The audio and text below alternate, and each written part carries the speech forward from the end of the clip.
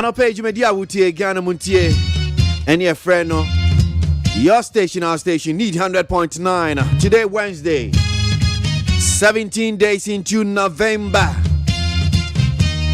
Yeah, they already say something. Yenny penina and Yan Santiano Payne, you that's what in Quema Huadin, Quamwa, and Ponti Bia, you almost say. What tea and can of pay the minimum so dear, Seda and Quan out of Bemera, dear Anopay.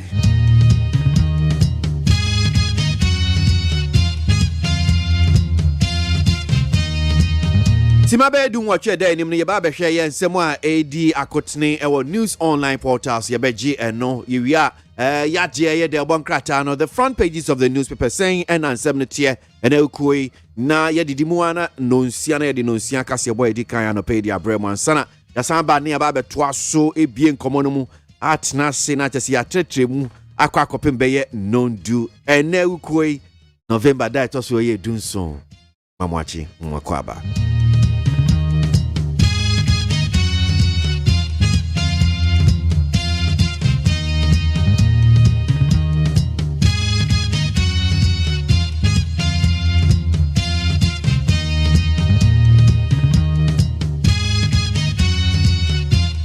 Yanchen some way diakotino news online portals. My main facet I can see from peacefmonline.com near the online portals. Nan opinion shares and I see coalition of concerned teachers threaten strike over conditions of service.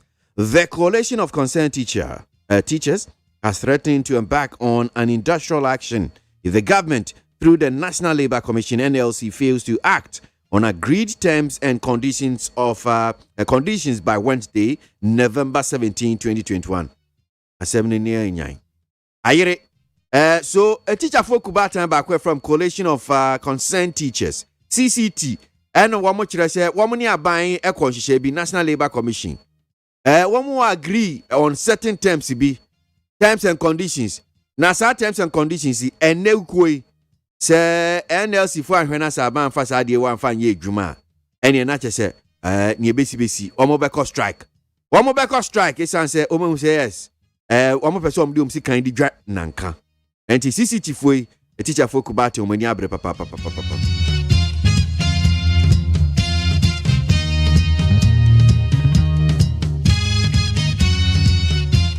CAF staff drag CEO to charge for allegedly blowing COVID-19 cash. An account officer with the Konfanochi Teaching Hospital, CAF, Awuni Acheba, has petitioned the Commission on Human Rights and Administrative Justice, CHRAJ, to investigate the Chief Executive Officer and Medical Director of the hospital for allegedly misusing COVID-19 funds. Ninyina ne se oko Konfanochi a account officer bi oho jumani ba ko eno opani a woda eye Konfanochi ano wasi wedi COVID-19 sika wo moje so omfamwa ni ehwe ni ntu COVID-19 papa ya we kashi wedi kashi wasi owura ye di kashi medical director no we cash enti strategy for hwe na wo munye nhwehwemu na cash no ebi ehye bia no wo munye.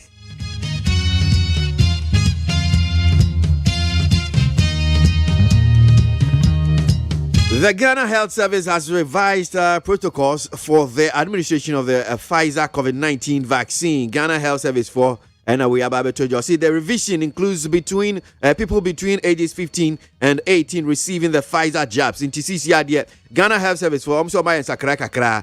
CCR say we the emfie do num ede kope do what we honum sia. Pfizer COVID-19 vaccine no wa mo be wo bi usubetimi a wo bi. Enti we in sakra for fryer Ghana Health Service wa mo diaba. More vaccines. Don't reverse reduction in benchmark value on pharmaceutical product. The Chamber of Pharmacy. The Ghana National Chamber of Pharmacy wants the government to reverse the planned removal of the benchmark import value on pharmaceutical product. Now, according to the group, failure to reverse the policy will lead to increase of prices of medicines and other medical supplies. Chamber of Pharmacy for normally we have to just say, hey, what is it? Abai, well, yes, sir. Sir, benchmark value is 50% on pharmaceutical products. No, Abai by the year for us. Hey, Abai, now would you want in here, Kosu? Ya cry, who are no sao? And two san kwako yi sa 15 50% benchmark value if you on them there. Not just a work yo aban chamber of pharmacy for no more can say aban mentio men yi sa 50% benchmark value men if you are net men if you are china.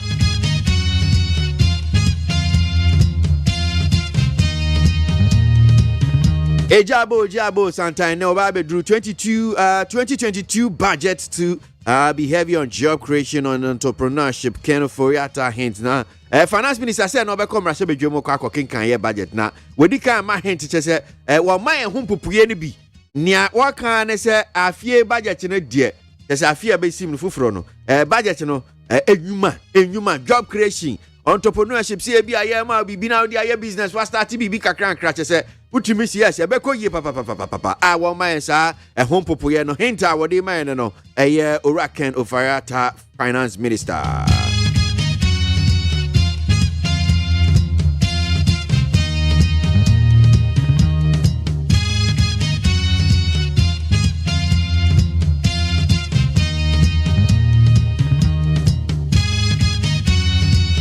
May I sure say we ni me ne budget no senior ebeko. Oh, here's a taxes beba na taxes mba.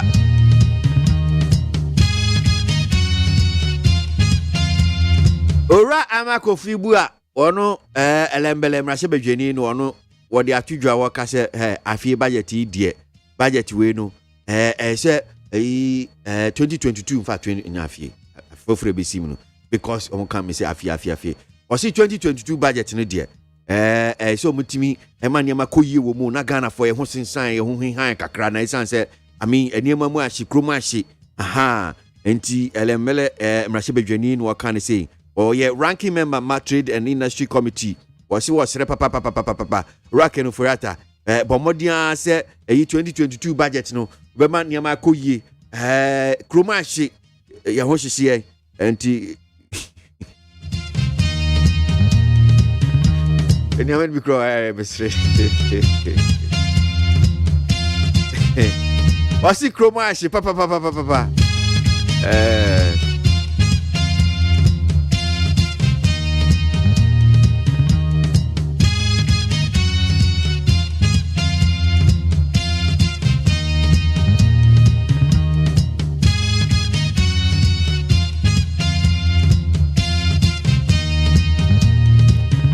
na honorable Canadian Japan mrashe bedweni ba kwa ba beto dwane kire se wakwako saman abrantie bi a friend Kevin Taylor within Jumedi social media me sure se mo muni wo formation for mo hu abrantie ni Jumedi a wodi wo US abrochime mu Ghana ni na wakwako saman Canadian Japan akosaman no se wagunu hu fi ni nsem bi a odi ato no so a enye no kore abrantie no so aba o si ai na oleyafo so ambetro o meyi Canadian Japan ano nti chese o de showdown no now is now set for the battle of Kevin Taylor and Canadian Japan. Mami fast like say from peacefmonline.com ni other online portals ye no ma say no pay in seminar go news online portals no hadam say this year. The Bankrata, the front pages of the newspapers in a moment. Atankona plenu fana kwasi ABOAGYE darling boy and some good woman jintodua. Eyi ekugu ewemu a yinya nusa. Ghana MONTIE efi nit FM so. Ghana MONTIE. Ghana MONTIE. Ghana MONTIE. Ghana MONTIE. All the sampa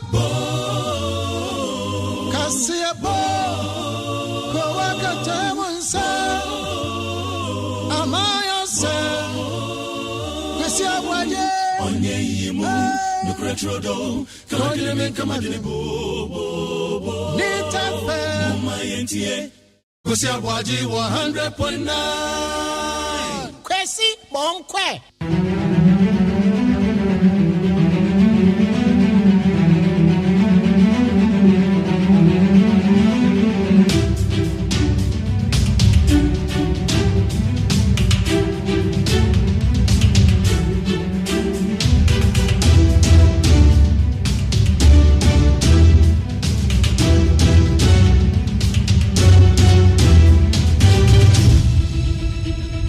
Sa pepe unyati we penate so tim say de bon krata no ni mo nsem no e bra so se de bebremo entie na wuko e November ne de to so ye dunson mama fingo akwem ni e de shase ye the new crusading guide enim honom saying was say of budget 2022 guard your expectations. Dr. Stephen Amoa admonishes so mrase be joni ogina man shy so ni phone da honom saying come on yeah the new crusading guide enim and waka say hey unsusu ye wo nim se budget wo hwe eniama wo hwe mu no wo hwe se be pie fi budget the year 2022 budget no omodi anse obebo ho ban papa ese bo because e bia na ni ahwe na nkosa na wa mo ho ban e bi nso ani apɛ no na akopiem the new crusading guide in a day nim honum say no the daily searchlight was say comment why we should reject any new taxes in the 2022 budget unless as a media send the CTA DNT and as a Ghana for Sabanya ya said 2022 budget you obey what they are 12 for bia de beba yan yintum saying and no semia a dia de bokrata daily searchlight enim honum say na offer daily graphic here de bokrata na or see 2022 budget today anchors on digitalization, skills training, and entrepreneurship. Oraken of Furiata and Infoni Diet, daily graphic, anyone saying, and net or come Rasha Dream 2022 budget, what should I say? Nefapim no age na digitalization, skills training, see about tea a man for no metimians and with human in your cajon, and entrepreneurship, just say, and no and commodity and a 2022 budget, a bit PFMaba. Minors to receive Pfizer COVID-19 shot and also daily graphic anyone saying CCR there where the bay and fee bay dunum and quadano ye beshasi near wo be COVID-19 Pfizer there no ye babe wo be and also a daily graphic any honum say offer a daily guide the bokrata no was it so dodges court again Mashabe Junior Johama a Madina and a daily guide ka say hey one court to be mo one court to be next or court and na ni pim by and say when Timmy Uncle Sansia still what I saw manoni abruchiri one ma embedu Ghana and daily guide send your walk the Ghanaian Observer walk 2022 budget target post COVID-19 economic boost. What you say and some baby PFE 2022 budget no they say after COVID no niama aban di begu akwan mo betumi pagya niamam na niama akọ nim na Ghana for ye ho ahenhan yen na economy no nso no etumi gina ne na so eno ene nsem a teacher be fie 2022 budget no the Ghanaian Observer and what can say Daily Post the bokrata no Ghana is broke, don't expect freebies in 2022 budget. Analyst owura bi no ode sa media tudwa ye frɛ no owura Joe Jackson said Ghana de sisi ade atete apansam ye ni sika o ohia ye ni sika enti se bia wo de we ni to so se budget ya wo mkwa kinkan 2022 ene finance minister ba kinkan se bia wo hwe nim so aban ba be ma oniama free dia to adwum nada asi Ghana de ka Ghana ye broku ye ni sika ye ni hwe Daily Post the bokrata no asem titra ede enim no na ofie the Daily Dispatch or 2022 budget teacher and nursing trainee allowances to cost government over 400 million Ghana cedis. Na chese otimi se na de bokrata no dodo na eka ye ene budget finance minister ba kinkan 2022 budget no ka se teacher and nursing trainee allowances here de ma yenu anma teacher form kunya ntete ofi no person be teacher for ni nurses for tani ese ka ebo aban no 400 million Ghana cedis so tuntumi se ade boy ka enye kaketwa enti ide yentwem ana musese yanko enime Daily Dispatch na no kan sa the Herald the bokrata no say trouble awaits government if 2022 budget fails to just was say asempa na bedi aba asem na beto aba say sa 2022 budget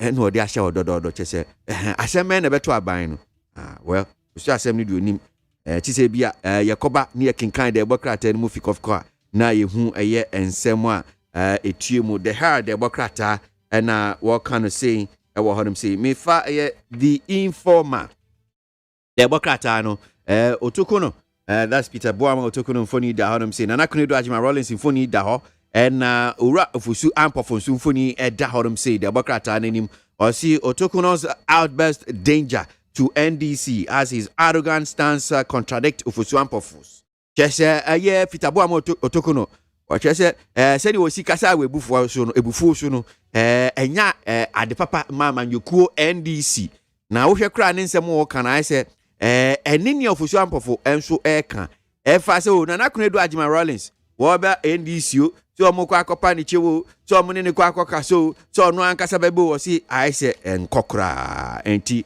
the informer the bokrata and what can say na ofa the Chronicle the bokrata na wo si we pay 200 Ghana cedis a year to assembly to use champagne for galamsey. Assemblyman Kumaina alleges. Aha! Assemblyman be a show makwa kwache no kan say munyai kra. Na mo say wo hodum say. Assembly afie bia wo mo je 200 Ghana cedis. No mo mai kwan say yensu champagne ni ade ni yensu yentu ye galamsey. Enti we amabaya mo ba be chi ye ya mo ba be ka che si yenya assembly nsususususu wo mo ji sika fi hodum say. Enti ye say assemblyman so no so wo ye minor and what can I say I know that the Chronicle the bokrata no enim offer the insight Ghana joins IMF HEPIC list under unprecedented debt burden. I see. So inside the bokrata and one also can I say or say Ghana CCR IMF on list bi omudie piom dia ba beto abonten amaya hodo we wi ase hanam sia womu HEPIC list and we are HEPIC on ba ko wurem no da hodom sia chese Ghana yensu wurem bio ye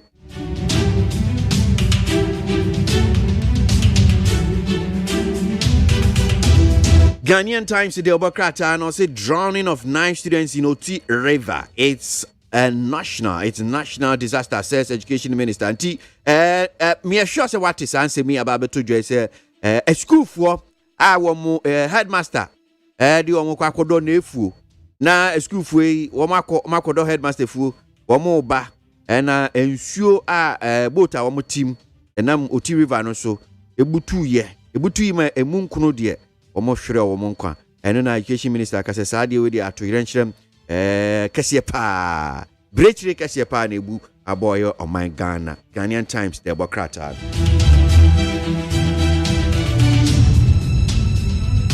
yanko eni yanko ji no nsia kase ebo ekyire ya samba ni aba beto aso need 100.9 Ghana Montie no nsia news Abo nonsia peace 104.3 FM Sunia de Shmaima yama munyina chi ensema hodo a yaboa no memo ene amahoro so ena no peyesi enkonwa edebre mo kase boye twa ho afa hello 101.5 wadum kumase yeba enkraye okay 101.7 neat 100.9 nyina e wo ship house wo Abeka Junction Ghana ha ene amano ni radio stations ahodo pi ena wo mo efa kase boye ato apiti wiase nyina ma obia enye bi etiem enne anopay wo share live ewo Facebook Peace 104.3 FM live and Peace FM online ye ko YouTuber Despite Media and somewhere ye de ebremo anopay ne di mo akotem ebi ene se ene kwan ebie ya o main photo samfo ekopiem rahye na wode akohomasika ya aban ede bebo main ho bra emfiempim mieno ene aduonu no wode ebetu edwa Food and Drugs Authority ababetu edwa ese covid enuro ni bi aba womo agiatum apene so ese Ghana for ebetimi awo sanso ena atodwa ese yellow fever yade no ebi eyiniti amasesie ya nugusu a ye kasei yade aman ahodo bi so nipa bi afemu ahwere womo enkwa na national coordinator ya oda monitoring and evaluation secretariat ano ede atudwa chemu se aban dwumadi ahodo ode nani esi so a wo ye no ade se bibia ekoso tote na anhwe yi a aban edenensa na satabono ebeto bidie ye a yehye na ye de kɔ amaman so no saade no ye ba abetwam wei ene nsankan hodo ena no pɛyi ye bobo ni nyina no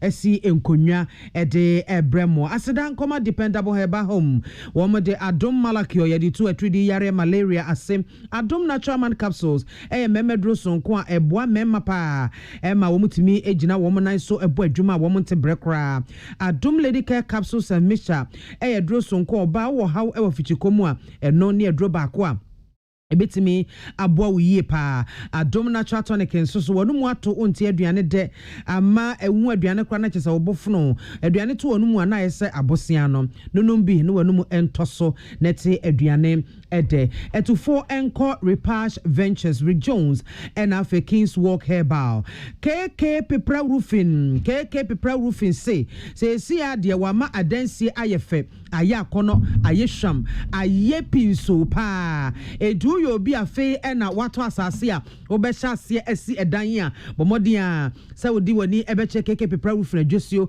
na wakope enema yedi esi dan fise fresh ase ekosi awie ye ni nyinara wo mu akande ewo ho se die wakwa akofa ba uyi steel trusses no egu nchen a or the Supreme Coated Roofing sheet ya ba eye abefo nchense a ba bia obekọ bi awiase afa na nyina wo bi esi dan ya no bi ene ode eboso usi dan no anyusu bi na chese wankasa no wa free krom unni krom kra enti bomodin the best in the world and a first in Ghana. Ekita unique surface in great finishing and an color no so ye permanent ya empa enwe ensesa de biara da. O the ball dine so madam hono mo nyunu na ma e dine fence so epie. O hwehwe KK Pepra we for mo achimotan so kwantempon ya so. Wo mo ben ensawom barrier from 0244912100 0244912100 and a 0242662004 0242662004. Yeah, what this week chocolate drink. Anopai de here eye enso hie. Nyumakoya da Roma e na wobo echidom me de kaseboi abro akenkan for eye me. Maame biama kwafo mene.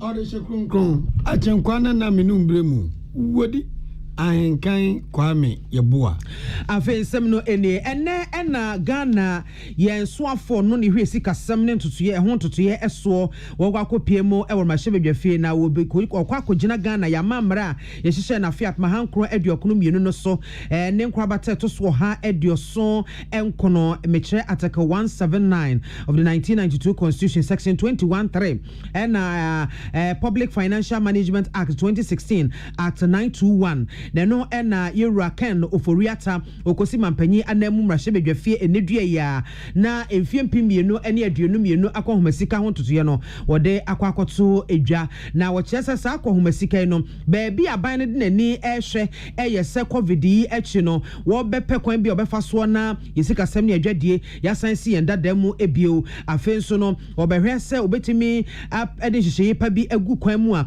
ebeboa ama omanfo ankasa etimi anya wo mu enwuma na wo matimi aye na boa ate enwuma bebra eni ho no eso abefo kwan ya ye befa so atoto yesikasem eni adwade ho tutie ye betete nkrofo mo manyansa no nwuma esua ne niam ahodo pia ebeboa ama yesikasem ne adwade ho tutie no etimi eja ne nan so eye na budget yi ho nsem ya enna mrahye bedwani a owo sene west mpesua no eso no abokwa metwumesi ampofo wode atu dwache mu se wono de budget no ne wo hwempa ne se atabubu kosi kwa medanso ekwantempo ye wo se ne west mense no mu no wa ban momode ahwese wo beka ho asem e wo 2022 budget no emu ne no ena wode eto peace yensantwe ni Emmanuel Akoli enim ena wo chese aban ahyebo ahodo bebre so obeya kwan enso ye hunu kwan a wo ye no ne de a free atebubu ekozi kwa medanso kwan se yanka ho asem ewo afi budget no emu a ene ebe ha adwene pa the same contractor na MPP buy so omo de akwan na ma no meaning say contractor no or a contractor with my akwan no be sikasam enaka enunti na me stress minister of road and highways any finance minister and a ministry no be kabo mama contractor ni sika no why akwan go ever ready so be akwan but akasikasam because practically no contractor no was car he's ever ready to do it and me person me constituent and I say send what for nyina hu sementi okwa akwan no ya de dama kuma so ma tu wana mo bi o se mitu video se balance nyina miss mo hunu me forward my minister me corner office na kan wasam of assurance oba chamber air parliamentar me hu na makotra ne nchen na kan wasam o mo assurance se oba kwan no enti me pese sa assurance na minister dia man no enya sa yoro chemu no na minister omma contractor ni sika omo so contractors me na omo kasa day in and day out ne kwakra mo na yira kwa me twumasi ampofo edi to ne nadehia wo mo ewo ne mpesua no so nyina nim se obi am ne na ho no ne nipa bi nam ene wo mo din ebo nkrofo kro no ese wo be mo adwuma edo wo makọ security agencies ni bi mo wo be fa police wo be me afa soja wo be me afa ha ne sa ne ma no wo se enya no kre wo no nhye obi abo ene onye obi asika obi ba wo ho sa ma police fo nche no ya marapoto issue no say on tracking nipa no ento bi anya la bibisa akoso a sebe mepa adwuma mo bi a menyi ni sika as ampi no ento bi obaka say on first camera obi first camera no man adwuma no anya mia meni mo hwe ti monya la enti youth no so employment no I say aban no ehwe technical and vocational yen ko yen sa adwuma nipa no sua adwuma ni yie no hu ni ye no ba outa on hia say obekwa kopa adwuma ono a ekwe na adwuma ebebo ama oman no akoso atumpo ya woti ye ayesene west mrashebedwane honorable Kwame Twumasi Ampofo na yakọ ensefufuro ma awura wano anoye national coordinator Elder Monitoring and Evaluation Secretariat nano ayo no nyamfo gifti ohine kunadu samoba kaya emra one day set one factory na na do kwa kufa do bo ntimpo so de ba no onukro ya eno national coordinator awutu asa adwumadi no ese adwuma pane adwuma so ye yenti o mampani apegya ne dibrem edna ko national coordinator for monitoring and evaluation secretariat no nyamfo gifti ohine kunadu say efiti enfiem pimenu ni dunson kopim enfiem pimenu na duonu ana na de kwa kufa do be Ghana mampanin nukulie enyoma bebele papa di gu akwama aso aba ede ama Ghana etansa boso ba na meja payenti e wose ebo se kwe na ni pa nyina ate wose bi any planting for food and jobs say ye dua no ba na nam so enya adwuma ne aye one district one factory say mensiri ba ku bia benya eye every adwuma ba ko na mantere ma ba mabunu no ebenya adwuma ye free education for senior secondary school say womasua e wonto aso school so ebe fa mekwa na emfa se wo do kotwa ana hwehwe otwen ba wiata atwen ba wiate na unzu betimi akosku ni bi osi wenti ene ho akohia se mensiri no evisa na na dan kwa kufo do bedi adie enyoma pa wa ye na aso Ghana de hye nyina aso no o start edi hu nkomo hu dawuro ehye ho fa na mansa nyina hu se you se na dan kwa kufo do no oso ba adwuma no na nye na no keke na one asoye bi mpanifo na bo dwarata eno din so itu dwa ebi ni asoye hwe ehun asua so asoye ehwe aduane ni kwayo nsem so ena asoye ehwe ahyenka nsem so yentie onunyamfo gifti ohene kunadu na mo amubae mo behu enema abaye ne nkoso a ede aba ntini ebi a NDC for de omo ira omo nti wo baba be ka se ebi a planning for food and jobs nkoso free agencies say but that de Muhammad Moni ehu na omo e be ka nsam omo nye politicians omo ye civil servants omo the various agencies and ministries nti ono onka body ana papa no de agihwe bibi a abae de si na ni susu wo ye na ekoso enkrofobia omo ani abra omo ti opposition some dada Ghana for ebe ya omutotu niema bi out there ntina se say ni abresa ya be court districts no ni a showcase niema abaye ni a Fred district of for nyina opinion leaders traditional leaders ni amamufo nyina no bia behwesa wo district out niema yi eni amuti yeyo no nyamfo gift ohini kuradu no wo kire se ampa enyuma so an na adodan kwa kufa do bedi ade wayo no mensiri potem nya no ombe hyase abonwu dawuro di akire Ghana fo no hu se you say mampani wa media ade kwa technical advisor awo the presidency me chairman pani aso yanka sanso ayowura Robert Chei opani Chei enso kasai na se no wura Chei ekan my adwuma yes public sector entities say adwuma na mo ye no be ye e de aboa amanfo say wo ye adwuma say wo say wo ye ama and the nkofo bi say be ya adwuma wo ye no be so ani na sa your friend public sector reform for resource project na public sector reform for resource project na kuku kakra bi a ye hwe say wo adwuma no be ko ani na monitoring evaluation for account na yi no wo no adwuma ne say adwuma aban de asiri ni so say oye no wo so behwe say the AC ko say wo ene kasa mu say the o twasa no onim say ne chiachia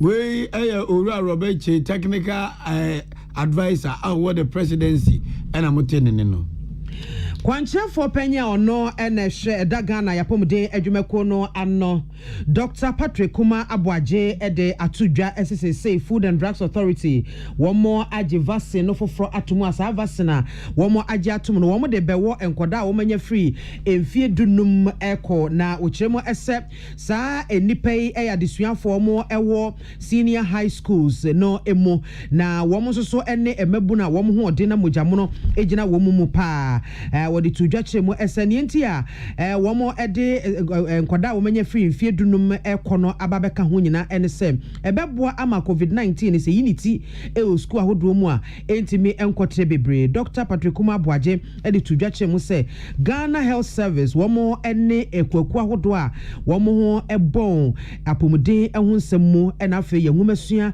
ehun semu ebesi nkonwa atwenkomo ehun kwan ya obefa so a saa enrei wo mo de beko school ahodo mu ama nkoda no etimi awobi ode sansemi tudwa bra Ghana Health Service wo mo edi forum bi a wato di National Dissemination of Chips Database wo mo de hun sem etudwa I mean, child, the Pfizer, the manufacturer, no, I register no for 12 years and above. FDA, so my coin say it's me lower Ghana, they are no from 18 years, no, they from 15 years. About 15 years, yes, a man and Maba one number play, no, me very active now. Most of the time, when you're but a penny one, penny the wire. Into a boy, made me passing 2 million.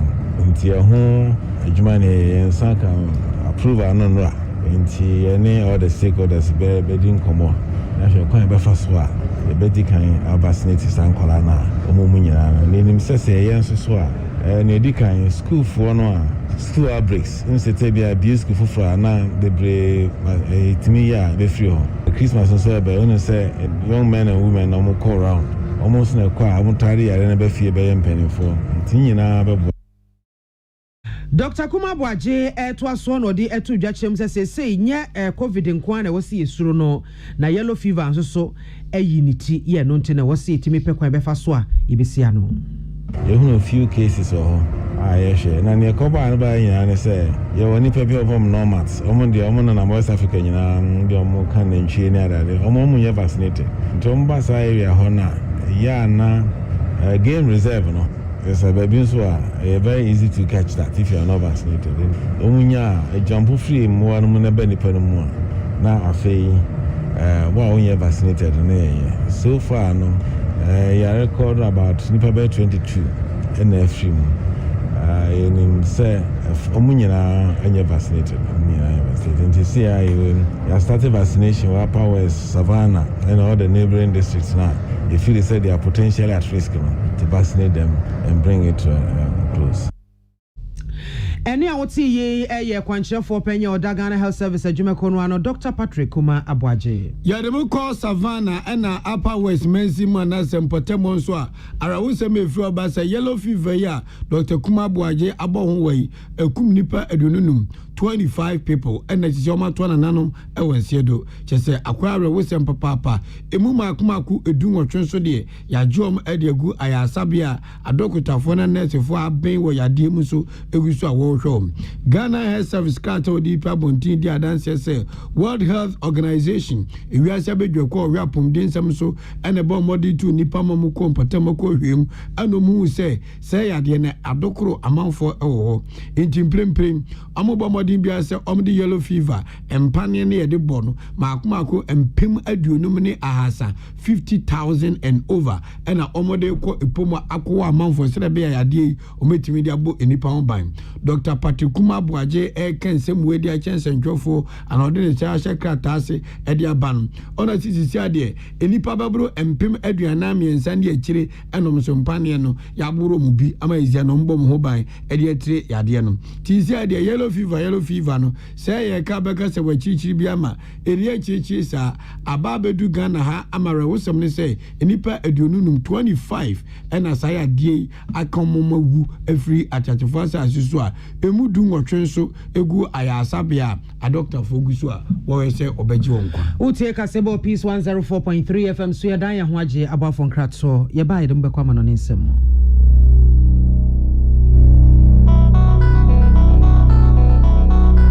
Peace FM. So wakoma ho hyehyew ana ebo periperi de broni kan hardware no a e de na se woye na se woyam so atim so wo be pack na farmer Martin's liver salt tira kwan entem ehwie nsu agu glass mo ate Martin's liver salt no ba ko no na wo de agum wo be hu se ehuru wa glass ni mu na wanom Martin's liver salt ye won orange flavor ana ba ko so ye plain wonumu a ho beto nemum edi na anu na ho ntowo a ko hu doctor Amanfo, the Amoka Chef Freddy's Corner Home Appliances or the Abba Freddy's Corner Home Appliances Center. Home appliances are a ye papabia, a biwo. Brand Ben Aupato, Samsung, Nokia, Media, Apple, Nasco, Infinix, Huawei, TCL, Skyway, West Point, Senis, Nina Iwobi. TV, air conditioner, freezers, fridges, water dispensers, and Nidia Kekeka home. Nia ubenya good warranty dear. Ko Freddy's Corner Home Appliances ukokumimli. CCTV Boama monitor of properties any business at anywhere in the world. CCTV and need daho. Ewo detector, clear pictures, Wi-Fi connector. Ultimate connector ma phone. Ewo monitor baby a wo wiasibia. Freddy's Corner Home Appliances abeka Freddy's Corner ejosu ahodoa oton phones ene ho accessories no ho. Fresh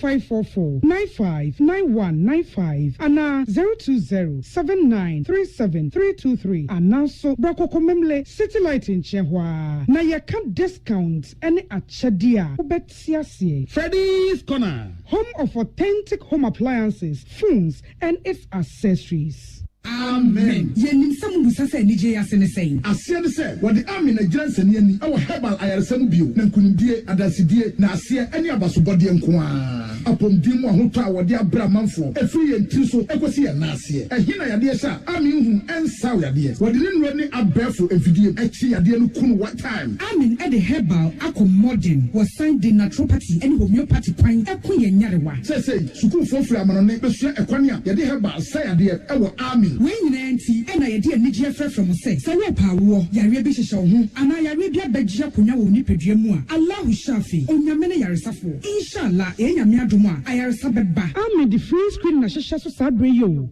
85 Jim, now one show free. I'm in what domain, what by old sniffer. Ultra modern branch Waklagon, Tama Road, Frey 020 722 9505 and a 0245 275254. I'm in Scientific Herbal Hospital.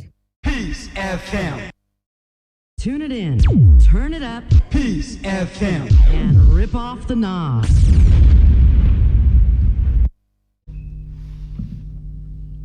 Yetwa kase bono so na soafo no hwe kwaye ne nsasem so yo nunyamfo Samuel Abuginapo odinapo boku piem ewo bono ene ne mpatam ho na ode ko bono ne mpatam ho no eno awia esuin na esu ye ni nyina ne se wa bona na ma trankonwa abaso papa se edja yesu ni pani adue oboko kuro bi so na ahemfui asase 1 plot at 2 plot won be twema so sa won wo benkum won wo nifa na kuro ya nwene se pani ni fie ubodawra obi antie nanso bono na nanam ahemfo de o ma ba ko ena mo se insu a otwadi ampokwa mededu mom no ombedua nnua e de afa ho nyina entiam na one forestry commission empanufo kopim obono no oronyamfo Samabuginapo se o ma nanam atankonwa moni adwuma pa o ma ya de ese ne fata enti one de osenya kopon hira edemo and it's been examined by the ministry. I'm told that there is a huge market or industry relating to the export of charcoal out of our country. Because I'm told, and as I say, we are still examining it, that charcoal is a major raw material for the pharmaceutical industry of the world. It's a major raw material for even industry that produces toothpaste and many other industries, global industries, and therefore there is an upsurge in the export of charcoal out of our country, and that is a driver of deforestation and forest degradation. We are looking at it. When we come to the conclusion, we are satisfied that the export of charcoal is a major source of deforestation and forest degradation in our country. With the approval of the president, we'll ban it. We'll ban the export of charcoal. But as I say, we are still examining it. So that is the first strategy, which is protecting the forest cover of our country. Oh, okay. Not just Oswafo bo ahemfo abaso anu ode brofu we bewure brofu na ode kan nyina ne say jabidie hye amanfo ebu nua hye bidie no ade aka obi na yekwaye na eda ne asase prada da ntom guso mo dwendwen ho na mo dwendwen ho na sipram no kotuna na ado anim Ghana mampani no agituma ene emfa jabidie nkwabro chebim amanfo twa nuare hija bidie ne ade agu kam na aba bedwiri won kran ye bese sa de agu shipum ho ne ade kwa amanfo manso na omo de ye omo nwuma kese na de ye sey nkwaye ozaya de sede to won a oye dwuma Forestry Commission anim say ma ye fa mo abepem ne area sakam yentuamuka alawa no unya botre enche bia ononyamfo kanfurata be kan budget die mobati yebetuamuka. I think the difficulty, we have to speak truth to each other. The difficulty had been in the past that at the beginning of the program, the alignment as it relates to the numbers of recruits which were to be engaged in the youth in afforestation scheme and the budget which was allocated by the Ministry of Finance did not particularly align to the number of recruits in reality, if you want. So the recruitment was done in a manner which went over and above what was budgeted for. And we all know the history. The director will agree with me what happened across the country. And it's all because of the attempt by the managers of the Forestry Commission at the time to respond to the unemployment situation in our country. But my view is that we've gotten to a point, and it's a view which is shared by the President, the government, and the Finance Ministry, that we need to have some rationalization of youth in afforestation so that the allowances will be paid and paid regularly. Eni amuti eyo no for Samuel Abojinapo. Ye kowie kasebo no ewo Uganda emaimu arehosem wasie ne se topa yemienu na chese kutujem atoto egu oman no ekropon Kampala emu eye enreya enam so amanipa bebre na womo eprepra esanse baabi atopa na etoto ye no eben oman no mra hye bedwafie ena afenso no oman no prosifo womo atana kese na prosifo esu se enkromofo atabanfo bi a ye frɛ omo Allied Democratic Forces womo enetaisa atodenchemi echi na wo chese no womo titi motorbikes so ena womo jap topa no mu a chese womo ankasa na etete se pasa emma enkrofo womo bembe womo nyina so etete ye nti wukopiem ewo Kampala Montreal so dia wutumu se nipa ne nsa na daha ne ti ate daha de se basa ena egugu oman no emontene eso na wo chese bra sa topa ye etoto ye no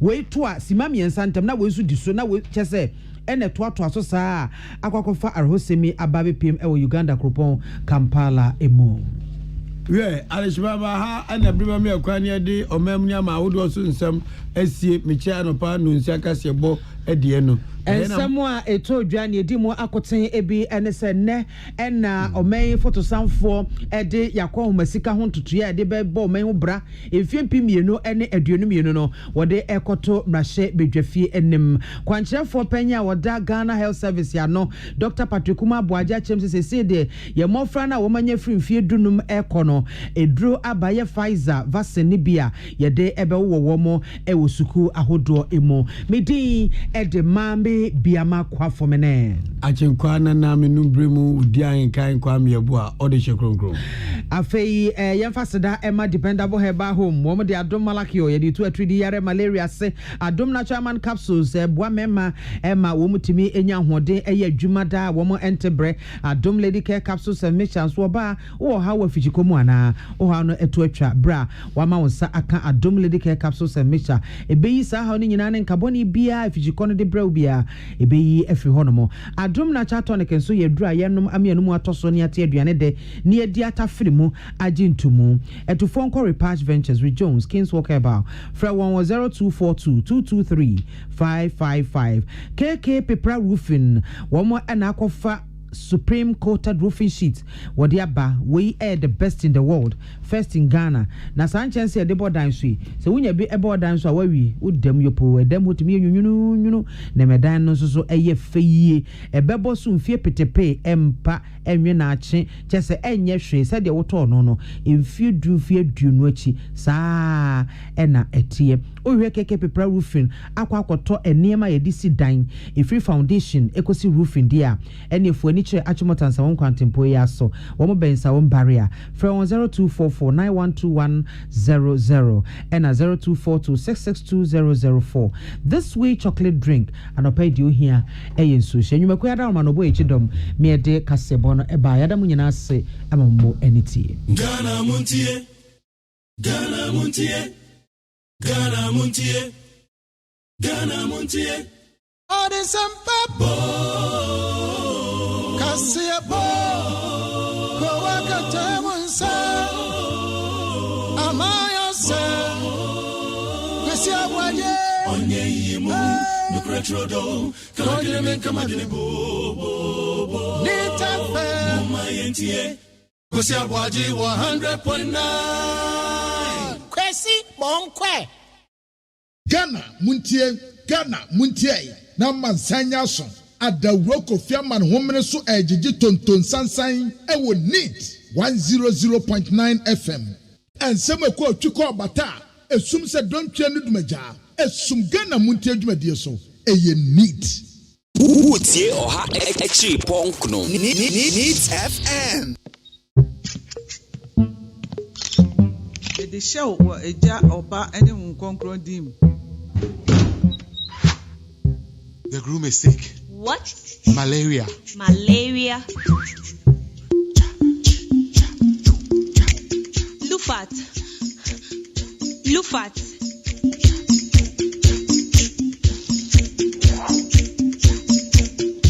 Injija woman malaria enka won to them. Lufat. Eye malaria drop a. And now you may kiss the bride. Entrance Pharmaceuticals and Research Center. And I Lufat. Lufat. A two malaria sententem. FDA Ashasa Ejedi Kratoi Ajatum say ye. Utie oha echi ponkno. Neat FM. Ghana Montie. Ghana Montie. Ghana Montie. Ghana Montie. Odesempa Kasiabo Kowaka Temunsa Amaya se Kwesi Abwaye Onye yimu Nukretrodo Kamadine Bo Nitafe Mumayentie Kwesi Abwaye 100.9 Kwesi Bonkwe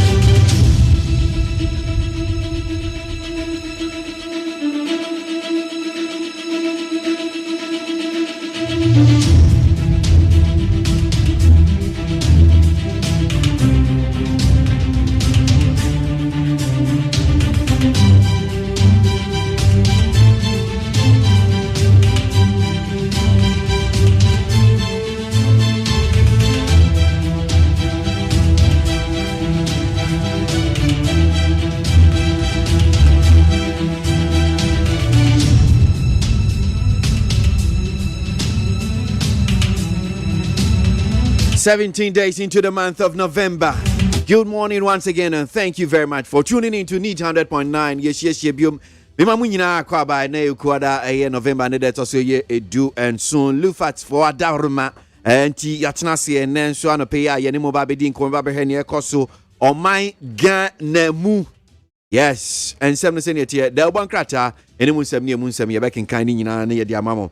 And 7 Buhan media cotton news online portals here, the announce be frame sa near court. Na interviews are what we are training in a KWASI ABOAGYE. When I'm doing chame, Kwabnamafo come home back in kind of one cratano, Edia my make out a lufa to away, malaria drew. So when you man me do one dance yama say, yes, Ubanya malaria, pensio DNB, suspension of a mano. One betu malaria na se Edia ma eneya. Sansuna ye, wow, pay me no mammy papa. When ya malaria, but more the answer on Sabakan, lufat. A draw ya the antimeter near me fancy no more carbon of the ITWHU for Adjatu Mama Sans here. Sansuna Food and Drugs Authority forms so as science here. Enti a year drew papa. I midi one dance the amount in a year. But Modiana PBH coin, Ubura drugstore, pharmacy shop, any a chemical shop will be out on Sabakebi. A year Lufat, a drew Tatahwe, 1 1 so bet 2 malaria say and a year.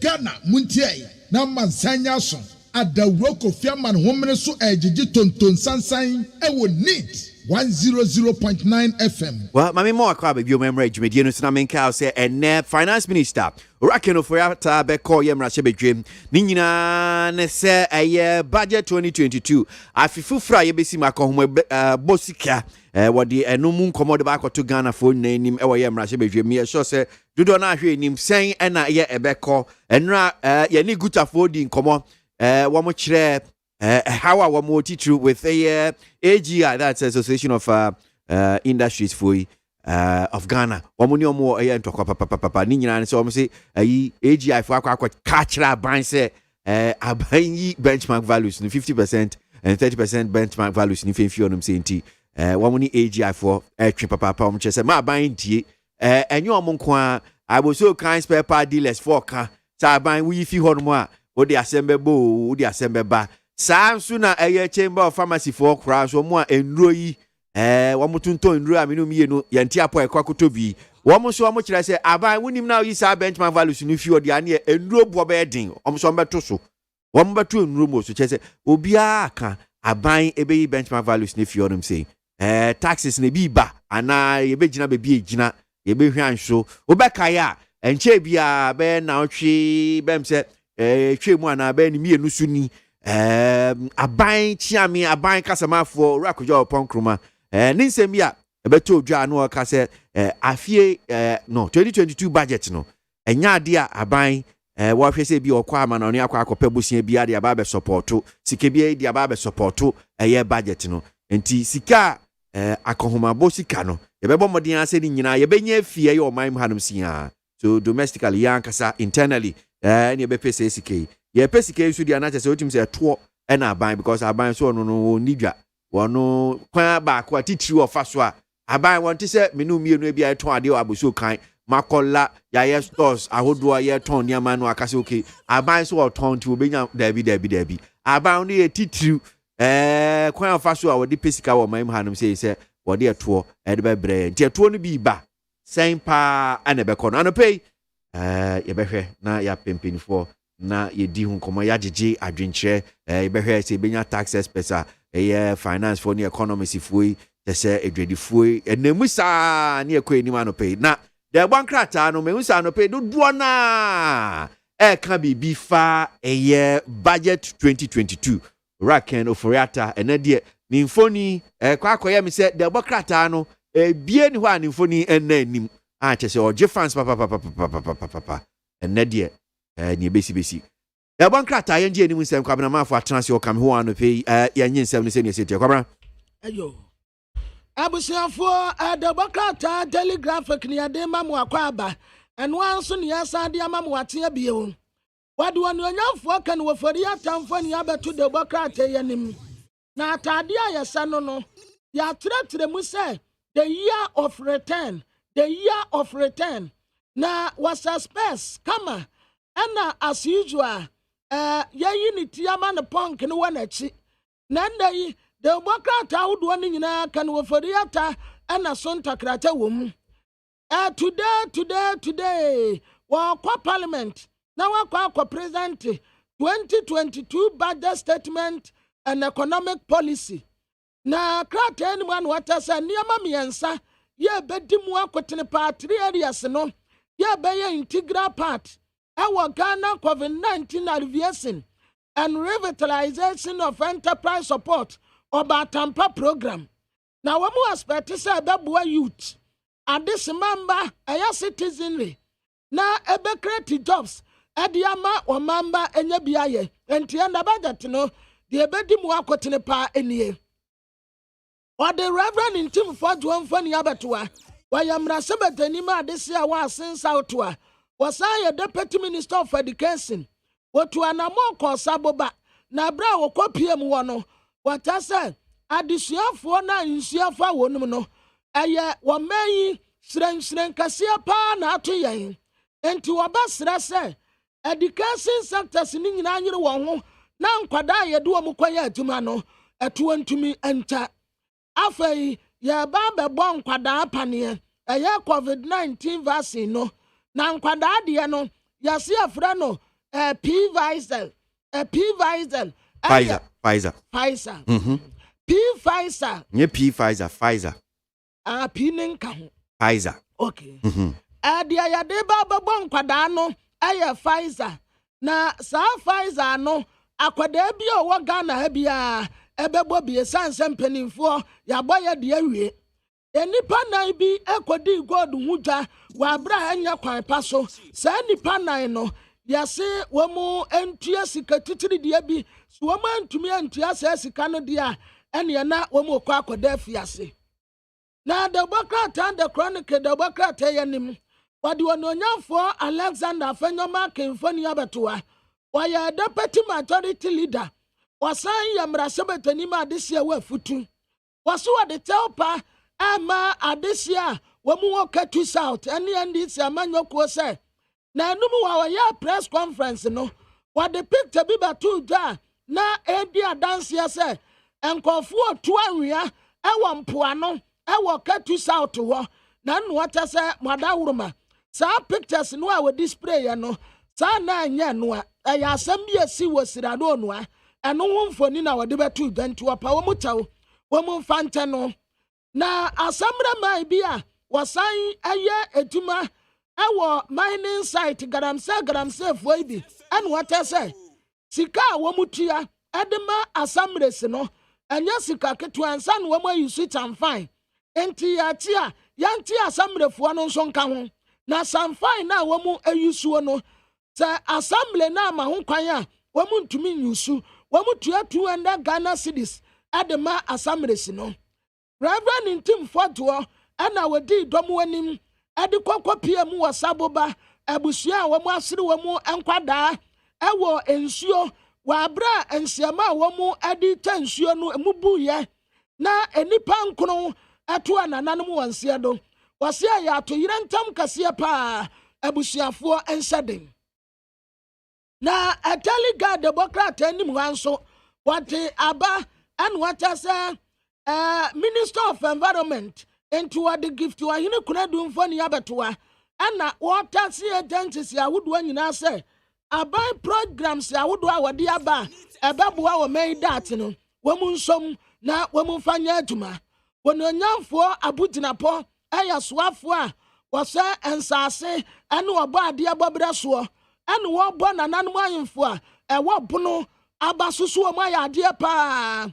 Ebraya kasi enua no wɔn adua ma na yɛ fɛ dodo wɔn deɛ no deɛ ɛdɛm soronko nti baako yɛ wɔ hɔ nom no wɔn nkɔ so a Francis Xavier Sosu ɛne yɛde ne picture abɛto anim sɛ yi a wɔne Kevin Taylor wɔn te kaa mu a wɔn smile na wɔtɛ sɛ Sosu asa adɔgye kɔɔto bio wansa nkɔ kɔɔto ayi si bench warrant sɛ wɔn mfa nkɔte Sadina Tamaklo atienu wɔn tɛ sɛ saa maame kane tete paa abra na NDC ate akonya so no na wɔyɛ chief executive officer Emma Microfinance and Small Loan Center na subu amudi abono aya 93 million Ghana cedis na enam se wempiem wo court nti court eyi su bentwala nti se bebi a wo bia no wo mu nkwate no mfamra awra wusam ane da etu wo mai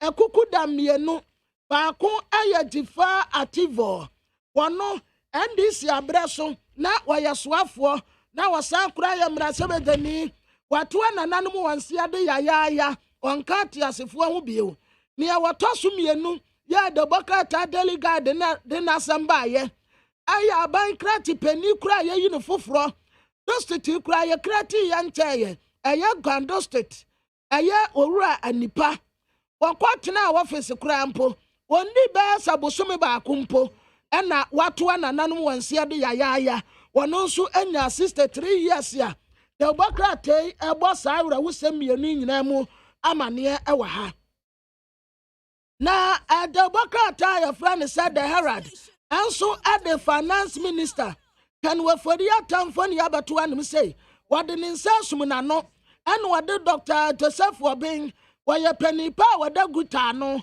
na usa ne space ne natade a wuse ne ni abre ene waja na bodje set samrantie de ni bi kasa atofosen wono so ya mrasebedani wono so mfoni adaha na watese sa budget ya wo mu baba wuridi Ghana ni bia mfa ne nsanwuniti na wantiantiam trouble pa eba no anya trouble ketwa na aban nso ono anso bete de boboli bobo so okwa read budget no na se ankapta sector ya wodo no hawo a demonstration abeto ato ano no wono a wobehu say yes anya agro na Ghana fo edie womu a etaloto anya kwampa so no womu gusu a womu titi wonum afei watasa nra adesedom bubu ankuma ena kwobọ dompem ewo difa ativo the late ni fie ya na ya yura wosem nti womu kwa akoma ebusua ya akọ na US a lawyer bi a wo ho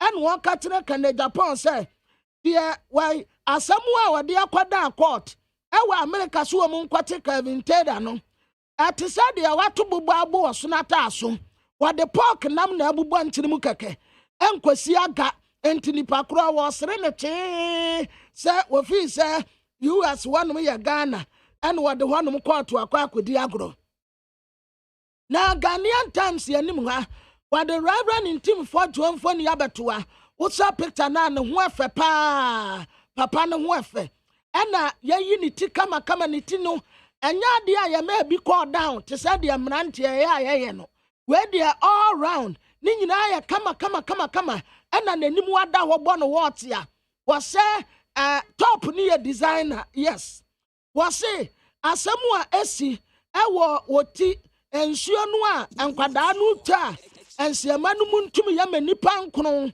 ato anananom wanse do no aya national disaster enya asam ketua kura asase yetenentena ho na wakatere education sectors nyina se emu obia amma nkwada nkwaya djuma ewa afuom kan wafodi ata woni onyamfo wono no ye sikasam so afo en wasa atade white ena nanim wada ho pa but who say nanim wada ho anum say ya asi abono ponso kakra esan say nanim wada ho pa na watasa today ni awasonta krata wa Ghana ha aya kan wafodi ata finance minister na sentie ni di netini say afia temu no anyo anu no kokan ye woni onyamfo se temensa bonsu en wokokan ma no entie nei Ghana fo nyina se nanim kwan se kan wafodi ata ebekwa akokasa afei enipa nan ene yade wo makogina court bo wonum kodi se wɔn di sika kɔkɔɔ ho twa wɔ Ghana ha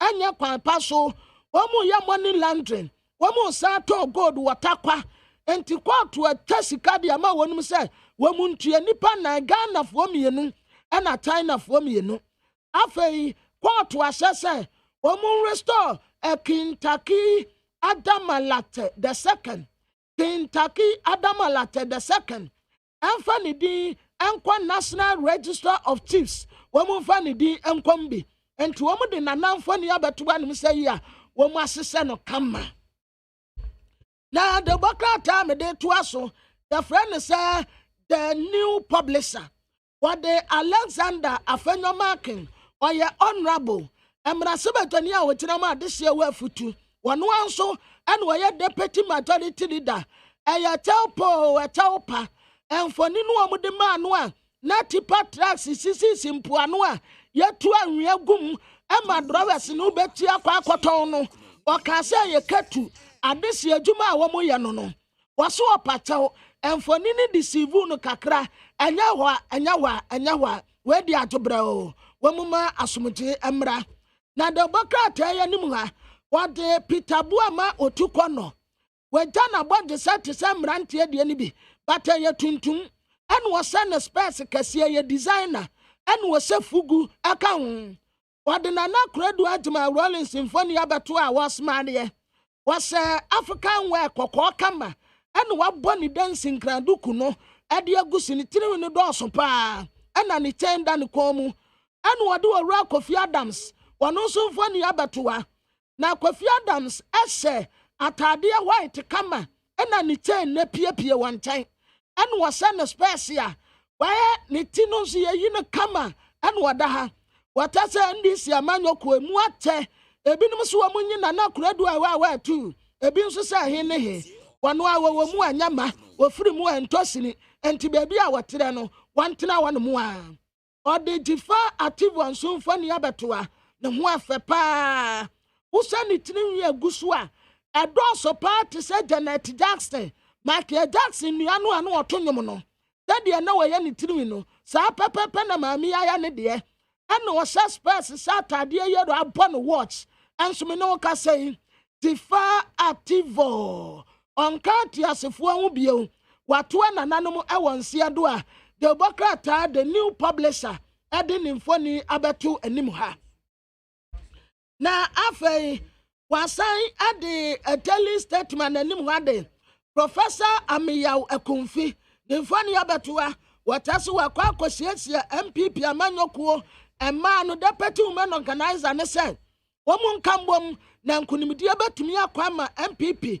ɛwɔ 2024 ononyafo kan wɔ fodiata ɛyɛ digitalization entrepreneurship and skill development ɛno ɛna bɛdi akotene ɛwɔ budget a wɔba bɛwuri no mu muntie ne yie budget ne deɛ bɛdi mu akotene ɛyɛ digitalization entrepreneurship skills and development ya ɛno na yɛ top priorities ɛwɔ 2022 budget ni mu Dr. Mamadou Bawumia and wakata politicians say position a yɛde ama wo no you should know positively said the abaya a benefit on my man.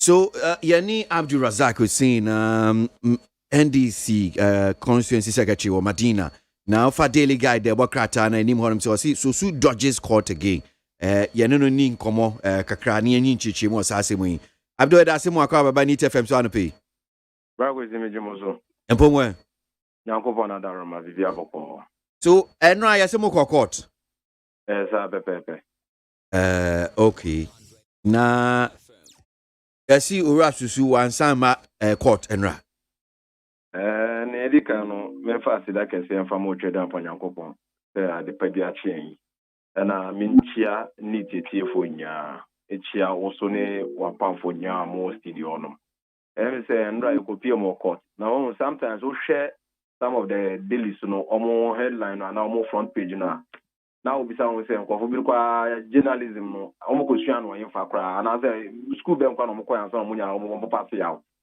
court say okaya na otwini na yekopie mo so no kwa ni nyame ni say na letter if parliament aba I say member of parliament no or parliamentary duties so while we took kaka on your mind.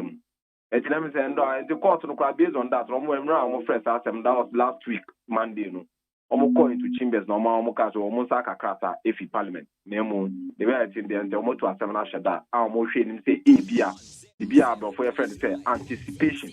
The court no almost against ABA, they do star 16 to now, and say, Ura lawyer so wababi do. Oh, until I know a copy of no credit, I mean, lawyer on Mambi do Ghana, or that's what America or Dinejuma on Bedu Ghana. It's an sanity, and the ones on Bedu Ghana, and I say, me, I knew a court in the car, and I say, more fresh seminar, once on Bedu and the courses on Meshe, another date now, Mashe, and Sana, say, maybe I will do Diana at least with me about the PM or court. Court and cancer cry. David one can't seminar cry. Because Nipano Amwa, who knew, and the other Malaka. And I was a young kind so say, and yes, if I just say we took on obey me about if you're or mine, and that's all Ghana. Now, say if you're Ghana, Muna idea, or dear to maybe at the Ama Parliament, and in I'm start parliamentary duties, and yeah, dear, causing between or between our copy more court. And today, I enjoy Trafford, and say, I'm more church on seminar, or more cars, and no more can send as a fata. Okay. Well. Yes. Now, Osi Wadaswa Wabrucha, warrior the parliamentary duties, warrior Marshebe Juma. Then the Democrat, I mean, who for Nini Bia, a way named Daily Guide, Francis Javier Sosu, Marshebe Juni Madina, One Abrantia, or US Kevin Taylor, our more Utimso Muchatana, or Kamwa, Umunim Sres. I Daharum say. Minim Sabia said, no, so a picture that Dana for froze or coin or Kushiano. I'm sure some Omo who babies say, no way parliamentary duties, Nibia. Oh, Bravini, I'm say, you can't a parliamentary duty. I don't just say, wage my bear 247 a parliamentary Juman.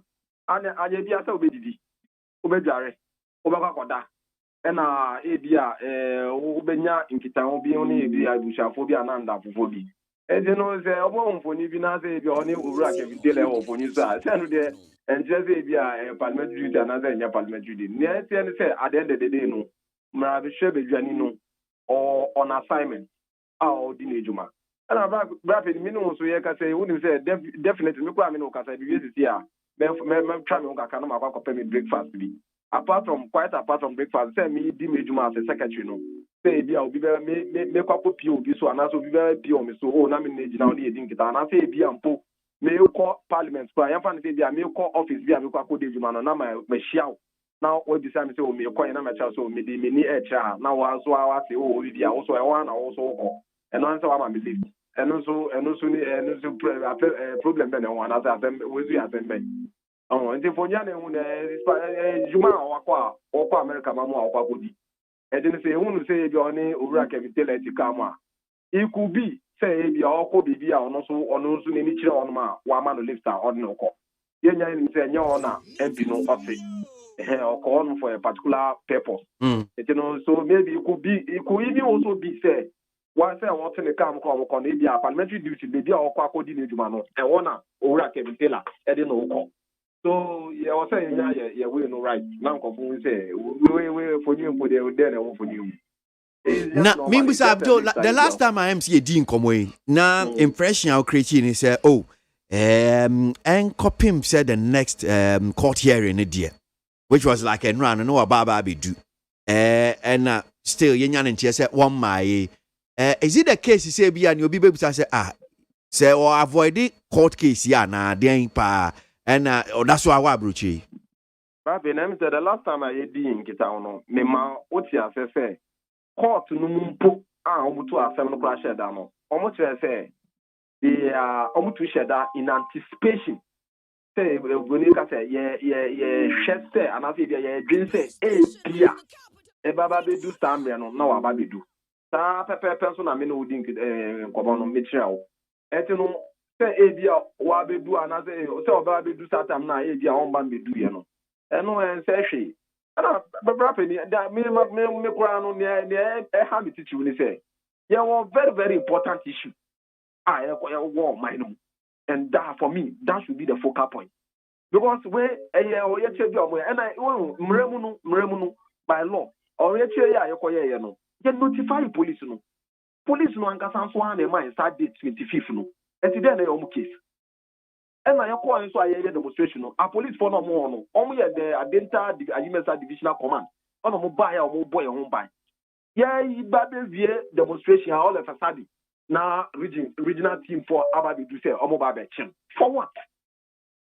Meanwhile, we have very, very, very important issue. Where triviality? Where I was waiting time was asking we so.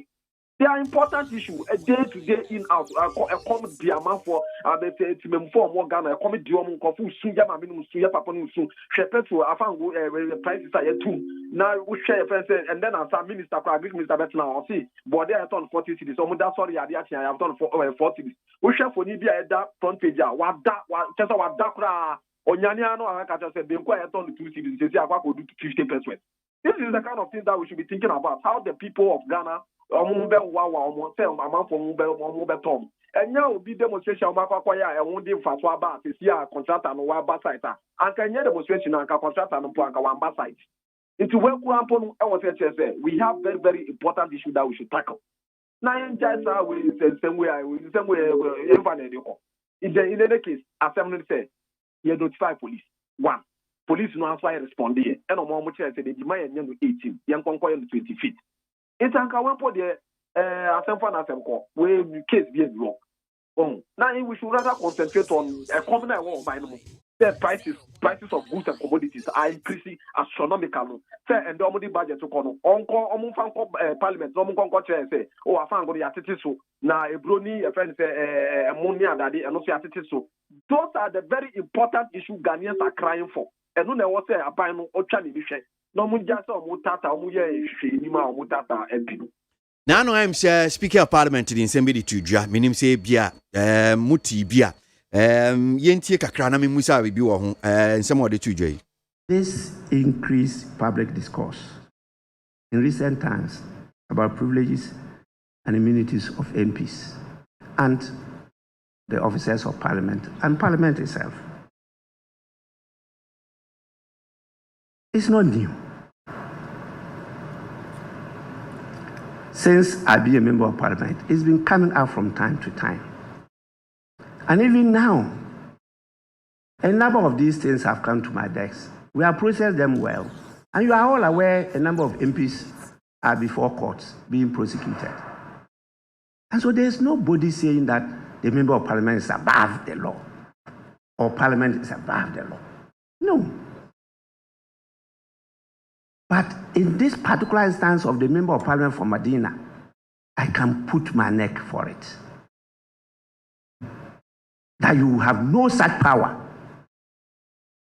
After he's gone through all the processes with you, and you gave the date, and you send your men to go around with them in the procession, then he's addressing them at the end of the day. Then you send a different contingent to go to arrest him whilst he's talking to his constituents. That is obstruction. And Article 122 is very clear on that it constitutes contempt. How can that be said to be a speaker preventing a member of Parliament from being arrested? We cannot tolerate that. But to reduce the tension and to let us continue to work together in consultation with leadership, we'll be having a meeting with the other stakeholders to discuss this matter. And we'll be guided by the judicial opinion. And we as Parliament will have to legislate on the nature, the scope, and the sanctions involved when you're talking about contempt of Parliament. Okay. So, is somebody 2J saying that my Abdul ni fancy? Babeni, me da wasipi, me pesa me bisa sembise. And there amina ukasa CCA. Te omampeni nanado oni omai mwa. Babeni, me pacho hina na esheni chimano. Vice. Me patro say Vice President Dr. Mahmoud Baumia oni omai mwa hina ena ehwe omai no so. Third person a speaker. Speaker ASK Bagbe. Emrason say was say institutions. Yedi obu any media demand institutions. Speaker na speaker kano. Mra no kano. Law and a speaker kano. And simple. Wa fat through processes no. As serve notice. Ghana Police Service. Moi ono serve notice no. O kire mo say me pese me ye o ye kire no 18th. Na o ye kire no po enyo no organize o. Eye timemfo no residents na omo organize. But because of omo no to ni so aba, omo so obedi eni. E na o serve mo na mo amu kire say debi 18th ye nya akonya no entimi mba mbebo mo ban. Na emum ye police Ghana Police Service ye sham date ye mamu date munya no 25th. E na mo amu man date e na ekoye o ye kire. Oyetire chimpo ne asema wo say bisa say oyetire na yakoya no ekosi sen enu mpo na wo say di anu say ampa ye oyetire no wie no within 4 days na contractor no ana contract no obabe see site o na start ojurujira akwan no o assess o ya akwan no. This should be even the bottom line. Na standard na say MPP aban set no omon kai hun say power is transition ende o na wo abamu na nyankopon so nti unka abemu forever and ever. Na se o man no beko yie no e wo se nya ye ka ye utibom letimi ye eduma no. Na say Ghana Police Service, they must begin to understand certain things. And sa ye fen say lay down procedure and processes na omo amu de ato ana say eda wa na mra kwan mu eda wa na ye nya ye disu no. Yesre omo ma ye nya ye disu. Na it's high time say omo di obuo ana Ghana for di obuo kese the office of the Speaker and the office of Parliament. The own disrespecting Speaker, and your Speaker one what disrespectful, what disrespecting the entire Parliament, and as Samson what disrespecting the entire laws of Ghana. It's in me say, tie, I was so no make sure say prepare your baby juma. Na ye say efata say omunyano, no munye. Na sanse mui, fan konkoto no drink the way a come. Sifa come ana eduku ye wo man mu no no hwe no mo ka eho asem tidal wave say see ye wo minya no mo kita eno na nka by na be face anka ende budget no beka so my arrangement in contingent arrangement bia ska do so mo twa o mo de kwa akosi defense we can see defense your friends the whole wall no eno na yiya ye na yiya ansa na ye na ye fata etene me de ma no be si ha. Yeah, that's Abdul Razak Hussein, from NDC Medina constituency. And pay need 100.9 Ghana Montie soon as you're going. Come on, course, drink chair.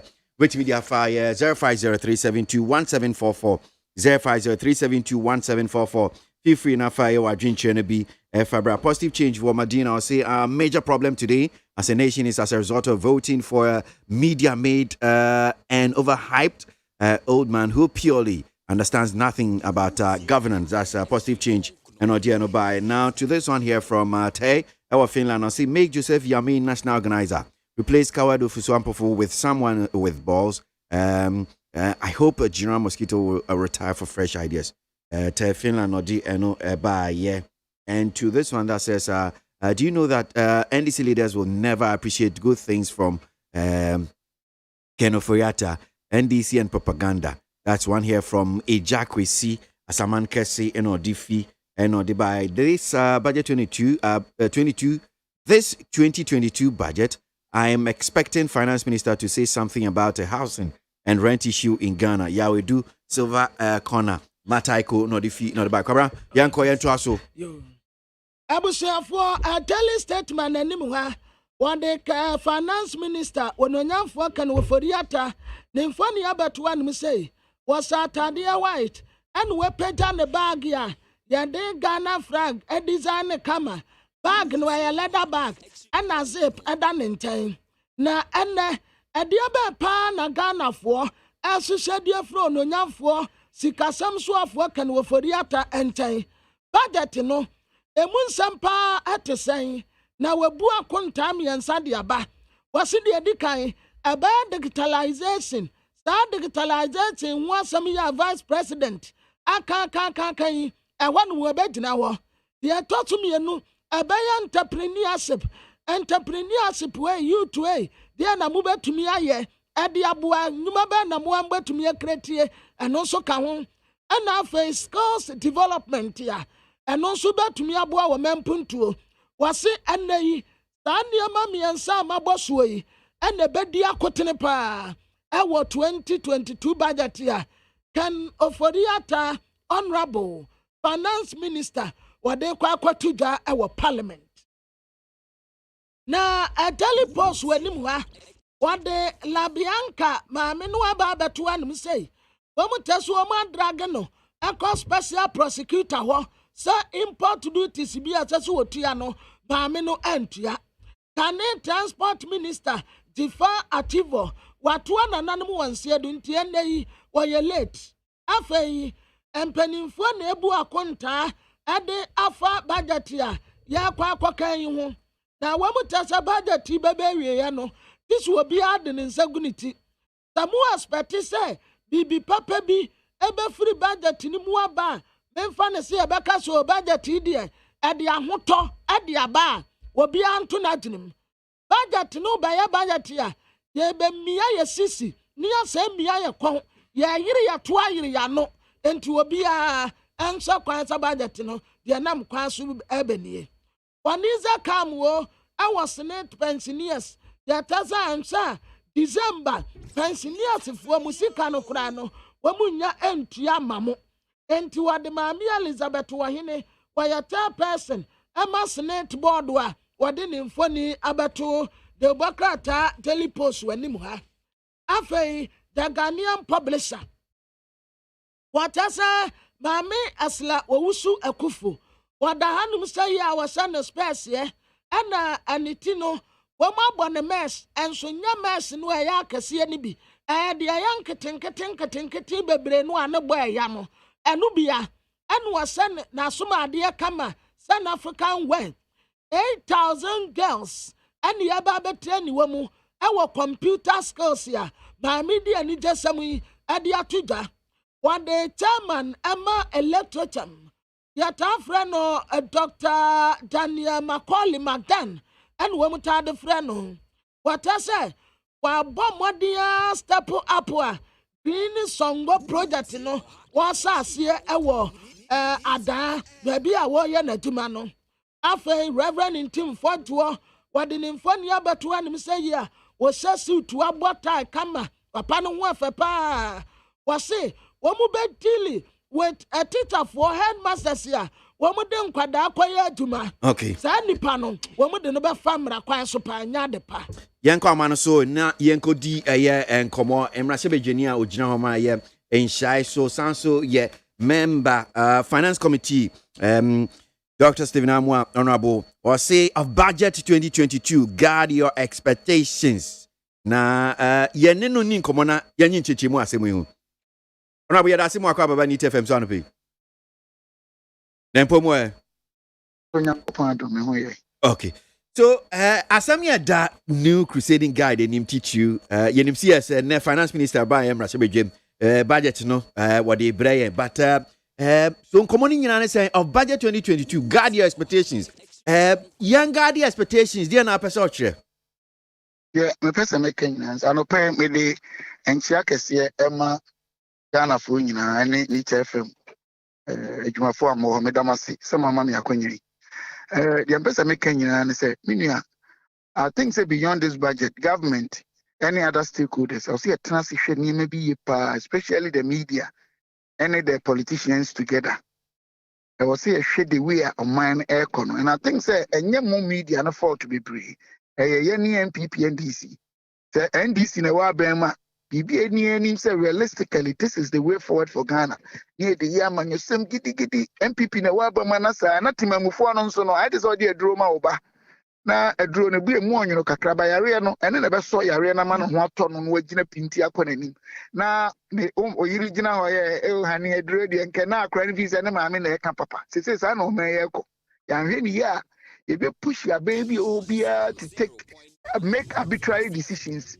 Na afe ne insuranso na bese o man no kra a friend cyclical effect mesre Ghana for anyway sorry to taxi we sorry men tum men pay we any tax we sorry no can we sorry no the pressure we sorry Canada so and I'm so shocked it is all the area come doctor now what diagnose area na also opacho de ma point answer Mr. But nya okay komo ya okay so na ye de na no si wono na ja what the make na see here ya wada rompacho ye make nyina answer I say odo yare akodom doctor no diagnose na o si we na bebo na wa we yare nse chinchi na me de me peni we anu na me kire say ye nhwe expectations ye anhwe ni ye a ye be push aban ene amapa ne decision papa also aban take no de hu ene ahomete ne mpepre ho no make decision na de ye be nwere ye se asere o ba wachina no o man ne be twa butu ye na me kan no. Well, I'm sure say ebi nso etie be bisa say nia wo kan say ankoye bia MPP na ye NDC a senya na be kanu ana na because ebia say me nia wo tie me a I'm surprised manu see ya de me kan na wo kan so tie me pa me say MPP NDC na ya twasa we ato say we wa be ma we ye bibi kura na realistic ade na ya so na no me kan tie MPP me kan tie NDC me ka say yeah. I said the same thing that you're talking about. But you see, the entire American United said technically, no, the friend of fiscal space, I contested. And it is a fact. Yet now, man, Yaria Babe Bosumi a Dunkron. And I area no crowd to nine koi. What you say? And I area no eba, no, a drew maybe crowd. Workers were working. And sorry, they were not working. Now you may phone in Atifi, and so now buying to your mocha. Edrumre bi yase ahochirenti numsio free you say aban revenue generation yenya shortfall of about 14 billion last year and so now say aban yenyuma bebre and oya ho hwe enti aban resulted the use of debt financing obobosia bebre anya sa koma bi etwa buti enti we nyina koso adu samre ya na ye tifi a yenko adwuma marketing nyina slow down yaseka anko restaurant ye woma de shepo koba esu ajai bibia my productivity no so low almost zero entini GDP so no oman ni nyini enso ne spend sika titi bia womu say no ya for so aban say me mabosia wiu the taxes ni nyina wiu edie na aban be ye ama niema also ye mo oman ni gina fa nto mapafra na konanim no ayeye etini sremo. I'm not saying say obi kasa ahochira ba oboa no.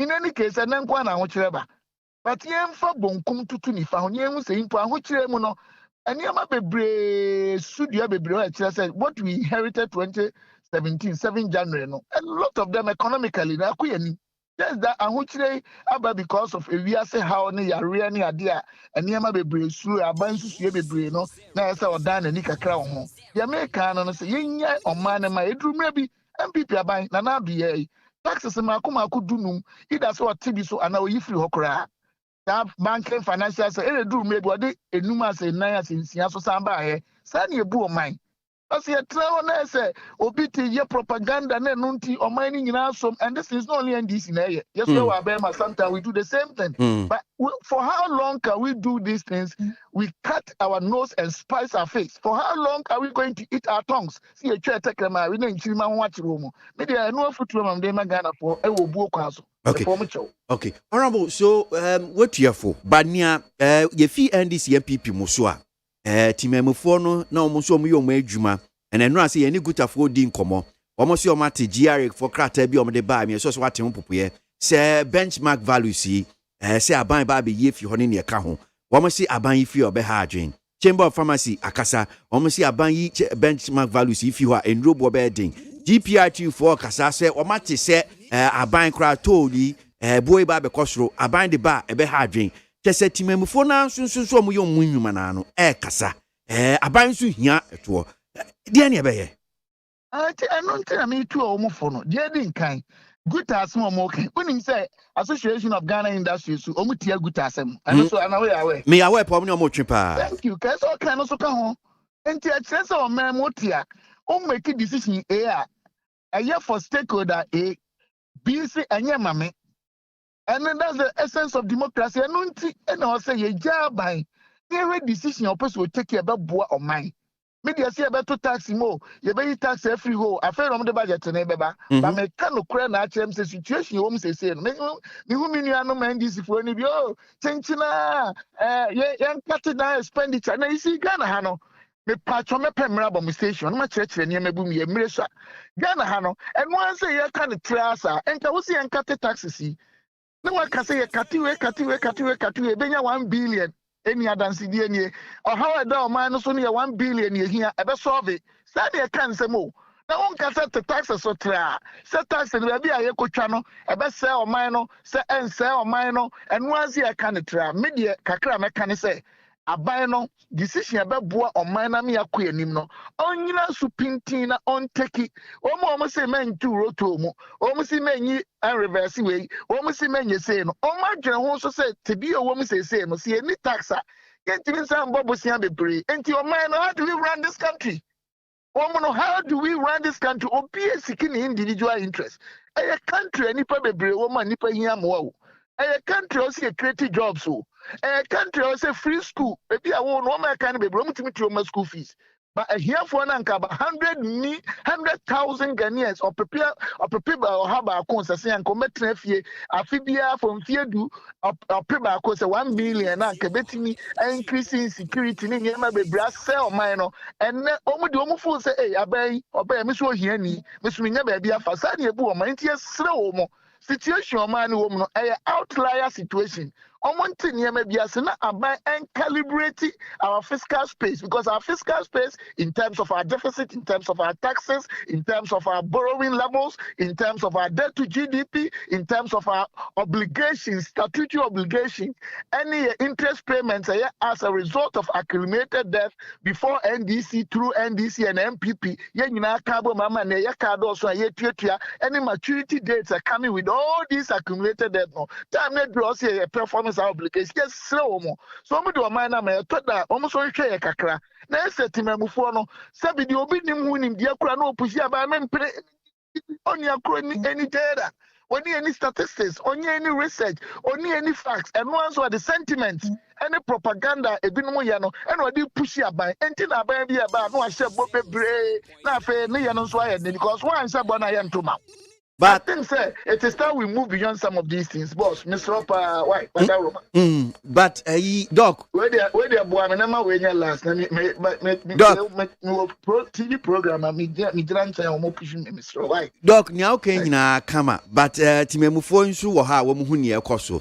Na anu ya basi okay ya tu akatwem. Bon se dwumafo complain say mo ye dey 4%. Article 71 holders no mo dey kwosoro wo mo ti o mo say be complain om si o mampani no the jet no the two kwan ni sane wo ti there's a lot of spending expenditure on empacho we nye propaganda empacho we nye empacho nyabotre empacho what we say my question so I shouldn't answer me we are sem no because no me we are sem na wha na wo so if you are debating me fine I am not debating I'm asking questions Dog nyabotre I'm asking a question me we boss what mami we are sem no mami we are sem me we kra okay me problem what the can officer committee me we sem near me chance say sir there's a lot of almost some complaints so almost there's a lot of ways also from the government side. They are complaining about all these things. So I'm saying, "Aban so timi hwe no kata no si sa kwan ni nyina. Ye benya sika ne de ayem puntunjuma." And I maybe say, "Oh my cancer animal. O ma quantify sa amount no more can say that is what I said. We cannot do wishy-washy statements in this country. Make up propaganda. I'm not talking about you.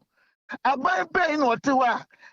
Only plane na all two kwaya. On budget. Why are we reduce na sa article 97 ni ade a wokan papa a constitution woman ya ka gidigidi me am na okase nyame a wo so na witness this year my tom asase about 300,000 Ghana cedis ba kokura nkome maame aberwa ho me di me na me di school free abubuo me constituency me di ya break ubetuma ko me di nsuo me di tier school fee free and the okay as one okofa to ho so please we don't do that to ourselves.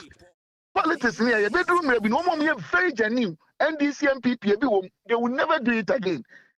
I told them, send me on back and no waste was system, no corruption was system, no peer of it. MPP are buying, NDC are buying, and having labor are buying, and now conservatives are buying corruption. Being Upra go and check Brexit when the Britain were exiting from EU. Corruption, of course, would you go and check corruption? Yeah, the papa, but any baby a year our system be, but sometimes. Do one any pecan, no correct. I'm being honest with you. Enti the American say, I want to do Bianca say ni Ghana. In any case, I bet I want to my. But the American say, Yarena Baba Bosumi Dunkron. Don't let us underestimate the hardship by Yarian Diaba. Simple the Niame Fiabucheba. Can you do $2,000, $4,000 and then over $12,000? Over to ano enya ban enya kufuado enya na mahama enya me. And he accepted the fact say you need normal times. Some of the decisions will not be palatable. If you be palatable, but you me and take the right decision. Near the pressure, Emma buy a near my boy and here. I to see you take them away. Anything I make Ghana for out. And yes, Abia, na say Ghana for any case. And yes, I know can be any case. And all over the world, there are differentials in salaries and other things. Obi acquire politics. Answer on a penny 50 ne bunifi. Obi a pedi obedi school fees. Obi so a teacher ni. Obi ankoni fee. And there are all different dimensions to all these things. See, I'm really yeah say ni say. A bedroom maybe no. At your one charge macrobi anye. Ayampa obi ampa tax tia. Ayampa ahuchira bagana. But even this boss, 7 January. And Yema Ekufuado taking over this country. Yan cannot correct.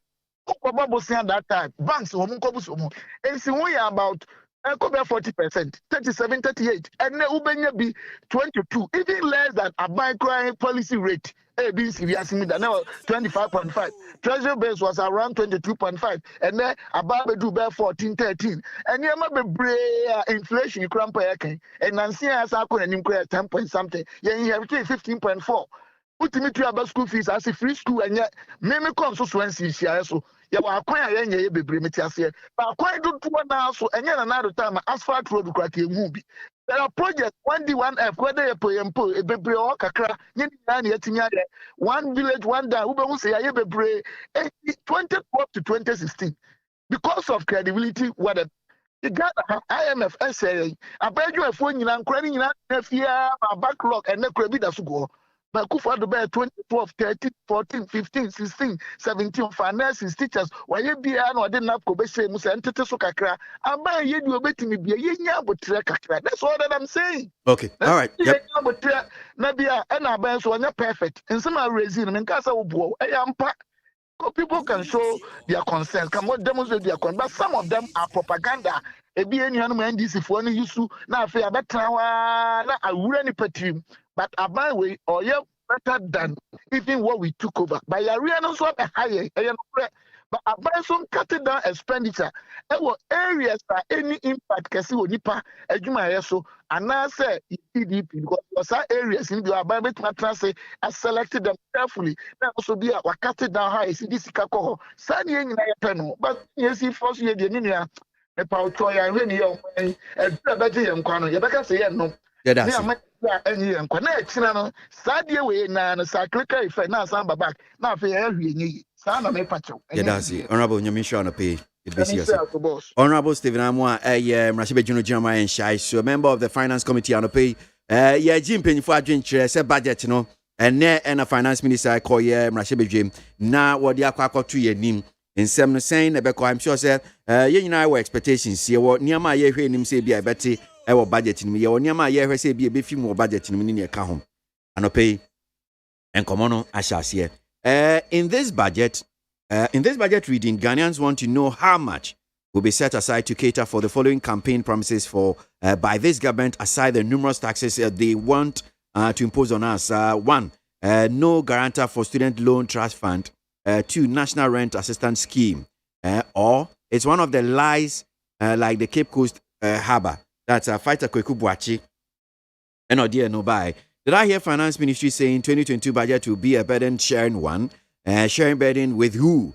Did they share their enjoyment with us? Is it not only their family and friends who are enjoying the loot? That's Ablade, Efia Kuma Zongo, Takrade no Difi and what buy. Mukaila Jonas Adiya from Keri says today is going to be another joyous day for the good people of Ghana as the finance minister reads the budget. We shall hear more positives than negatives as Opana Mahama predicted. That's Mukaila Jonas Adiya from Keri and Wadia no Edibaye. So yani Jojo Fifi Yamwa Jr., Executive Secretary Pharmaceutical Importers and Retailers Association of Ghana. sorry, Joe, rather. Junior, that's more about Neat FM so on pay. Yeah. So, yati Chamber of Pharmacy, name semwa, munye one more eka. A review of discount of benchmark value. See, yen shas yen few honum saying, assembly ni sempa. Okay, that's medical chair, woman make chair with here for so. But the name is Joe Fifi Yamwa, and the position is Executive Secretary for Pharmaceutical Importers and Wholesalers. Okay. Association of Ghana. Okay, for starters, no, the can say benchmark value discount, no, and Emma from 2019, no, Emma Yendro no prices no 2 years stable for over 2 years, no. Now this year, and so I so be if you what they are, such as say, and no bo and a baby, ewo, that's the simple conclusion. Just said, 50% benchmark value no. Emma and Bruno Buono, eba from kakra. O if you are a best uncle, Sana Moche. Yes, if you are a best uncle, in Rubo Costro, the lease will be by 30%.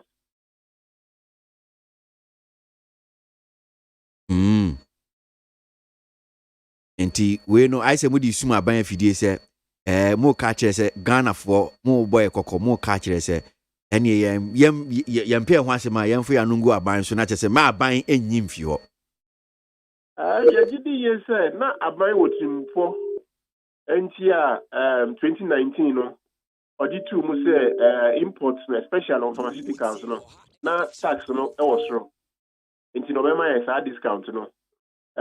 This one of the reasons when you say now, or encourage tax compliance. Then you be now smuggling in Yama and keeping it an ACC, so better.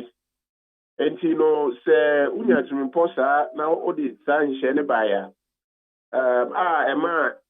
Tax compliance cost through your taxes. In fact, don't check here. May exceed I might know exceed taxes the tax will cancel target.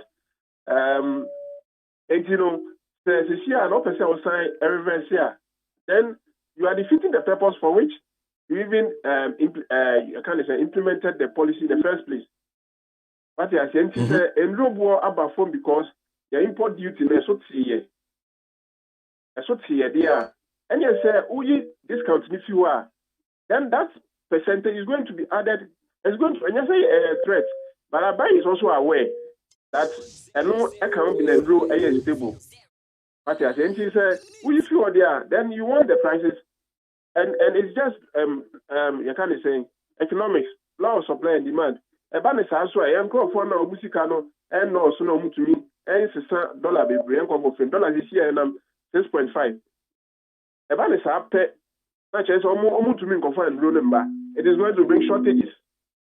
So these are a few things that we are trying to alert the government that onshore na sabi to empower the benchmark discount the buy one negative no and one answer and print here because in row ebo bedding and the shortage is beba and we hear beba and so on and so forth. So the near Ghana Revenue Authority for the Batu J say Ampinian pass yes a bit me a yejuma. Na che say be a bit me so abo man or kwan bi so. Monsu machichi mu say Kobane side your habe brain. I see it me share ho wo a kwan bi so. So there any munsusu ye apart from so okay. Look, my ban info if you are a be hard drain. Muni susu bia bium apart from Nyamuking. Okay, but that's it. Also, our bank has a lot of options when it comes to revenue mobilization. We are aware, say, I'm close to 13 million, and can also 2-tier taxes. And so we share a little above 3 million per year. Like I said, you don't know tax. And all of us are aware.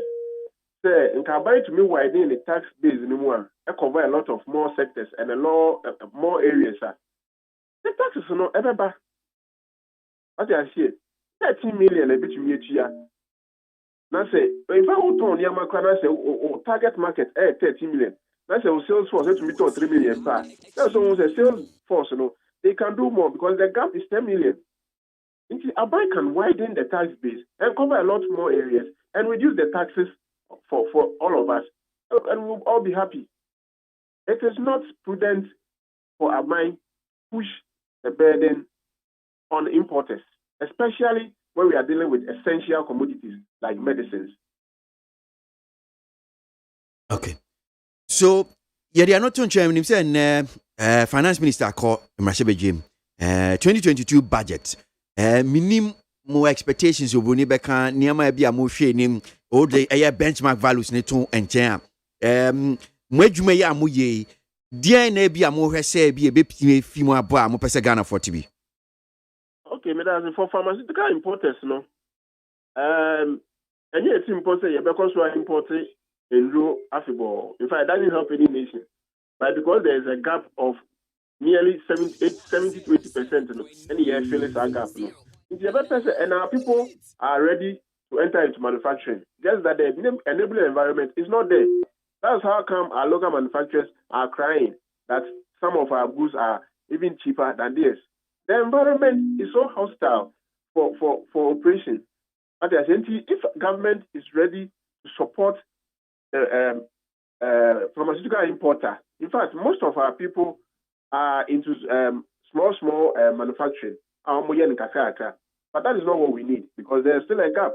So if you want to bridge the gap in the next 5, 10, 15 years, our bank should have a conscious policy. Some of us you provide the essential services. Now you enter into production. That is the way forward. The way forward is production. But our bank to be the agent of change, the agent that will create the enabling environment for all of us to enter into local manufacturing. And just to put it in a more maybe serious perspective, now a chief of it me atias here. Where you may have me France Mukwe, that is more importers in wholesalers association, you know. Yes, Ghana, your farm wage you may more import to now more tono to say more about 70%. That's we only have 30% of local manufacturers. Which Chimusa, Sanity? No. The statistics is that pharmaceuticals do a use of mem. And Rona Yan Yadia said, Yadia Bibia or Memono. Yan Yakra emu 70 to 80% ever. Into your local manufacturers, they do just a little above 20%. Okay. Into Rona you use Wahano, Oko pharmacy, Oko Kranshi, Oko hospital, so NHIs, Nina, Okabomwa. We provide 70 to 80%. Okay. The reason why me can't say me share strata be a fee National Chamber of Pharmacy for on missing aba bonting and run so me EPA now. What kind baby I'll say the local manufacturing sector provides 30% of the medicine needs in the country with 70% medicines imported. And na me busa make us okay, so it's 70 momo diano mo krano ye chichemu moye ohanjiche medioson and no more so moye wa my hanu say be 30 according to what the National Chamber of Pharmacy for normal at the abeto abontin. Yeah, it is the consumption, the capacity, what we need as medicines in this country, from India, from China, from Europe, America, elsewhere, 70%. And my members are in charge of this. The Pharmaceutical Importers and Wholesalers Association of Ghana. I try to pure no. And so we expect that going forward, there will be more of a collaboration. Some of these things and the way forward and how between and enter into production because boss 80% or 70% gap and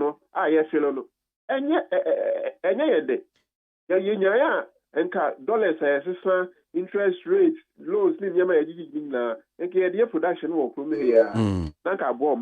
it will create more jobs even though we employ it will create more jobs but the environment does not allow that. And between now and the time the environment allows that, we have to be importing. And when we are importing and you put so much taxes on it, then it will not help anybody. So what we are asking is that Aban should one not reverse the benchmark value. In fact, only 60% to cry, and 70% then a bay and no go bear for cry, Oklahoma, you know, which we are talking. Now, Joe, we are sure, say, Aban is a born baby from there. Because sometimes you who say, Ben is also not. Aban, if MI 50% discount. That's a no I stable from 2019. Price I stable from 2019. And then the chair say, or 60%. As one came back more. In any case, the local manufacturers, AGI, they are crying. Say imports are cheaper than Yomoya or Hanamo. And so even with the 50% in the they are crying saying imports are cheaper than what they. That's all 70%. Then ABC. But that is not what we are looking at. What we are saying is that as a matter of urgency, our bank should not reverse that discount, especially on essential commodities like pharmaceuticals. 2, the bank should create an enabling environment for local manufacturers to thrive. We are ready to enter into money, but of course, it is not easy to do that. It's a bank to collaborate with us, and then we can bridge that gap, produce locally, create more employment, generate more income for the state, and we'll all be fine. Well, just wrapping up now. Bese for who said asema Modi Ababa Tuje Hiasen Papa because enro na ye use o mam hanum sei ne kesi ana ne mududu na no na ye krafia manone na benchmark value si ama enro buo no aba begina aba form kama minu etimi to so ni aye nuan mo kan se aban yi sa benchmark values ni fi ho dia ebesa ama eniama ni ayenyan enro buo no be kosoro enti omo asem a mo kan no yo se no ani Patroni. That's the opinion. I mean, sure, Papa. Joe Fifi Yamon Jr., Executive Secretary, Pharmaceutical Importers and Wholesalers Association, Ghana Hanum C. And I pay need 100.9 Ghana Montie so and our Sugwe, sir, benchmark value. See, Ababa Sempa, to say, I don't know, I hope, sir, Abino, Betty no Supimna, a Bejuma. Ghana Muntie, Naman Sanyason. At the Roko Fiaman Woman so Ejiji Tonton Sansan, I will need 100.9 FM. Yeah, quite anima at was on a pay na Kwabna. Uncle. The benchmark. Benchmark. Yo. Abusuafo ya to aso another bakata your friend said the leaders party anymore. And I'm it na what they can for the ata were honorable. Tikasam so afo mfani abetoa ena de bokata wodo ni nyina asade amaka no wono na so ntakrate ewom na 2022 budget no de na eka wata say eniama nkofo so anim kwan bie aye teacher nursing training allowance na no wata say saudi teacher ani nursing training allowance ya gba akukọ mpenu besemu a eno nko ampo ebakwa so Ghana 100 million Ghana cedis. Aya teacher for any nurse for one allowance no.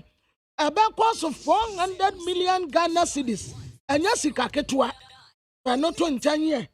Professor Amiyawa Kumfi. Ope MPP amanyoko national term Said the brain when ya wape. And one need the two women organizers Asia. Said the abaya wamubase. Now kunimudi to me ako. Ediama MPP amanyoko ewe 2024 abatuomu. Professor E.K.O. Atampon wamutasa papei watuwa na nanamu wansiadu ya yenti Vice President Dr. Mohamed Baumia Lati was a book of condolence ewe the late Professor Atampon ni fia the boka ta daily despots adina huasam abe ni muha. Na the new crusading guide aya sam kronwa 2022 budget, your expectation at the same, a dear pana Ghana for expect ye, and to the Dr. Stephen Amwa, your tough friend is the car, Nymphon Yabatuan say, was a suit blue kama, Anna Ina, but Ina no yaquas a light blue, and wa butter yellow and a stripret a woman was suspect a camera yadin funny abatua was it guide your expectations and yes Pia more expect baby sao na tua dear and one a boy man titre yan the tua yan to mean titre mine into moon no and some with him after Chief Justice and what some tref waffle say ya kwa yam pe wo mu a wonim dia e court proceedings m na wo mun kasamfa court nsam ho anyi obia nsam trani bia e court di asem na si ye otemuafo no wo sese de no wo kasa no a na akoya te se yamfa me ka se me susu se enka court asem Chief Justice and a dear futuo Emma Ghana foi Lands and Natural Resources Minister the friend of Abujinapo Honorable and what day abasobo Emma nananuma info yeah what bono to my idea pa baby a insuo kwandeda wo masisi sinia e de abo honom nyina ban ya eye nitesam na a police fo and the pulu ye okadeko enka semu abesi wanom na anya asam ketua enso aposifo to America ko mu a wo mu bu ayama asumje eba okadeko ho na Ghanaian observer nim ha wade kan wo fori atamfo ni abetoa na ne space no enna nani wa peda space no ade ato ne moma so te se de aya ghetto boys no wa mu ye no wa peda ne space na ato ne moma so saa bi pepepe no wa ye en wo se no smash ya ya de Ghana flag no design ne kama en wo de cross Yesu asennia no ato ne nchanchen was 2022 budget a target no pa anything ebra COVID-19 ewo ho na asitire moya din ade na aban ebeka aban krati pani yeyi no kura enteye aya district fofra ye krati ye Band district and ye ball the late Malone anipa edi so ankwaya aban krati pani wo ho papa kwase ni tuma di asekura ente biada enso watoa nananom wanse do ya the Bokrate Yenimuha, Dr. Mohamed Baumia, and Wakatrem Penifo, ya did the bre at a one musa said. Positions ya diamamono, and your position, your possession, and ya would the affable. One day, Uber free war, will before Francois Babet now. Na said the entia di ankano tuano, san enka confuensem, into position ya diamano, the wombran faswa, ama de semamba. Reverend in Tim Fortuo, as a fugu kama, what the hanum say ya, what presented donation, ya cash, Adiama, and more franu a cotton sium, ya nipan kron, ya womutuan and none one said was sabobano, what they ma abatino, say woman dear, now woman fan crackra, one more kakra, ya, namina dema, one sooner, what ye. Na tell it that's party anymore. What they can were for the ata honorable Sikasam Suafon ni Asabatua, where there was Atadia Fita, and what they Atadia Fita no bottoms and one, a why and Saha say bottoms no. One Indian one said down your bottoms ya to me say nibi. Ayaba Kunwaya de Dadiano, and woman de Ghana flag a designer sad Dadiano. And what they are to Mukama and to a pedan in some way so. And then Ghana flag no our dear no smash the asana no amatie and what didn't funny abatua was it a Diana Ghana for say nimuquine. Ya say nim say budget and what the new tax baba na what the new tax about the na subaya say and confor be rejected a son say asitinamu and sat down musa no akosisa budget e de ababe gu Ghana for so afei yamfa niaman tutu to akwamu na nkwada ya duwa mukwafuo mukwaye adwuma atuo nta Minister of Education Reverend in Tim Fortuo and wadi asem ya tudwa puta and wamudi adesrade ama aban se benchmark value sunua waso aba ye se wante ansan wano ankase kuremu emu ba yasi ama no se wantumi ntinem sa benchmark value no se wanyifri wanum se kim obi akura ntumi nkwadwam no akoto niama de nyina atia ye de ni behu MPP amanyoko ana wey waye aban krati pani DC ufro kra meka nasem Malone enipa watase watoa nananom wonse do yayaya. Pamfo Anochi Teaching Hospital Chief Executive Officer eni yate no ase adena kwagina trade se COVID-19 sika yankofo donate ma no ebra COVID-19 baye asumasi a wasema mamu sika we ya wasema mamu dollars we ya wasema mamu sika say sika bebre baye de ma Chief Executive Officer se wanfa mwa konfa na Teaching Hospital anwa kuntabua ya basa sika ni bia mane afa nkwanta eno wo mate na se de na kwagina trade se wankonkwa yi ne ho ano sika no ewei na da informa de bakrata anim ha wade Peter Buama otukono de mfani abatu anum sei ana wagya na bodge set mrantie ni bi en was suspect no was cheche but wo sha ne dress na wade da ha ne dia was a musician ya wa kwa video clip en wada ha kama en wade na kuredo atma wro ne nsensun fani abatu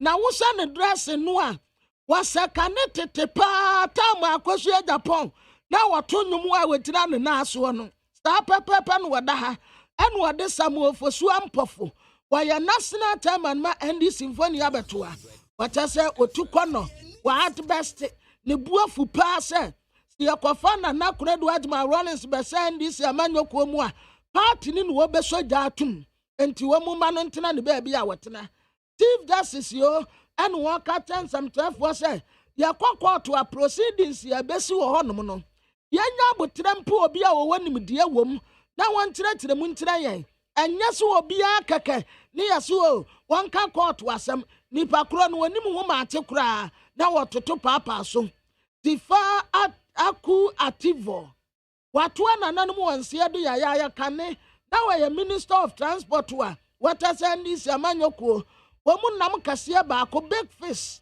watu ananom wonse do Dr. Mohammed Baumia say yam fight corruption ewo edis not west ya kasa kata sene proye betumi atu ase a na ya de wose ayo enya se ya kan ya no fafa keke ononyamfo right honorable Abansmana Kingsford Bagbe the funny da hanum say ya was small kama and what the lawyer Samuel Kujeto ono so funny abato hanum say ya ono so small kama was a bill ya omu amende no omo anya no Legal Profession Act na sababin adianu a okano ena papa yin so ene no tantrums awa ha tidal wave the problem na course wo ho no water chiefs en womo katra politicians say so womo kasa ya womo nkasa yie anya so wom betwa ntro ade ato ade sia so abra samu anipa no okano anya sa na etie na the insight the democrat yenum hanso wade wonanyafo kan wofori atamfo ne abetoa wase atade white no a meka ho asem no en wade ade no a yade to atade nsadade de mpo ye frɛ ne sɛ nie oh wada no obi bo ni de tira mi wura fi ade de ne de ba anu bi no wade ato ne nsa wa ha no sɛ en wote sɛ Ghana IMF any HIPC list no ya kwa kotomu ana esanse ekapa eguya so no ye twa ye hu ba bia enta eka no amene ye ene ye ne ani daso bia nso se eka eguya so ne ye betumi afrim na tase eka ena amene omen afi watase National Tuberculosis Control Program no womu so se womu hia moa esanse womu hia ade bia ye frɛ ne se 138 gene expert machines ya ebetumi intensify a TB screening case no womo detect na sa machine no womo tase ya friend 138 gene expert womo hia bi KSK boss Ibn Farid Bangalore en womo yi ne say waya soya na ewo miyo womo sine hine foforo kra ewo ho the Democrat had the insight. Eka wasem. Now the find that the Democrat anyone so what the mami tifa aku ativo. The funny about one say was African where come and one for pa. And what they are the guardians in be a gunukom. But that's what one and one said. Wononyamfo Alexander Fenyomakin. Oya mrasebeteni ma this year we futu. Wasaya deputy majority leader. Wasu apa this year wakitacho. Sa emfoni nuwa woyi yano. Enya mfoni ya aya nokre de na waka no. Enya sana etie. Enti adisi ya wonom no. Womumfa ntene wokoyi wrong mfoni a yamfom so. Mumfa enteno. Afe Francis Xavier Sosu. Port KWASI tena no oni yanti ya say November 29th on Sambe PM ewo court wobio. Na afe wasadi wawreku edu emfoni abatu anim say wase tema plant ya wo Ghana anom no transition eba aba bebem. Afe Reverend Intim Fortuo na wo katre a teacher for headmasters education penifo mata wo nyina say yenya nkwada yedi wonum aya djumaden esanse enya ade a ebeboa afa baby a sports wono Ghana Black Stars ya penalty no aya djuma ya yede sheye no afa FIFA fo se wo mu ba behwem ta ya kra penalty anasa nya kra penalty a match no South Africa for request se wo mu mbabo no foforo enti FIFA se penalty no is a clear penalty or it's not clear penalty. Today, one with the moon sambaba. They tell you about Kwasi ya wa na ya ba be ko. Ghana Montie. All the sambabo. Kasiabo. Ko wakata munsa. Amaya se. Kwasi ABOAGYE. Onye yimu. Nukratrodo. Kagile menka magile bo. Nitafe. Mumayentie. KWASI ABOAGYE 100.9. KWASI monkwe.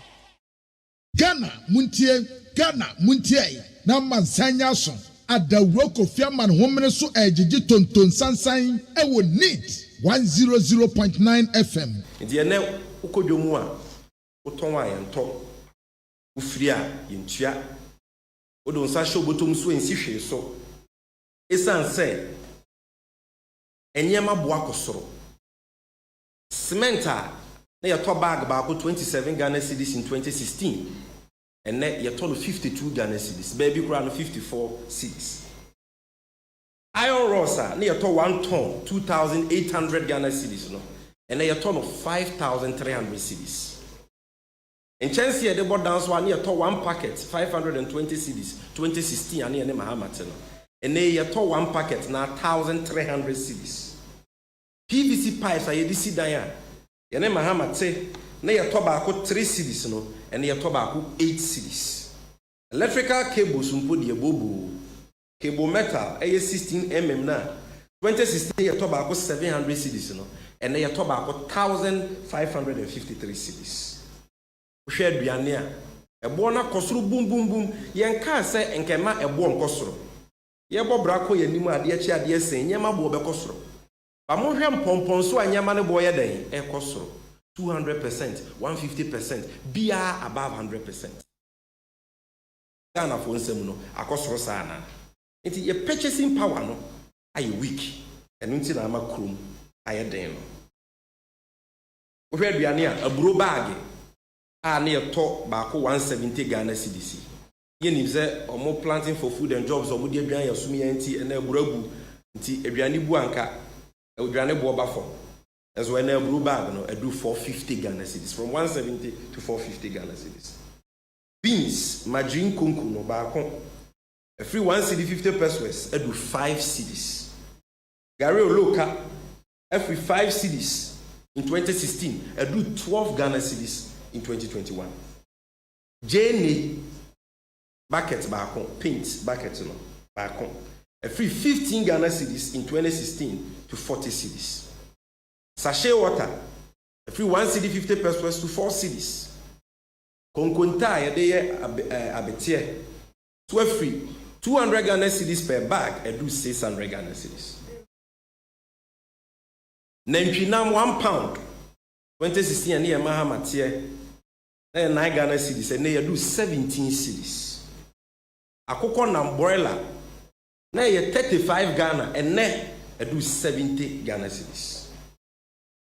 Se me se me bobo so a ade be kye. Well, Sami Jemfi, National Communication Officer, and I would say what this answer me to ja. Na ne budget here, Finance Minister de be breye. O komra se be dwumi. Ye that's why ye di ho enkomo. Na ye ne Dr. Alex Ampabin, a fiscal policy analyst with Oxfam Ghana. Ene doc ni ho enkomo kakra. Doc e da se mo akwa baba ni TFM so. Yo mejo. Doc na umpo mwe. Nyame adomboko na monso e. Ye gusun kakra. So anope ba ya be nya bone ni nyina gina ye 2022 budget na finance minister edebe koi me sure say wa should da form Oxfam when di echie ne nsam ni bi amanfo ka in fact na sen kra de bem say ni abe nkomodie be na atwe be mienu be ya ye benchmark values here bem say Ghana Revenue Authority beto dwei taxes ho common so asode de ne bi say baby adu die to no de ye de bi ka ho a ebe ha adwen in fact GPRT for so ni aban kra twi say o mate so o say toli ebo no so be cost no e ka ho yentie any some of the expectations the Ghana for we any senior so hu no how we can measure it in the account. Yo minia me da se na me sam watching bi Yes. Eno kresa nti ankasa de o man no no emu no I think said the better say nema emre na bia on to Ghana habi enema mu edin pa na adu be bia I was say aban make sure say the next budget no emphasis should be on one private sector. You bet me revamp private sector no. You be create confidence our system no. Na you be make sure say unemployment no ya tackle. The same ya mami nsa we free budget no ma. And I very to say I was a draw ABOAGYE one draw ni dia ni hu ABOAGYE. If you say private sector no, your revamp sector no, omon na betting ya create unemployment or my sorry, betting create employment, I reduce the unemployment challenge or my. Mpacho any demo nya wo kan sisie na graphic senia ene wo capture story no finance minister for ni da say 2022 budget today anchors on digitalization, skills training, entrepreneurship. Now, main kind just maybe 2 paragraphs. Yeah. Next year's budget and economic policy direction of the government will be anchored on 3 key areas: digitalization, skills training, and entrepreneurship. The 3 areas which are integral part of the Ghana COVID-19 alleviation and revitalization of enterprise support KES Obatampa program are expected to help the citizenry, especially the youth, put their innovative ideas into practice and create their own jobs. Sources close to the Ministry of Finance have disclosed. Me fancy what I'm saying. So near graphics, senya we see can in your okay. At you say. Me can say sir, because entrepreneurship, it's all about the private sector. Okay. So another confidence boost in America will also come from opportunities to be creative for youth skills training. Also to curb the unemployment, because the rate of unemployment solution is to be difficult.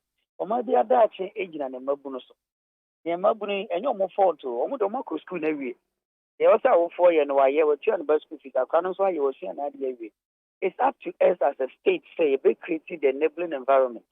Ama about France when you into private sector, yes, digitization, yes, because you have to have and accountability to curb corruption in a way no age na how you use digitization. First, nan come on for your cosan line and your kwakutia for GRA. Will be back around and my baggage, and it's can be could do, if you call the bottom, if you call the boss or how much it is. But then with digitization, which me at Nasa do mobile money at here, I could GRA account to move straight. The one so be individual be in. So digitization is important. Back to also still on tax, property tax. One area, meaning saying once and the band and 100%. I'm a minister. I'm a name my assurance. Yeah, yes, you see a dino. Yes. A twice a year Tiano. Aha, I know they hold you my 100% assurance and once and beba. And to me, important say was eba. Oko on my dear so property tax, dear a boapa. And they do a hoche brace no, and on that type of tax are buying timid in any etoso. And then when you petrol and your putum. So because what to petrol ma effective BBA already no your currency na holding a form. Into now no okwa amaiga so petrol ni atum. And na currency na nkasa so a dollar na de kra enema ne ba na dollar no so no asa koso. Intimacy so when you stabilization and me esla no kra no yini me no kra free so at the end of the day petrol price no so metishi e de ehwehwe no no. So inti I was here used to more creative ways a bit in the revenue and yet petrol without petrol will be able to near the atoso VAT will be able to product be near the atoso. And one of the laziest approach and it's not sustainable. And maybe I want to be ever. If you do maybe also use more creative ways. Now, when property tax, that's only 9%. Then if you are seeing no, a move or handy chemu and kuno pet, and I capture or more tax so. And no current for me to or more yet me capture or mono. Now, my can say, I mean, cast you obi CCB our boka crebia or team and the uncle to. They will make a fear safe. Fear be what would do at no in Pempen so at say. So if you to start with the value of the house, if you know the soon in the vine and the born baby a war, and you share the calculate will be a fear to. And then no when it kind of wealth taxation, the idea the two, that's why the two a japadia so. So in a way, no a boa a creative fairness our system. Dan say increase petrol prices which affect the poor disproportionately. Inti eno de minister beba atiba ko ame aye wuwu. Eno de eno minister engineer nya no amame no mobile money tax. Minka yo DSO communication service tax with the mobile money ankasa no ko use car. Charges no companies need no. Do be my nya hint say aban person or the tour two companies because who could you almost charge you. By the end of the year, the company no they no come profit can be on my ball baby no matter take you manage it. Or more to meet you number 4. Intia bia main fan say me kwako yi misike bi na say bia okay me yi 70 Ghana na bia o moti me say bia say 7 Ghana na 10 Ghana kra no. Saa sika no ena o ka say aban pese oji enum bi no. Aban pese oji bi safety mobile company no. Na and the onji omo de onji bi ba yan de ndie. The aban can say no constitute a financial transaction. As no put the mobile companies into the financial sector. Into that aspect of their dealing, you treat it as a financial sector. MONTIE. Now, NKE, then so no, Yami Susu and Amagini Chairman in the face. The buying at the Tono Command mobile companies now, wouldn't say the Ombeji, almost be pass it at their bread consumers. If you see an so 100 Ghana be a Joe 1 city. On share, I buy the start on the bar, if you're 100 Ghana, near Baba Joe 1 Ghana 50 pesos. What must say? And maybe a Baba Jew 2 a honey beer, a how one share, a beba ama, a handful of more phone so no. The line a year on the best abe or how am I? Then you see one area, I mean, say, a bit years. I bet back on you very likely about a 2 more a year. Your tax band and all. Say, ocean now, your tax band and the highest tax of which you Ghana band and 30%. Or more would give more income of about 20,000 plus, no. Or more no 8 years 30 or marginal tax rate in 30%. Now, no, I likely say, see, I buy me option be brave. And on person beha and here phones to be brave. The only reliable option, and it's a way increasing the tax band. So, yeah, why would you more than 30,000, no? And now, why would you more than 25,000 a month, no? Then tax will be at 35% or more. And no, I likely say a tax band, no, I buy me to me up with them. Luxury tax, you know, see, not to say, I know you're a Jumai for me, boy. I know you my phone. Pay as you earn, no. Aha, PAY phone.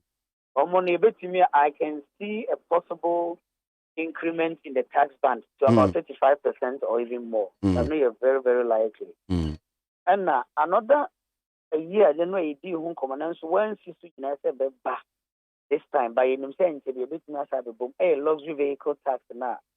A baby abided by our search science. Obekaya bind the tax by say Kirby and India 3.0 no. Yamo Muntia at 2B. And my Inaya Kiggins, the Missy Namaka. Na may likely bind the beba or the beba they at this time no.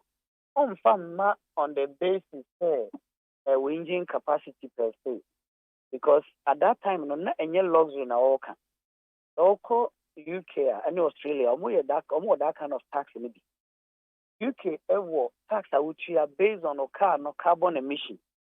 Then you CO2 based tax. Some don't find a road tax. The road tax now is based on the CO2 emission. No? The more polluted environment, the more an abide the show more but Ghana then they are still luxury. It's a luxury and it's a car no. Put no more a whole topi or car no so. But yeah, the 3.0 no 7 car yeah they cheap again be a 3.0 in general luxury car now.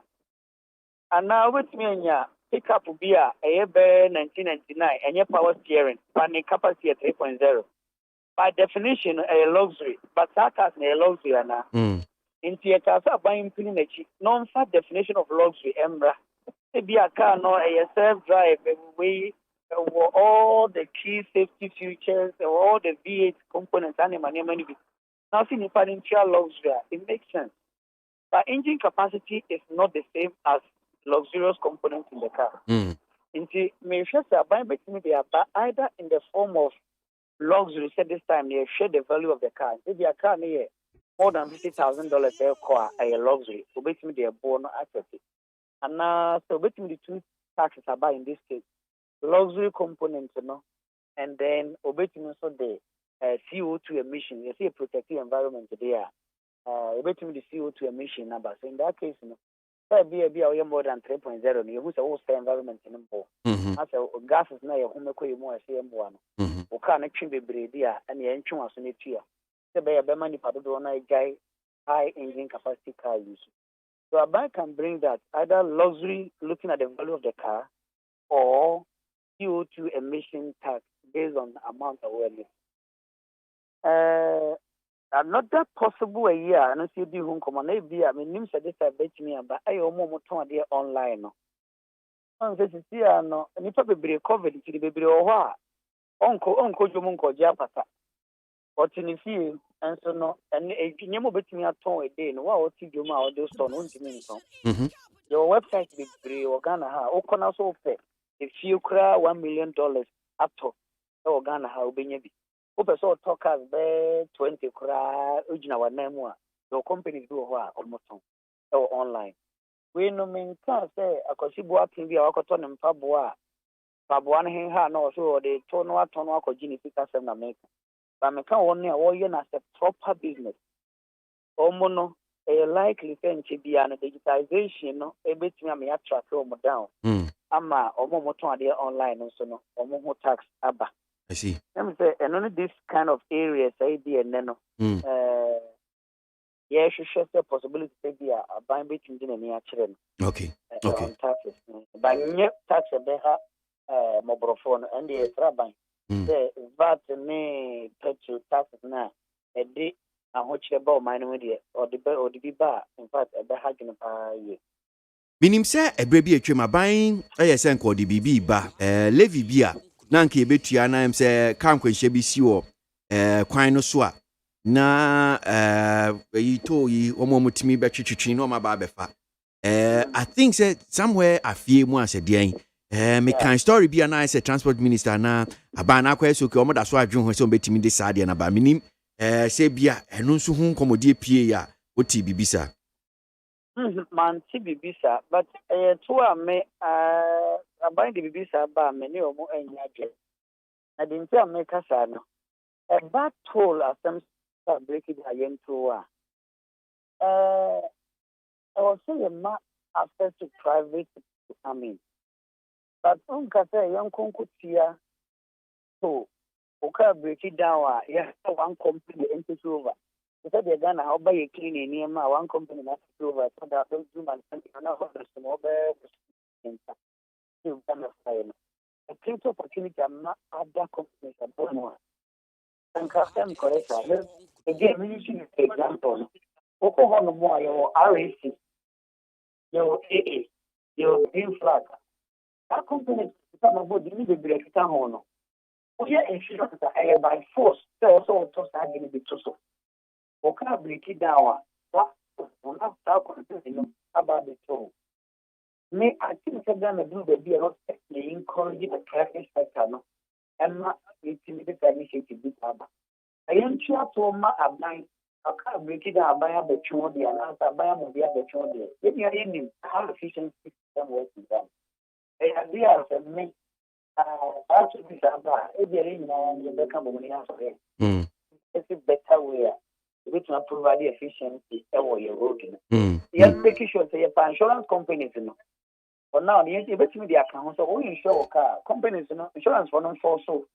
They choose to get to yeah, can break it highway on Barbeto. Okay. Name insurance companies, so to me, no one to engage with total more car to insurance companies, no more contract. If they are putting the and the car here, they see down for number my. Yes, I understand. I'm not the two. These are simple initiatives that we now can find to overcome. But you don't need government on road toll, tolling of cars from the road. And we don't think that's a solution to our challenges. We have insurance companies, and we are which not charge as part of the insurance premium, men cover it for now. I think it's to assume so that whatever insurance company said, okay, no say because car BR insurance was no afraid insurance company, not insurance company, no more about the car, not the call. It na sa benchmark values in who come minim unya abent me supi say obeye fi o say na tie abai mo mutu na mo so obeye na me say na guta body share wo na ma ba public takra but enye no wa bebre dia obeye fi o na de tia me kan sa no atu bia wo de tia abai edeba the benchmark value no reduction in buy. How is what you say one? A banner your port no. Countries which is say Mali no more or money for Ada or Mugono. Or which you have a Ghana port no. I'm a port in the Ukrainian be so because it's Togo no Togo ABOAGYE. Between 2013 to 2018, if you want a year, Togo port, and Yemen grew by over 300%. Same period, Ghana was 34%. That is, Ghana, Ghana, the Ghana has a boat in proper chain. Mind be I know horse. It's an amount for a crown money, my father. And now say, you know, we're going to have a little smuggle at the home, so the whole Togo border is. The reason is because they are taking your man also by 50%. Now, cars on the answer by 30. Yes, I said, remember you get the your port. I buy the second quarter compared to the 2018. Now you're being reduced by 16.5%. And you become not a bad young for so now, young for so. If you see I couldn't feel you know, assignment. If you anyway, a buying and also a free benchmark value reduction. Then so no, mean cafe and yet because the year no, I'm checking a COVID a buy. COVID is so buy and my important across the world, not a form because get deal between countries may reduce the border degree or high much to in general, you know, so we are able to answer because we are not immediate increment. Now, maybe I'm position. You also protect your local industry. So, and then my can so a bit and toilet paper, roofing sheets, First tower the paper enemy. Tiles, Tantoma, any few juice now qualify for reduction. About Ghana, your company be or military company. Quickly produce and more than enough of Ghana consumption. But MONTIE value no so no. Before no company no at the moment down near 145 Ghana. Or 140. Now the crab no 145. Yeah, the benchmark value ni buy no reduction ni buy.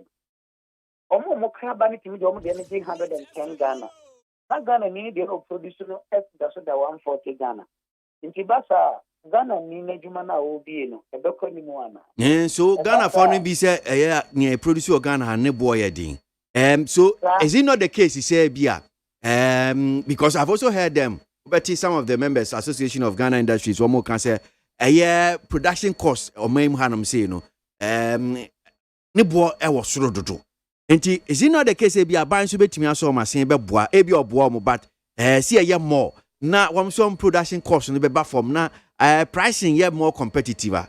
See more or less like a liberal market na there Ghana for ye timi decide they say okay well meto near if you hanum say na meto near fi amanoni ana anya sa and okay so much na and that from so na ma ya na ma anti guta for so asekakra if you say buses are afanomi guta ni AGI omo aban bo omo pa de AGI na ma bebe omo kraba raw materials na bebe omo kraba they are on 0% duty and that's on a very highly reduced so already know enjoy them with VAT refund and them with AGI enjoy but we good some of this so and the American say one and in Ghana you bet me produce in capacity and I think that's the word so they bet me produce in capacity amana cover in so a demand no and they are buying a man almost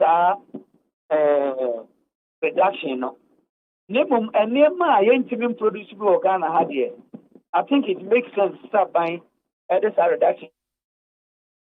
So operating with a phone to be brea, you know, but and if we are good as so a crap, it's 80 kilos of employment opportunity for my one. In fact, Ghana traders are the engine of the economy.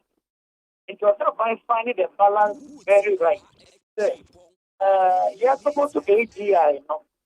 I'm making sure that and then maybe you don't more capacity to produce for local consumption. You should also support Guta in a way, say the taxes of Guta is over 18 to 20 different taxes. Who can be do Kroma? This type of tax that will be report. So this benchmark reduction, in a way, was to cushion them. But in as much as we want to cushion the sector, we also have to make sure we are also putting in policies about Ghana's own economic development, and that will come from industrialization. In a produce will have not yet, and we have not discount to say a move. The meaning of Bekaya in the last 2 years, a move Bayama, a do baby, and my city FM crowd, pennies, we have some men that take campaign. I must hear the Boama local rice. Around that time, reduction in benchmark value. No, now a mona ye crabagana hand mono ayefu a chain ye local rice. Nebasa ye queer for no ye show munkransha so munya jumana. Is that not creating unemployment? And in a way, no, and my youth for no econ no so beko jumo. Into something like rice, it should be taken away from the benchmark value. Okay. So something like a feature and more toilet through that the money say you be Ghana. So why would we want to give discounts? Will be our import, no be on organ and you're going to jumanti. Yan strategic say, yen targeted, almost see a demo or and our product also a demo. Na product be or I do my media and me from our yeah, that's it, Doc. Yamisha Papa no pay an umbre. Dr. Alex Ampa being a fiscal policy analyst with Oxfam Ghana no pay need 100.9. Ghana Montie media soon as we are so a din come here budgeting sense. I mean, Honorable Ahmed Ibrahim, Deputy Minority Chief Whip, Rashibe Juno Jama Banda. Honorable Yadasi Mwaka Baba Nita FM Sanopi. Nyempomwe. Now, question your minimum by 1 p.m. Yes, they was this radio night. Say, and send you home. Was it on the opposition there, no, but it's a question. And I do now, we are come out, winning and Lucy, you know. Really? Obia Basa. Oh, sir. Abana Twachi. So, me hear graphic in say one publication, yenim say ne finance minister Bamanin, me assure say yakin kan yatino, and sakrabia maye as a part of leadership, ninia unim, enya dia budget read, you know, emma so a finance minister, bam rasebe penya unim meboa. Yeah, Kwame, Kwasi ABOAGYE.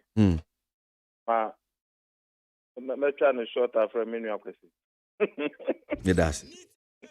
Many am I mean for with this na mintia a chief MONTIE NIT FM and anopai. Part of program me amiti pa. That's it. Na memwa monamon courses the way you go Wednesday. The Ghana no be a bejina momobiso. It does. It is you are doing a great job for Mother Ghana. And no was it. Yenemo ekabum na democracy na no abamfa so amagana yeka democracy akwa menu anye no ani se ye penipa mana ko gina oketo eno ntina ye to aba no se ye nyi ne odwene ye ho ne obetimi aye ne yi ne obeboa ama oman ne daachen asini yi abato asikyere but ejidi se ya ma na ko ye se eye fan bi oh, yeah, you nipa bi amana ko jina ke say onye kura na eno no but enye na wan kasa mu a muntimi nye ni anu mi ko Nigeria ye ko Commonwealth Parliament na uhwe report wa na eba parliament after parliament no me did say African parliamentarians African Commonwealth Parliament ene ko shiawo but even ye na South Africa for na ye besto. Even the year complaining you.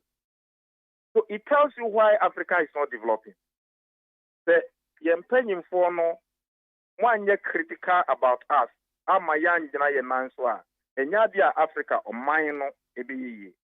Because as a yetwa bama nepana, we don't put them on their toes. Yembisa accountability in kuntabu in fromo. Entinepa no drua. Nigeria MP bakwa mene kasa o ka sendi mamia me hu dwere me amene o Mustafa bakwa kasa o si he ye ha de Nigeria ha de wo wia sika na ye du kotomu ene wo na wagini kwa afa ni nyina ye ti wa na wa chem no de fa akwa mo mben for na wa papa no me sunwe and that is how corruption is coming up the whole Africa. So someone near Juma Kwasi Muye, ama Srobia ma politicians num, ama ya nyen ye wose ye ya. Ubetu abano, thinking say conditions to be ye na ye west. And no been in the budget na eban. And the budget be neba. Finance minister budget ya odi bano. Or see yen tightening yen belt for new taxes. Usha baumia programs awaye or digitalization. Yeah, digital. Because a tuano be brewa yen minjinti yen digitalizing na abandon to minji to be bre. Na akwesi say ka abaya waji to ebru abambia so ewo man mu a na na akufado. Say ka aban so awabobosia pa ewo man mu a na na akufado. Say ka abaya obetu sika uyi kwa minkruma friwa na akufado. Say ka abaya wabe dia a wanya japadia na akufado. So why do we need to increase taxes again? Asani Osikano no, yes, but one support to know with a little bia in Yinasua. Na one who be so tia na akwa ne track akra because e bia okay well ye ka ban a waje to pa na Akufo-Addo na bia nka me expectation nka wa bibi kakra dia hwe oh busia akwesi 2009 Professor Mills wa oji ye ni budget ni bibia akwesi na ye 8 billion 6.8 billion Ghana cedis. And 10 billion. 2013, President Mama, the first year, 2013, the first year, 20 billion. 2017, Nana Adudankwa Akufo-Addo, the first year, Ghana, 41 billion Ghana cedis. Akwesi ka Atamis 1 year, any Akufo-Addo, Jomama first year, Atamis first year, Ukaboma, any 26 billion. 26.8. Nana Akufo-Addo the first year because of oil, 2 na ebeka on OG 41 billion. Omu first year na mama chino. Uba second year, 2010, President Mills, ni 2 OG na 8 billion. Uba second year, 2014, President Mama, 2 OG 24 billion. Uba second year, 2018, Nana Adudankwa Akufo-Addo, OG 46 billion. Twankwao. Ni budget twankwa na mikatron. Receivables. Inti 2 years, Nana Adudankwa Akufo-Addo, OG 87 billion Ghana cedis. 2017 2018 kwa. 2 OG wa Ghana ao. Uko Atamils 2 years, OG 14 billion. 2009 to 2010. Uba Jomama 2013 2014, the first 2 years, OG 20 billion in 2013, 24 billion in 2017, 2014. Uka Nuboma 44 billion. Into Jomama 2 years, 2013 plus 2014, OG 47 billion. And yes, sir. Nana Adudankwa Akufo-Addo 2018 kwa OG 46 billion. I can do the comparison and go. Then you go to the desktop. President Kufuor free so from Kwame Nkrumah to President Kufuor, 9.5 billion Ghana cedis. Or free so 2008, President Mercy Bansu, Mercy free so Mercy Mama from 2008 to 2016. Not why Bosia Ghana Koji now move from 9.5 billion to 120 billion. Even January to March, Naya and Akufo-Addo pencil, Bosia or boy or the Coca Mudion, Emma Nico 122 billion, Yejitumu, Udia Pacao. The Uka Udikawa 2017 to 2020 in Kwana, now to say, Onunkwa Bosia 178 billion Ghana cedis. That's a move. I was saying, Michiopa. So we compare revenue, sir. Mama and Tamils, 80 or 8 years, now 153 billion Ghana cedis. Akufo-Addo dia OG 3 years, now 142 billion Ghana cedis. I can see Mefa 2020 budget in the account, now my 4 years figure. So, 8 years now NDC nyae. Bosiane ka OG sika OG nyina no, 12 OG ukaboma 153. By 3 years uji 142. Now akwasi that 153 billion we enu bini Rich Hospital. Enu bini Legon Hospital, University of Ghana Hospital. Enu bini the Bank Hospital. Enu bini Wa Airport, O Airport, Kumasi Airport, Kotoka Terminal 3 Airport. Mention them. Enu bini Tema Harbour expansion. Enu bini Popiansi interchange. Obichebi interchange. Circle interchange. Tamaram about Grant. Enu bini Kaswa interchange. Enu bini Accra, Chadu, Labadi, Chadu to Palace Mall to Motorway. And then the overpass here. Enu bini Sofo line over interchange. You move on from 13% in 2009 to 98% in 2016. Me no ukasai akwasi 2% in Ukrampa na nadu di bekao na wa commission Pokiasi interchange no onye. Sofola interchange no onye.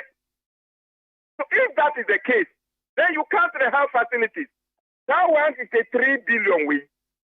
And no business 55 hospitals and polyclinics are yeah. Uko akontomra bi wo, uko bola bamba bi wo, tola bi wo, wecha bi wo, bamba bi wo, uko kotre bi wo, uko bomma bi wo, uko wanse bi wo. You can't mention them, minya. So uka we nyina wie. That 153 way. And no be so ni tema to akoso mo to mpaka down railway line. Yeah. Who buy 4 years na do buy. Mama akwaji 398 million euros. Say you find railway train kwan every tema enkosi akoso mo. Who buy what the railway ministry.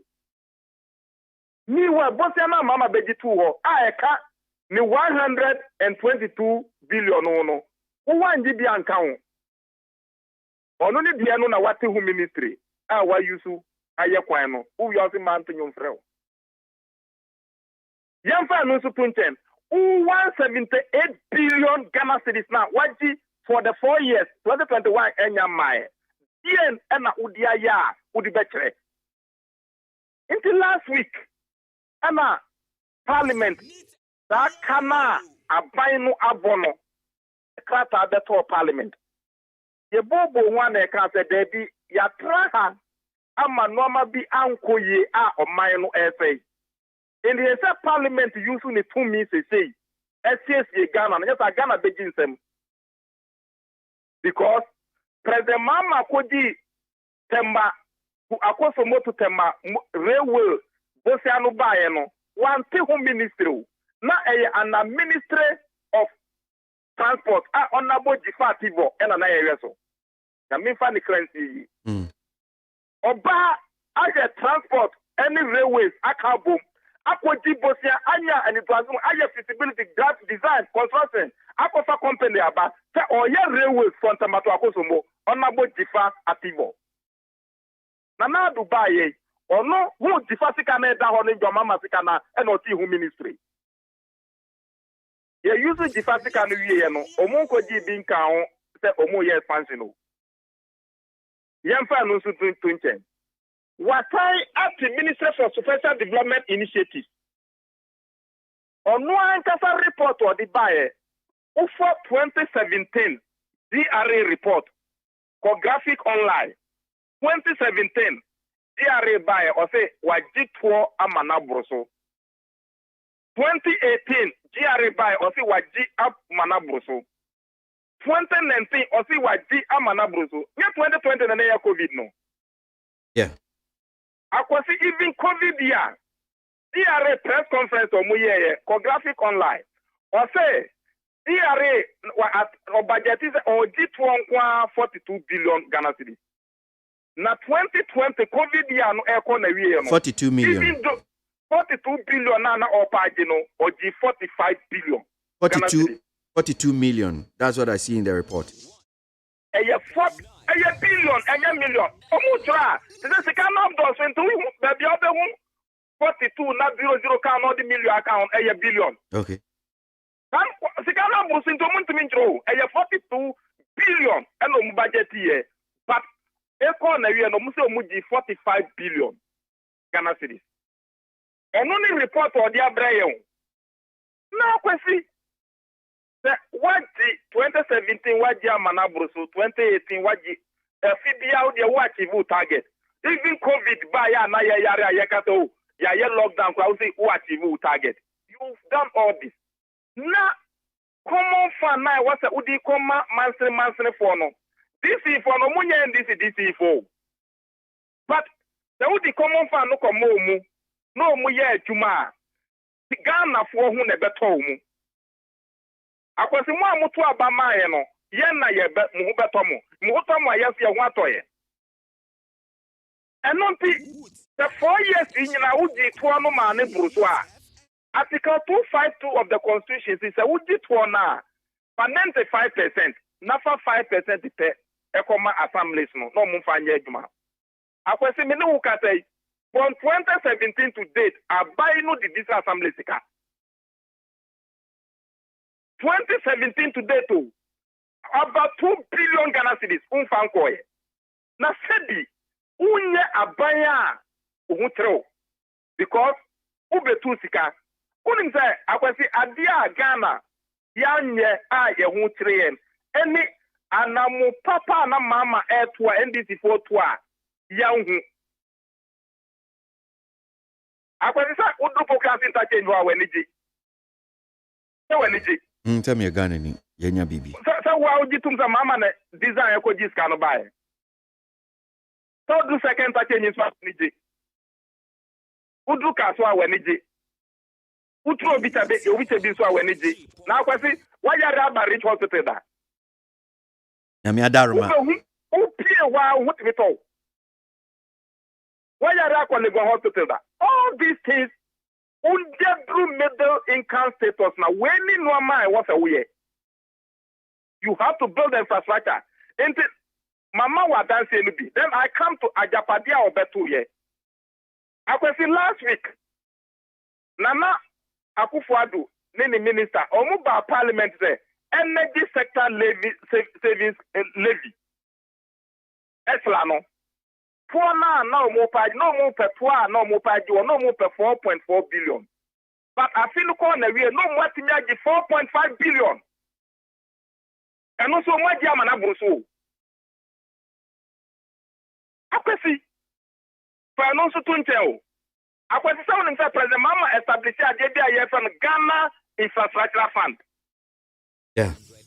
Okay. Ghana Infrastructure Fund and no Amanka yaya kaswa wie aye circle wie aye obichebi wie aye airport na train wie infrastructure fund no enu na President Mama establish na sika wom over 200 and something million Ghana cedis okoja yo yemfa entwaso na yensi infrastructure no Ghana fa na bebia Kwame odigana nado enne ko bisa se le wom Kwame, akwesi, unim se, ajapade na meka no, majimao esla, mamao Ghana Infrastructure Bank. Unim se, parliament, bosi na yebo ansana mama bebano, bosi bebre na fi China Exim Bank. Na yebo bosi fi China Exim Bank, ene India Exim Bank. Ana mama ba se, Ghana yebet nya Exim Bank. In the President Mama so establish Parliament establish another bank. Friend Ghana Exim Bank. How did Ghana na Akufo-Addo? Sika na ewom and also billions of cedis. Akwesi, let's face fact. Uko Youth Employment Agency. Sika na ewom about 330 million Ghana cedis. Baby amabuno benye jumayo. Mama legislative through Haruna Idrisu omuye mbra ema Youth Employment Agency no ya legal backing muja ma setekwe to no mujiko gum na about 330 million Ghana cedis we of the Ghana Akufo-Addo inti nana betu sika no yen oye sika na ye nya ni nyina unim se ye oye to na NDC time ye benya no from 2011 to 2016, no. One say ye dikoji bosia na ye be ye Ghana gas. Akwesi say okay. Sure. Ghana gas na ye be na see ye di stop do so. Akwesi and then unim Ghana gas from for so e Ghana. So ya lay all those foundations. And no na World Bank for no be hu ya. Almost the fastest growing economy in the world. Ghana. Now the most promising country in 2017 Ghana. And what UN IMF reporting. And na ye di we nyina jao. E buy. Ube two we ya.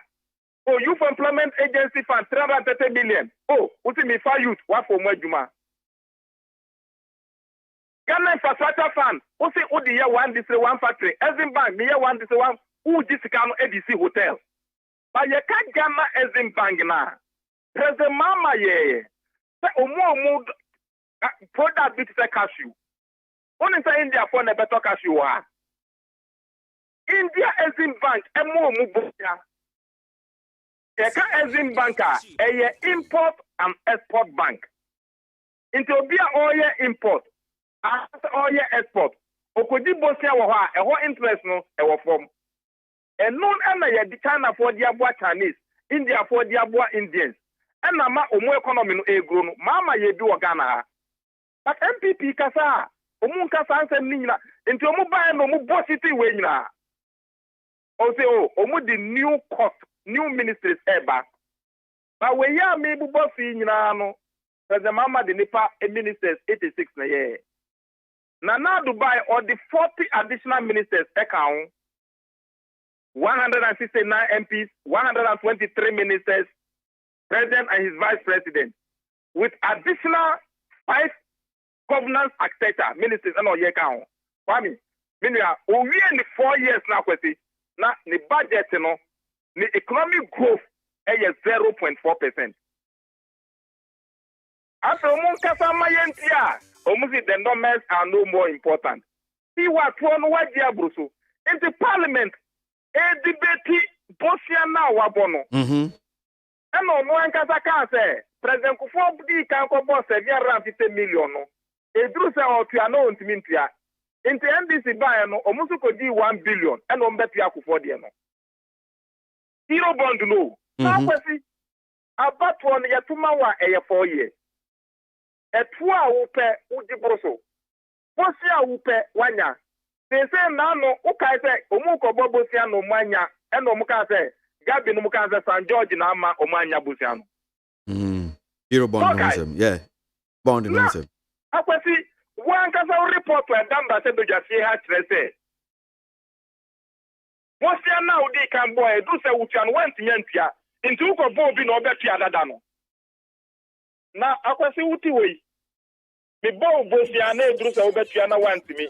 Na me yo brebre na ko jibosia no bi okobra fo ebetu amedie na who the second one memao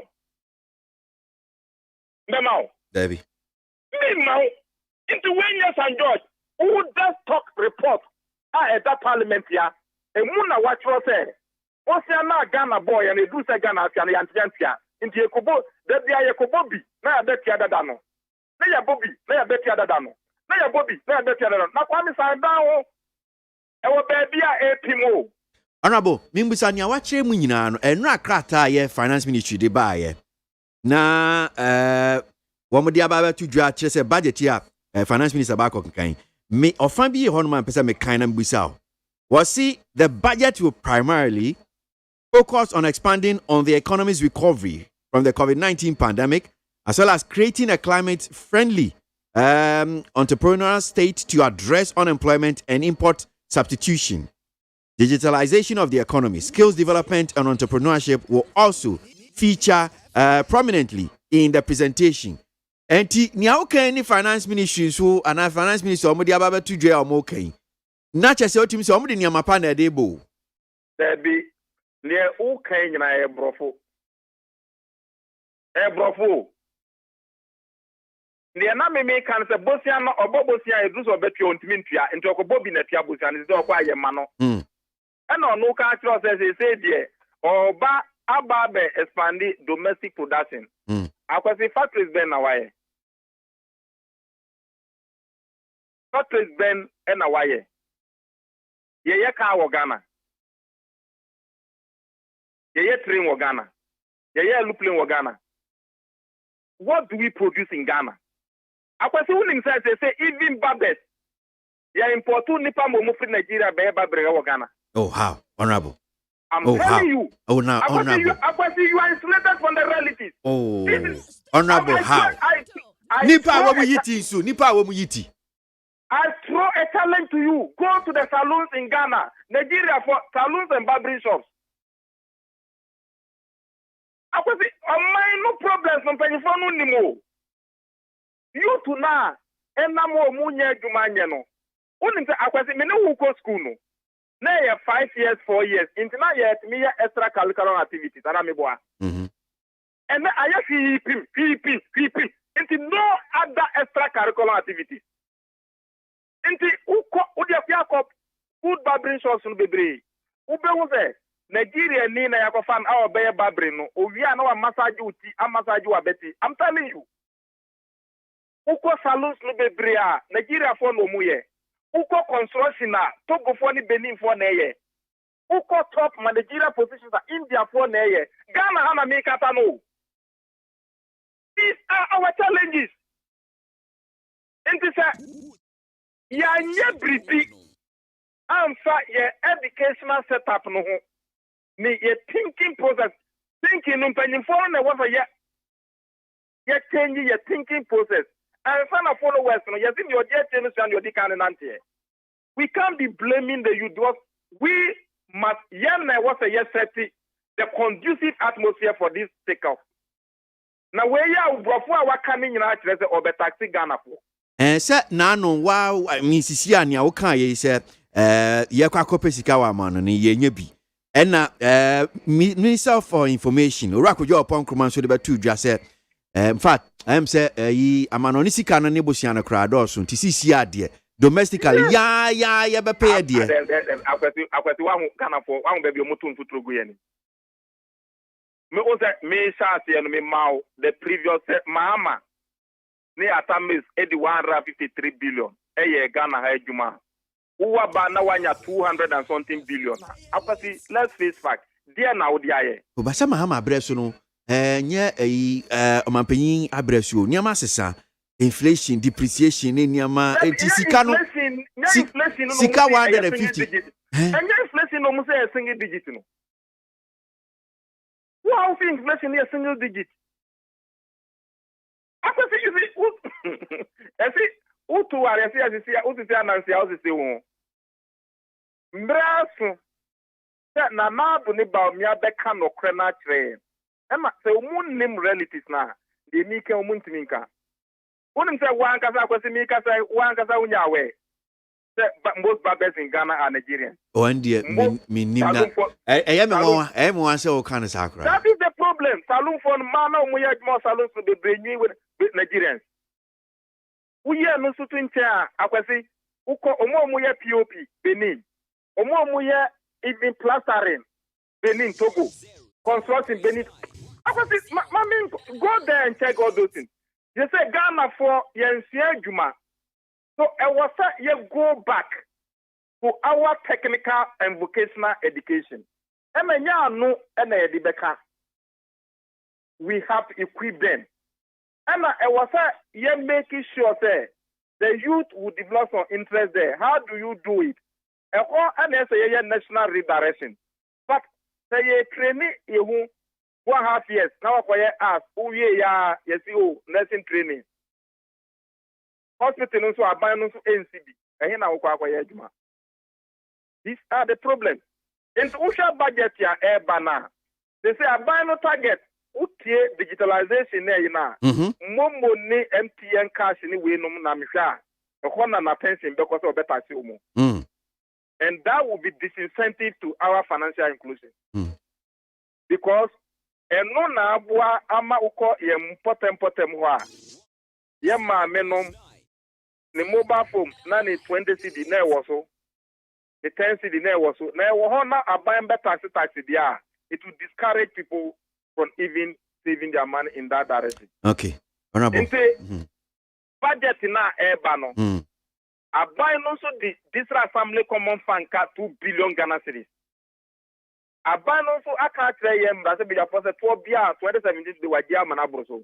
Enti ye ne be say car or the district assemblies for the 4 years ni nyina no e wo se otua. Eno na ama Ghana no mu aye sisi bibia obi pe pandia oba nkran. Obi pe blade a oba nkran. Obi pe bibia oba nkran. And if you do that, you are discouraging and encouraging rural urban migration. Enti akwasi yeah, ready. Yeah, channel. Okay. But we would demand serious accountability. Okay. Yeah, no business as usual. Yeah, democracy no. People will lose confidence in it. All right. Now they say no. Parliament will not focus too much on legislation. We will focus on oversighting the executive. Okay. All right. Me da sia no pe nyame sha ye hwese ne be ko echi e be san ba be din kon bi nyame sha papa.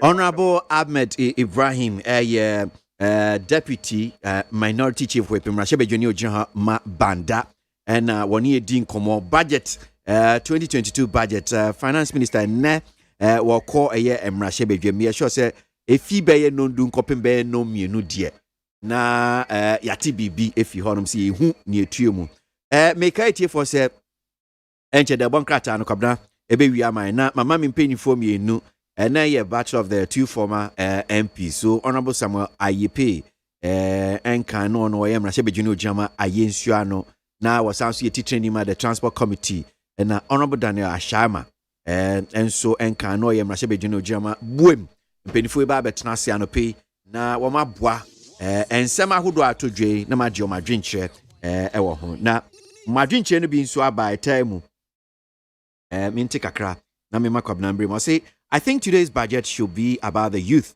and jobs and nothing else. That's one here from Otiniba Kwame Brako Akura and or the way the Peter fan or the buy. Sule was Sinyani KTK or say the 2022 budget is focuses or will focus more on industrialization, digitalization, and also deepening government flagship programs and initiatives. That's Sule Sinyani sounding more like a finance minister there. Rainbow Kaswa says, as usual, we expect to hear a budget of hope from the finance minister today. Rainbow Kaswa and Odifi no buy. My expectation in next year's budget is that finance minister Ken Ofori-Atta should outline policies that will improve the living conditions of the ordinary Ghanaians and also review the constitution of Accra Kumasi Major Road. I'm sure it's construction. You put constitution, the construction of the Accra Kumasi Major roads into multiple roads. That Yao Sankiri, Taifa, no Difi, no the buy. The security services, especially the interior security and other public sector workers, have no interest in this budget because they know their salary increment is 7%, which discourages them from listening to the presentation because it hurts to hear, considering the high cost of living in the country. Alex Kofi Yarani, Adenta Commandos Research, are you a security officer now? Former President Kufuor uses petrol politics against NDC. President Kufuor and the Vice President also used the petrol politics and lies against JDM. Now, they say we should not politicize the petrol prices. NDC will use petrol prices against NPP till 2025. That's Alai Baba, Efi Madina, and Odia Nobai. Amisko Spelele Wakaswa. No one can deny the fact that the 2022 budget statement and economic policy will be full of jobs, digitalization, and many more. This confirms that Nana Baumia are better managers of our economy. Amisko Spelele and Kuma Foster Chima Yerebi. I have the hope today that the budget will will bring massive development in our economy. Kabra? Yay. Na ba on says asemi makasa overquesi say technical and vocational education no free eja secondary school na overquesi I think is the best. I will say me say me call technical school Cape Tech and na misua fit adwuma no nso kakra Kamakasa faso na we are fit akra the radio so now the overquesi tawa me we school no na eniyama munya no na Saturday ni Sunday bia me fa me tu so na me call fitting shop wo me nya adwumaye me tumi de hwa me hu the whole week no akosi Saturday Sunday bio anti sa technical education no ebe sisi e wo sha wo mu a eye POP eye de yadan togofo wo mu a totals togofo wo mu a ye design wadan yenim togofo Obakwa construction site. So by Kwabena Yimbusa hu obi esi obi kwan se mo onye adwuma. Overquesi utu kwan kwa manoni a sao. Tisi ya de sha nkwala anu ase. Na ye sha wo num nkran say this is the way to go. Wow, what the sha akwada anu ase say we ye okwan pa anya kwan bone a overquesi omani beje ho. Na nka omu aye. But ye no say ukosua djuma na sa ukọ technical ukọ they na honorable ken and the restaurant yahudo ni bi kura kose Nigeria for na serve wo minim toba wakase guo nyina ye Nigeria for Emaya no yantre wonum enya wode nkranse ye bibi ye indomie ton ye koko ton ye water ton ye we over kwesi yanse wo mu nkran. Okay. Wode atikwasu anwumre ye beto ye wei anwumre ye beto sa niam nkitinkiti yamfa nse wo mu na waye ni nails ene wasesa ne nsa watetu na ne atinton wonim kwasu ampoche na waye bi aton. Young encourage women say the way to go is technical and vocational. Okay.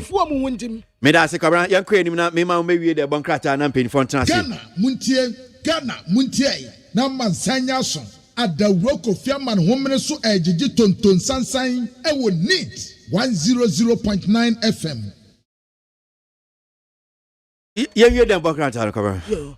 Overkwesi the bonkrata ni nyina akoye budget and budget. Okay. Ni nyina budget ya. Kroya. Na de. Baby a obia hwekwan me gidi se bebo 10 na obia ti TV na budget ni nti wansa na emema no bebre no a enru fie ntem. Omunru fie ntem because overkwesi a bad aftermath. Ya better say you betena se ni adondwene ho abobo ho ewo bia bus yahodo restaurant sport ne ya share post budget review na arrangement na wonya wadu so be Kofi ntem. Oh afakwesi the budget no basa no ni busa asem se wonya wadu se na be Kofi ntem na na me chasa budget no basa esi ya share financial loss we bem. Okay. And once who pay over the better to meetings yahodo ebeye climate change yeah be mu be ya traffic ya be krom abonten so ni adenti over kwesi ye na yaso be yese na emema no so budget nyina ye kan maye ye better say deliberation and ya fa ya che budget economic issues we mu nyina ye to me raise concern. So, Bakunso Ababeto Joanna Chese, Dr. Baumia, Vice President. Unso no ye head of the economic management team. Aye. Vice President. Aye. Ye ban ye economy na. Openia Chese what say as a teaching ni ma ye one more manage economy na Dr. Baumia. Na ntinki ye kwa kan budget dia. Na yeso otimi ewa parliament. Aye, sinena. But ni Ababeto Joanna Chese enya dia obewo eye parliament ne. And Urakujo upon Kruma I posted that's Minister for Information I posted on the social media and I say, well, regarding the budget presentation, today, Wednesday, November 17, today is expected to be a good day for young Ghanaians looking for support to fuel their business ideas. We look forward to some relief for road vehicle users, while at the same time, equitably raising revenues to speed up the fixing of our roads. Local industry can expect measures that will make their product more competitive, while dealers benefit from same measures to source the same product locally. And no, while acting as President of the Republic, Vice President Dr. Mahmoud Bawumia cannot join the Finance Minister to the chamber today. It will be out of place. All can I say? Debbie. Vice President, CC as well, Mampeni will leave. So Mampeni will leave. And you President. Okay. Auntie Senya. She said to me, sound Quatana. Debbie. Okay. And then that is all no Bettina, Mampeni, ne Akona no more. Debbie, on commerce. Uncle. Of a question, Salmon. I said, yeah. Minim say be yeah, kind, no, yeah, kind, yeah, Mampeni, yeah, kind by the Tom Mampeni commerce bedroom. On commerce bedroom, a Vice President. Who is the economic management team head or no? But unim, BB, my main kind side in a cabinet you was say today is expected to be a good day for young Ghanaians looking for support to fuel their business ideas. To what? Their business integers. So team say mabunu no amo pese bia. Omo enwuma ya na wo kan no. And be papa. And also we look forward to some relief for road vehicle users. Yeah, your cars na am kwan so say Sempe bi beba ma ye ho betimi ahenhan. While at the same time equitably raising revenues to speed up the fixing of our roads. Kabana. Ohona ko ye mame. I say what the hotel brain, no asa the hotel brain. Ne say ho. Oh, that's how the benkumu man now the nimfaje. Enti me nim ne o patre no ankasa. Already no ankasa de etin kura ne yesu. Oba kwesi wan say eto no say wo fa ehyen kwasi wa eto adaso no doso. Say wo say ba na wo kwa akoyi a. Say do tisi ahodo adeda so. Vat de e ka ho wo say list no a efa no ka aba na wo kwa akoyi no a. But I hope say Nyoka about say equitably raising revenues to speed up the fixing of our roads no. And conquer to say bia be ma to bia akwan no ye betua because ye pese ye akwan no. Because you want say o madinkan abontrene say road to umbetum. Enti definitely bia road to there ye betum. And na road works. I say na me can say I say a shine kwa bre. Uko you car se duty nko de da so a ubetua uko register ubese tua car no road works ubetua de fees ascent tua insurance assessing kwan so a petrol ubeto eto we da so asambres ubese tua road toll enti esan nko ama ne hunu a wo hu okuremu no enya ma ne hunu ketewa enti sa wo sa de ebiewa sa be ka ho Wabra wa se wo be my relief. Na wo sa be miaye ndia. Of akwesi budget we ni budget ya mehu se Ghana fo asori wo so. Ya wo mani abre wo ho. Enti se wo be ye de ade ahoto beba Ghana fo bebo nsem ama. Ba se wo be ye de ade ahotre beba of akwesi wo be pam wo fo ato ne bema. Wo hye kokobo ene se de edadifo nani abre no a of a question, this is the time one. And Tissa first, no, Nipania be. Ya, Nipania, I would have teacher a son, ni braba. Nipano what no. A fair one you have seen be a bio, and Tissa outside the Awutrabio Beguno Swa of a Kasuba Hunko for any brew cream. Well, Medase, Cabana Mafwa, no pay need 100.9 Ghana Montier Jumedia Suno as your way now. Send a medical dia to my name, send penny for me, no Nasi. Anisa na ye ni omachi enkomodie so enkomodie I say that's Honorable Samuel Ayepe, former member of parliament for Ayensiano, and Honorable Daniel Ashama, former member of parliament for Boom and Penifoi Eba Trans. Make us say Jumedie Lufat aye Malay drew omonomasio say anope woti yenka.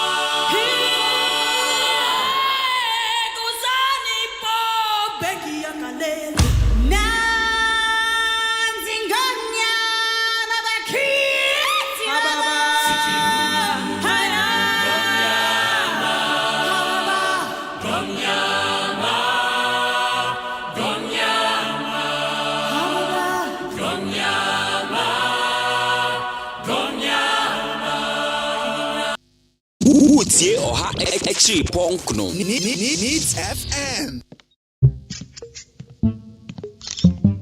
The show wa eja oba ene nkonkron dim. The groom is sick. What? Malaria. Malaria.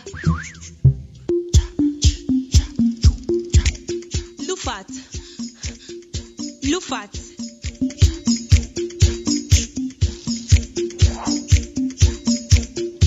Injija wo malaria enka won to them. Lufat eye malaria drop e. And now you may kiss the bride.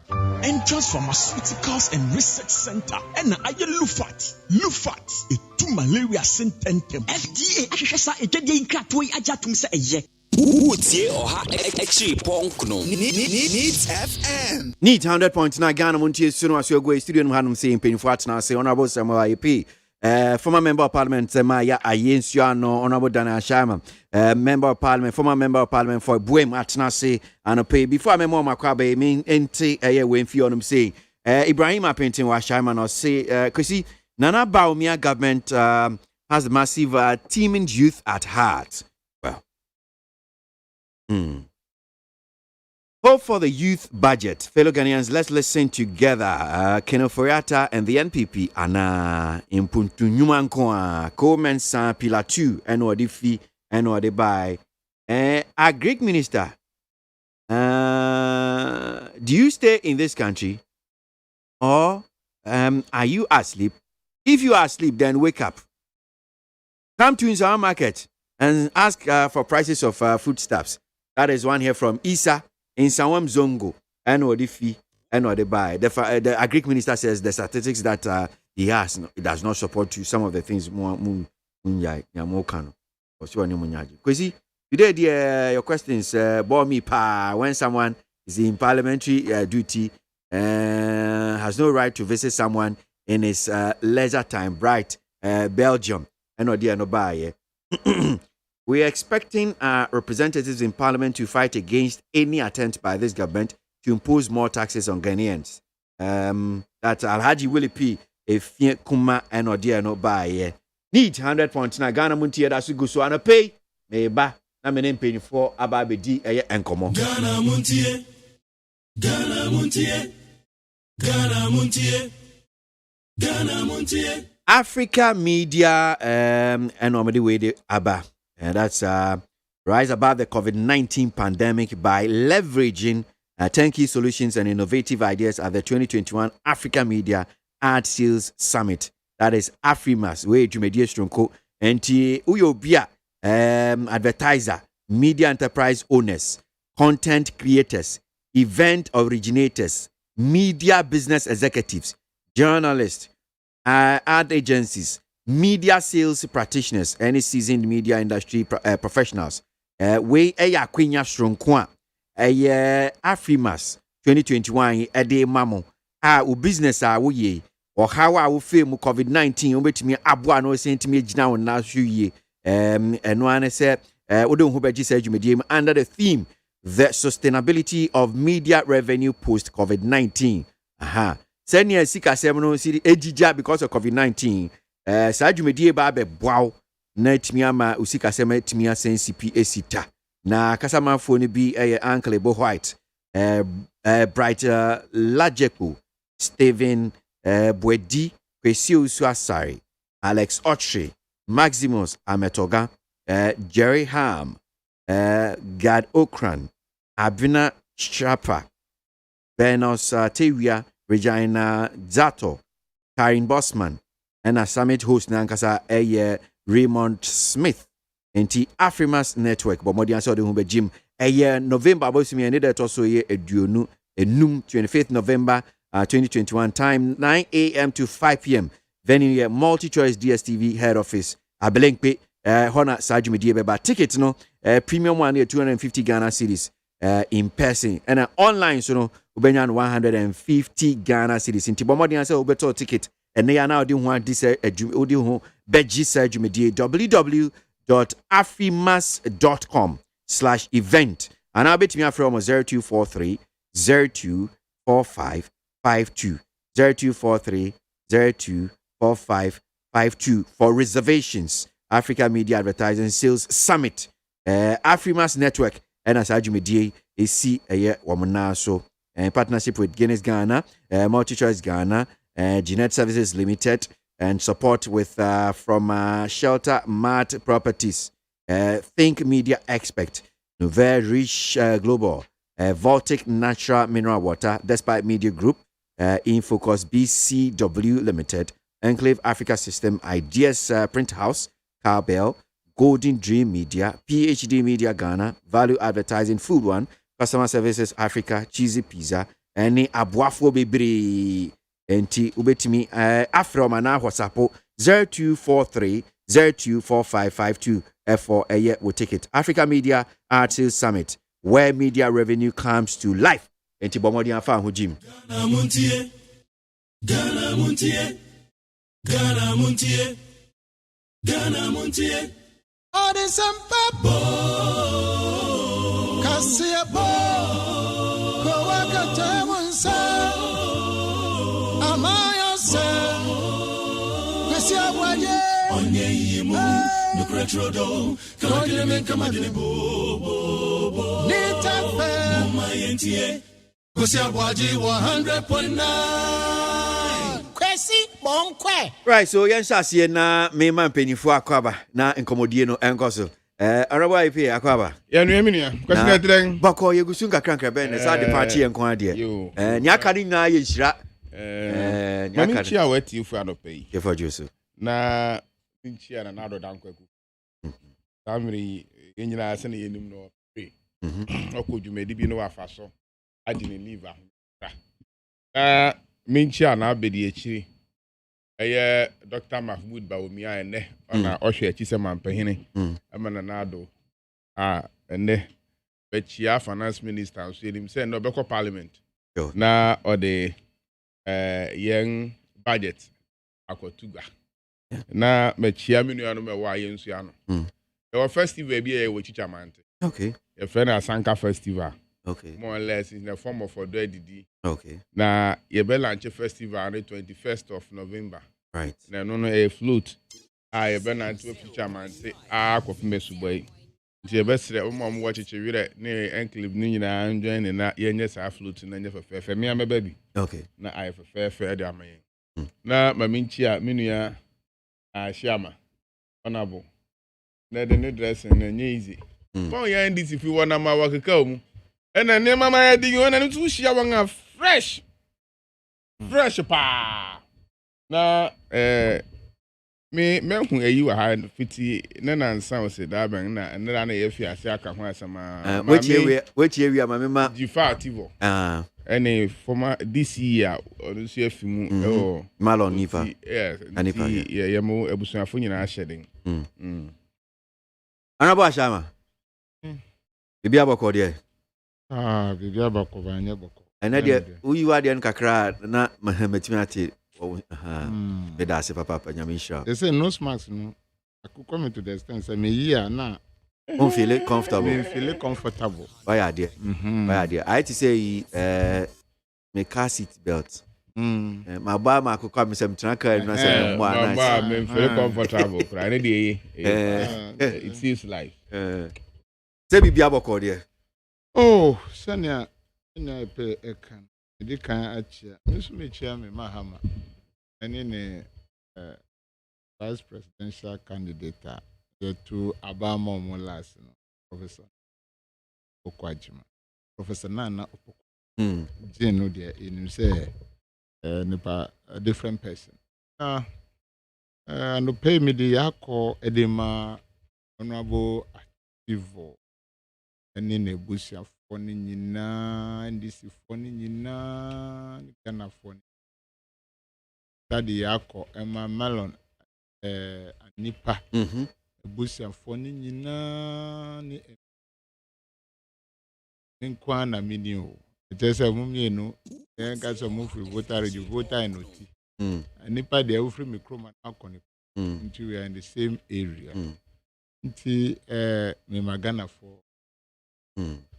anope na me di achin kese ematiefo ni nyina Ghana ni ambano okay so yanshan komana say na ene enkomo nti be gina budget no so but say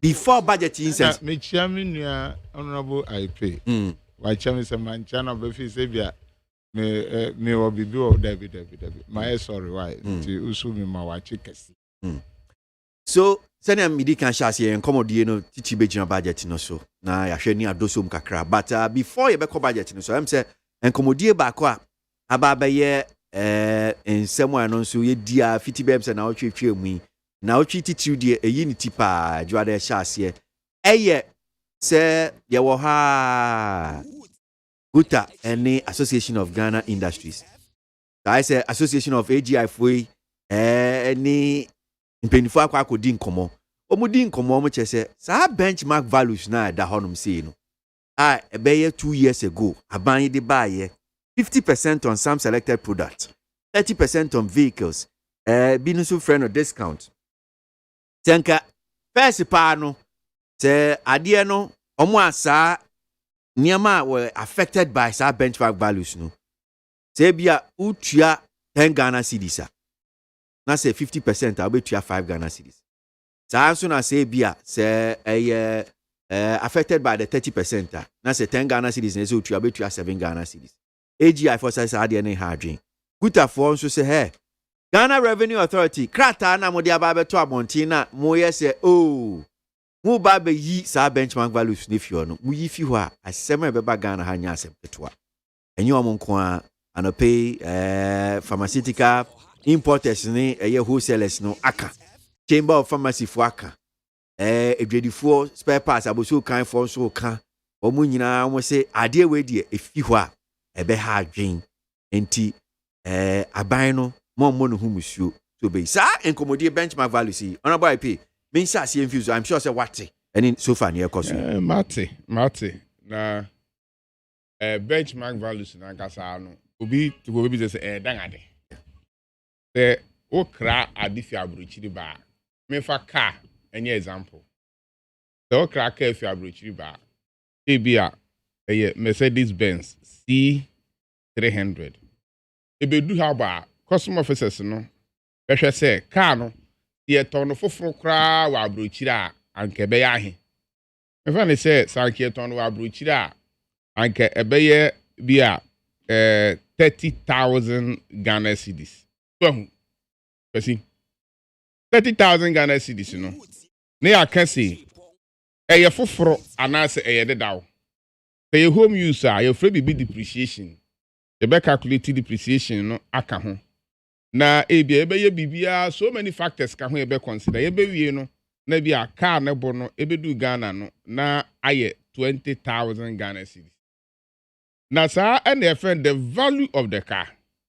Na sa value no and I be gina so they are calculated tax. A percentage it took to a percentage now. Wouldn't you a percentage of 30,000? But over to a percentage of 20,000. Okay. And then the benchmark value. Now and no tax now be to ya 20,000. Now sa tax 20,000 now be to ya no. And na abansi. Ye calculated tax no what 20,000 Ghana cedis no so amount. Na mo say a car ye be 30% efi 20,000 na ne be car no ya calculate percentage on it now the tax no. Say your car na ye other commodity a ube to 50%. Off ye say other commodity a be 50% into car no bodo ba be 10,000 Ghana cedis. No wa calculate the car duty 170. Car be 170. Yeah. Exactly. Now 17. Yes. 17,000. Yes, 17,000. Yeah. Now, not really by your calculation because we subtract 30% into in film direct. And we are now you calculate percentage, you know, a tax no on the remaining value never can. I don't need find a benchmark value. 2019 and MPP are buying you who say and no me ye aban near more to tax near the ade ban a ye among your high and kakra. Into young shares in a bear na sa commodity near my crayfish abrochino so nebo beba fem kakra. Into abang de sa benchmark values reduction a buy. Now benchmark reduction value ne ba from 2019 to date 2021. Ya hunyama bebre ehun behia pa se ye besan ahwe sa benchmark value no biem. Number 1, Ministry of Finance ehun say nanka ye de boa consumers. But ye de benchmark values ne ba no ye ehun say benefit ni anko consumers ni.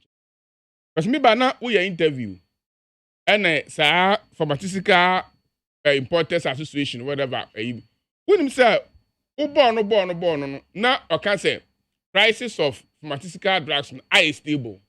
Woman na kubisa ne say aba fema na can say ayin but what me say reluctantly and no can say ayin but who interview ni nyina some can nyina no say I stable they can say bibia is stable and the bibia aba fema they are not same obi obeka chiro say they dey benchmark values ne buy no importers no e transfer benefits no to consumers na entisa intementi ase so obekwa yi ase na okunafo na ne yere ana ne kunawu no wo a wukogya na yi wo sunkrasen okunafo no consumers na wo ba beto sa na eme ya ye de sa reduction of benchmark values no call ema won no e say importers na mo ngam benefit from this reduction into no what difference be into consumer protection agency any other organizations no they are quiet because near importers near wantiase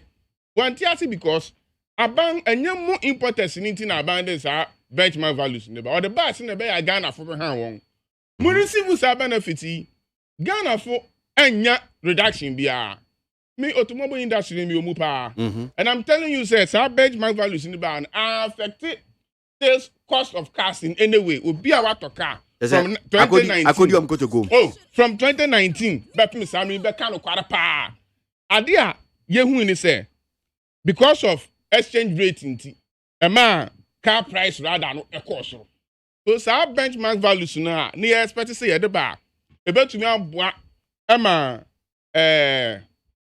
prices aquafirm are affecting. 2. Association of Ghana Industries. Aba appointing abekesi. Abai, who saw the one district one factory aba?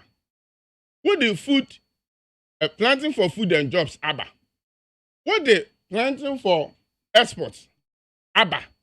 Na ya sa no ma we nyina wie na add value to our raw materials. Na ye wie a what the 50% reduction of benchmark value ama importers. Na importers ho ahan won. No nga kra niama abegu omanyimu a. Niama na wokra begu omanyimu no, ye be compare no na yen a ye local producers no. Ye ntumi en no won compute. And this idea, ye be turn yen factories or industries ni nyina into warehouses. Na yen so yen capital na ye di omo. Yen capital na ye do process cement. Yen capital na ye di produce plastic roofing sheets, plastic materials near the ado Ghana ha no. Yen so ye di akra ne ama ne enjoy benchmark values ni bi. Near the Abeguye factory ho as warehouses. They are town. Let us say, o men biara nso ya kwasi enuoma we export to fee woman yi mo de kwa abrochiri no. Eye less than nuoma wo kra de ba no. So man eni nyina so. Tese Ghana ha ye we enuoma ye kra fi abrochiri de ba be yusu aha no. E dross sen nia ye export wo ha de kwa abrochiri. Na mom e wo so ye yire ye ho. Na yetumi export more than what we import.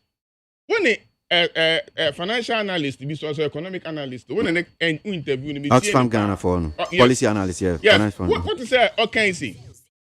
Maybe rice, local rice, you buy you do about 47%. That is rice you produce as compared to 53% you import. This benchmark value, I'm a 47% I drop because you buy rice baby me. Because I say local rice near fresh inti. Any rice I meet do with you pa. The okoto local rice na. Nebo ding 25 kilo no. Nebo ya ding sing an imported rice of same quality of 25 kilo. Adenti. Because rice importer no enya benchmark value or no ultimate value the price at any time. And farmer no so the inputs are all the produce rice and labor input all together no. The cost of production are very high. And then when the businessmen when you know where yeah productions our Ghana hano ekasa beka chire we see one we import and yama ban are making more profit than them. But you see anhwe ni yin sa benchmark value reduction no enfi ho a ebe kakra no yan one district one factories yes ne egusu employ nipa Uko Ghana in that area, Accra Kumasi Tema baby nipa ya fon ya adwuma nyina ya hwe ni ya e be te say mmiri bia na diversity implementation committee ɛtontɔn yɛn factories a ebi tɔ de yɛ asɔredan na ebi nso tɔ de yɛ warehouses ɛde nneɛma bɛgu mu no saa pɛmpɛnso no ɛne yɛka akɔ nti benchmark values no de ɛyɛ ade a finance ministry ɛsi gyina association of Ghana industries wɔn akasa ɛhu sɛ ɛhu bɛhia paa sɛ yɛbɛyi saa values no hɔ ne yɛama fair competition because ɛmira now ne pharmaceutical importers association papa ne kasa no ɔka sɛ na bɛsa nka obisa ne further questions na many opportunity impromptu sɛ ɔka sɛ the enabling environment no ɛma kwan ɛma wɔntumi produce more pharmaceutical drugs ɛwɔ Ghana ha nti he mentioned around 27% locally made and 30 and then 63% imported, 73% imported. Sanka obisa ni say that enabling environment na waka ho asem no enabling environment na waka ho asem no tanka betumi aboa ma wotumi produce new bebre organ ha no sanka wo ma no ma details no kire baako abiesa anka kwasi se obisa na question na anka asem obeka edikan pa ne se obeka kire wo se da wo yaduru no organ ha ne bo yeden sen se obeka fi abrochi akobeka kire straight eno kan yo cheche mu exactly ocheche se wo yaduru organ ha ne bo yeden sen se obeka fi abrochi na ba adenti ene ye yaduru organ ha more expensive than say Uber travel if you India. The distance involved, duties and taxes are about 2 hours. Enti enoma aban yi person ya ne say. Association of Ghana Industry ama aban say to say. I was say you on fair competition, fair grounds, fair platform no mutumi computing. Ye benya sa equal platform ne dia. I just say niam bi e de ma importers na e go against manufacturers no. Ye is an niam ni fi ho. Enti ye be sre good afo aban kotodwogu fem yare pa won chel say yenya bibiara ebe discourage importers for importing goods into the country na mom ni ya ne say ye yi sa benchmark values na fi ho na at the fair competition aba na obia both the importer and the manufacturer local manufacturers no atumi aboa ya ho na tobinko pharmacy kwana kwhwe factory a wasi NS chemists. Omo nyina fiase AC factories. Na see your transit. These people are importers so. And alongside their importing a business no. Wasan aye factories or manufacture pharmaceutical drugs. Because it say ya hwe na say NS chemists kesi. Okay, me wa benchmark value ho. And nuru na me ya Ghana hakura no minyai. Na me nkwaso import me nuru fi India and China and other countries na. Minye ni se ebebu ayen wo kwan bia so nti me de mesre na aban so enya onkese oye tintintintin na mum oye ne ebebua me de na kaka me nkokora anke ebe na kodu pempensu bia ebe discourage importers no makase me nso me sika me de import ni amafi abrochiri no me ne aban kwatena se na one district one factory policy abai me nso me take advantage na me ne me partners na me import to the money fi wan chen fi abrochiri ba no ye mfiase na ye manufacture na mani bi wa ha na mu a ye nyina okay nti me de me for say emra so say ye be ma fair competition and the poultry farmers they are crying because of this obi be kra nkokọ parts e fi abrochiri aba no we anya 50% benchmark value na obi onu no o manufacture cement wa ha no sorry oye poultry farm wa ha no ni feed akosoro niema bebre akosoro na fe ewia na onu entumi enye ne poultry farm no okay yeah they say ebe how yen bebre the benchmark value ne the mess stress wo ma yen mfi okay na mu aye nyina well so honorable IP support to say benchmark values ye be ye fi hon mu say my member honorable Ashama ogina hifa e wo san komodie mu yen mfi ho entina ho ana no de apetampe emfa no ho bebi a back on the piano won't be honorable Ashama benchmark values in common. So that was openi KWASI ABOAGYE and yes sir.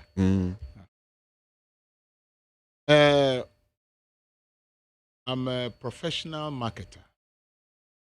A graduate who some the first degree, my second degree, ni na mi ye ni.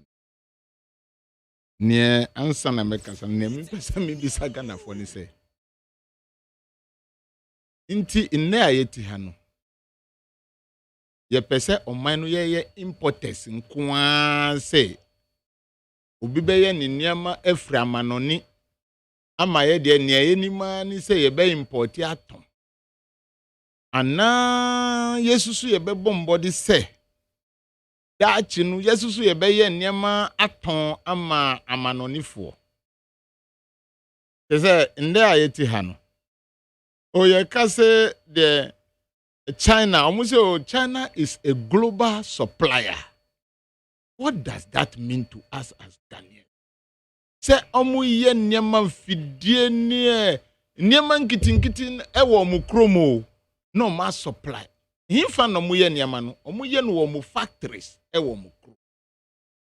Inti ye bi sagana fo ni say enkusi da ben na ebedru ho. Na enko bisa ye nuanu good afosu say yes enyama amoton enkosi da ben ansa na yesu ye betumi ato anamo say ye biebie factories AGI4 ekasaye say oh benchmark values you know ama say for example time awoni opinion financial analyst no ekasa no odi ngo edi aye mfanto ho na sango no osi company bi wo oman mu a obetumi eye ni dodo okra wambo company ni di mi metumi abo company ba kudi a eye ti say Unilever etumi di ye abe every benso any twifo praso edi eye frito di mayen inti mu mayen hu sa value chain inti say Unilever etumi to abe ngo every benso a ekuafo a omu ewo sa mpotem ni nyina no omo ni da so ni Unilever susu ehun se benso fo tifo praso fo abe no enunti na Unilever eye no Unilever yetumi edi produce frito yetumi edi produce key soap ewo mayimu we na ekere se yankasa tumi dua enombaye ewo krom ha yetumi titi edi kogu factory that is agro processing inti say inde company to say Unilever owo Ghana sa adwuma obetua water tariffs obetua electricity obetua corporate tax obekwa akoji bank loan at a higher interest rate as compared to the international banks and our companies omutumi koji loan kra ebi 0 interest ebi 1%. Ghana say 1 corporate kra ubetua more than 10%. Inti sanya mani nyina no affect Ghana companies. Association of Ghana Industries kasama omo. Sa company infantu any Unilever ono na etua workers salary. Na obesa tua a percentage of their SNIT.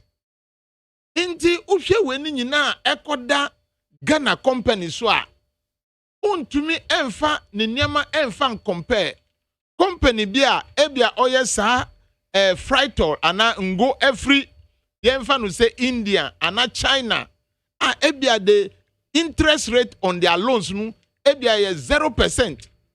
Wenti na mahama ti Exim Bank because Exim Bank no ni price interest rate no ewo form. Inti ine se omampanyi na nado akufado aba akunjam akunyaso na power ena satama owo sika senya mahama ye hihye nema tufo efutuo bi a ukwa na sika bi tata ho no tesi omade ni nyina manansa inti de na aban beye esese yemra tax so na sa tax first no na wasika no wa mamu benchmark price o se udi mfantu frito gallon kese ba ku bagana se nka se utua 100 Ghana cedis as tax or se muntua 50 Ghana cedis ayemu de yesu so ayeye de o but me see me nya twini ba twifo se uchi wakukọ nkosia ni nyina we a every morning unum tia da be na obenya nkukọ ma ewo ofie de bia no pa bia na ati munchi kosua ba kumbra munchi kosua ba se ujai sa kosua no ahye ne maame asa na udigu incubator ma ube nso benya nkuko ma o. That is what will happen. Inti se no niema we na Ghana industries a yentumi nko yenim.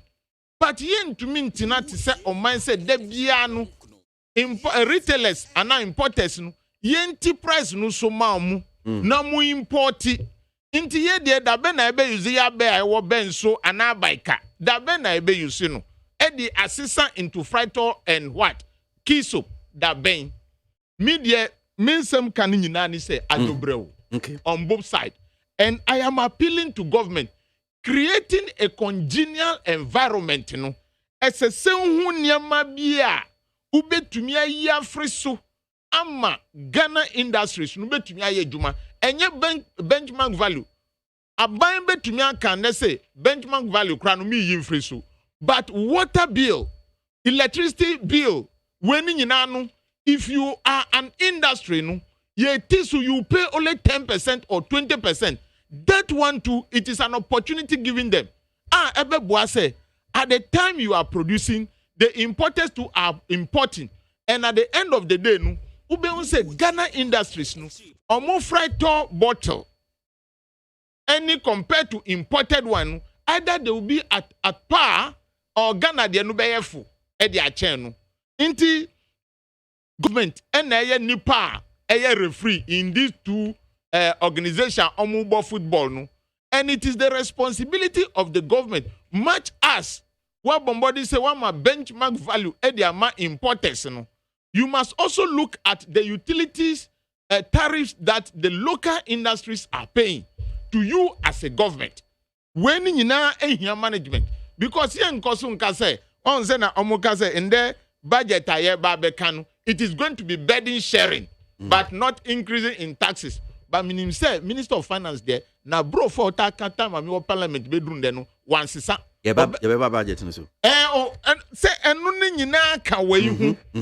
Onu na ekita sika asem wo kroma benchmark value no hwa na ebe kan ye. Onu na ebe kan ye. Onu enye president na ebe aye o. Minister of Finance no onu na ebe kan ye. Na Minister of Finance no onim say reduction in water bills or reduction in electricity bill no can enhance benefit to the industries in this country and leading to the reduction of the cost of a finished product that is produced in this factory. Onim inti weni nyina zunu yebebo amampanyidi but the Minister of Finance no onu na ekita de no onu betumi abande abeka se ende AGI for guta for ajobreo benchmark value no yeyi ba AGI mu electricity bill ni weni nyina no yebe yafro. Don't you think it will create congenial environment? Until you should weigh the sensibilities of Ghanaians and what we are saying. Now you say what can we do in one side to ensure say the local industries become competitive in terms of production and the cost of their finished products. The same thing to the rice farmer. Offer tractor, offer manual labor. Honorable, I am Ashama Mimusao. Who said honorable I pay can be say sa benchmark values here be for drivers in particular. Yeah. Or automobile industry business on him say I say some fashion common mom di go mkotukum. So I want to link that one to industry, local industries. Yeah, praise yes, some production cost was true. Yeah. That is why the pricing is not competitive as compared to the imported ones. Yeah. So can say no. Won't it go also be like what these automobile people are doing? Now they have the 30%, they are enjoying. Yeah. We don't get the benefit. Yeah. Are we sure, sir? You can't buy no suit asemi. No money my bokoma. We'll see the effect of it as we, the consumers or the patrons of their product. When here in every government, a competent economic management team. That is why. Because during Omampenyi Kufom Resu, and Omusi Emro ni wa ebe man kukoni we yellow corn. By that time, I was a marketer in the market. I mini these companies here juma. into mampenyi kufo no we tax ma omo say omo fa more yellow corn and farm back home na entumi supply to these poultry farmers minia midi mia enye obi o mia midi mani tu fam no wono manya hu fa so esini amanoni fo omo wokrom ha ye djuma o omo no munya hu fa so that one it is true. But when you have a very competent economic management team, no, ube ni nyina say, what if we've given these people? What will be the end result? Ne we ya no dia na besi. Inti sa uma Ghana ni owo Ghana. Oye djuma o Ghana no. Monitoring is key. Na ehun say ade a aban edi boam no. Say na mu use no in the interest of this. Enunti na mu committees. Enunti na ye seminars. Enunti na research teams no ebe frɛ AG aka kyerɛm say na aban ayama mu Kofi company Wu company ye by research no behind the scene mankasa mu betina parliament na muka say na ehu ye hu say amanfo no enya benefit ensa santi no mbesi sama na moto do you get right? We need to continue to monitor this in local industries now so that they will do the right thing for the people. It will come to a time bank aban na ye Bank of Ghana governor no he is the bankers bank boss inti ubeka say okay say interest rate mba say bank enye and na nyina ye ti ho meanwhile they are under us. How are we monitoring them? How are we talking to them to make sure say ubeka say the person's risk no ye high need the omudi sa brofu sa no mudi kunye. Meanwhile, they will come and tell you at the end of the day, say, our bank have made so much billions of interest. In what environment is that? So governance is to monitor all the sectors of the economy, continue talking and making sure, say, any benefit that you pronounce on any platform, you monitor and make sure it goes to the benefit of the people. Because say, you benchmark 30% are free automobile phone, but a market na coffee. Adiba kwa my twin cars different cars bear for tema mikita kia no omo se kia nyama bo ni boy di is okay ene ma mi ko Nissan mi ko Nissan kra ni pass boy di ena mi say okay ma mi ko Honda Honda bo ena mi bi some say the cars we ni nyina mo nkyere mi ne spare parts bo no mre so say yen ka no kre e wo krom ha yen ka no ka bia wo ko ho we di ni pass boy di omo nkyere ye enukreka esusu hia ema edwuma pepepe ye mumma ye importing yama ediba Ghana eni ye industries ewo Ghana no ye wo oman hu do enye nea obenya nne unkwan wasi abrosan bebre usi abrosan bebre ewo hiafo krom no ho na beba be han ohia ni betumi be han wa abrosan. So we must move each and everybody up, the financial sector, the industry, the importers. And as I say, buy and monitor good for ye pa. They continue because if you have to put them to test, pen and paper, say, okay, say, Mama, how much do you expect the parts of care to cost? We should be able to pull up our brains to that level. Say, you monitor that. Say, and Kosa, you send intelligence. We call it mystery shopping in marketing. Okay, you see for one. Now, you say, what can we do? The business of the government is to make sure that he manages all sectors of the economy. Intiminu, mesra mumienu, the government must come into a middle line. So when you need free to the extent say good for the economy will be so heated and they'll be talking in the town and that is all. Okay. And then the association of industries government is the solution to this. Right. They should just a quick one. Okay. When they sticker, Dr.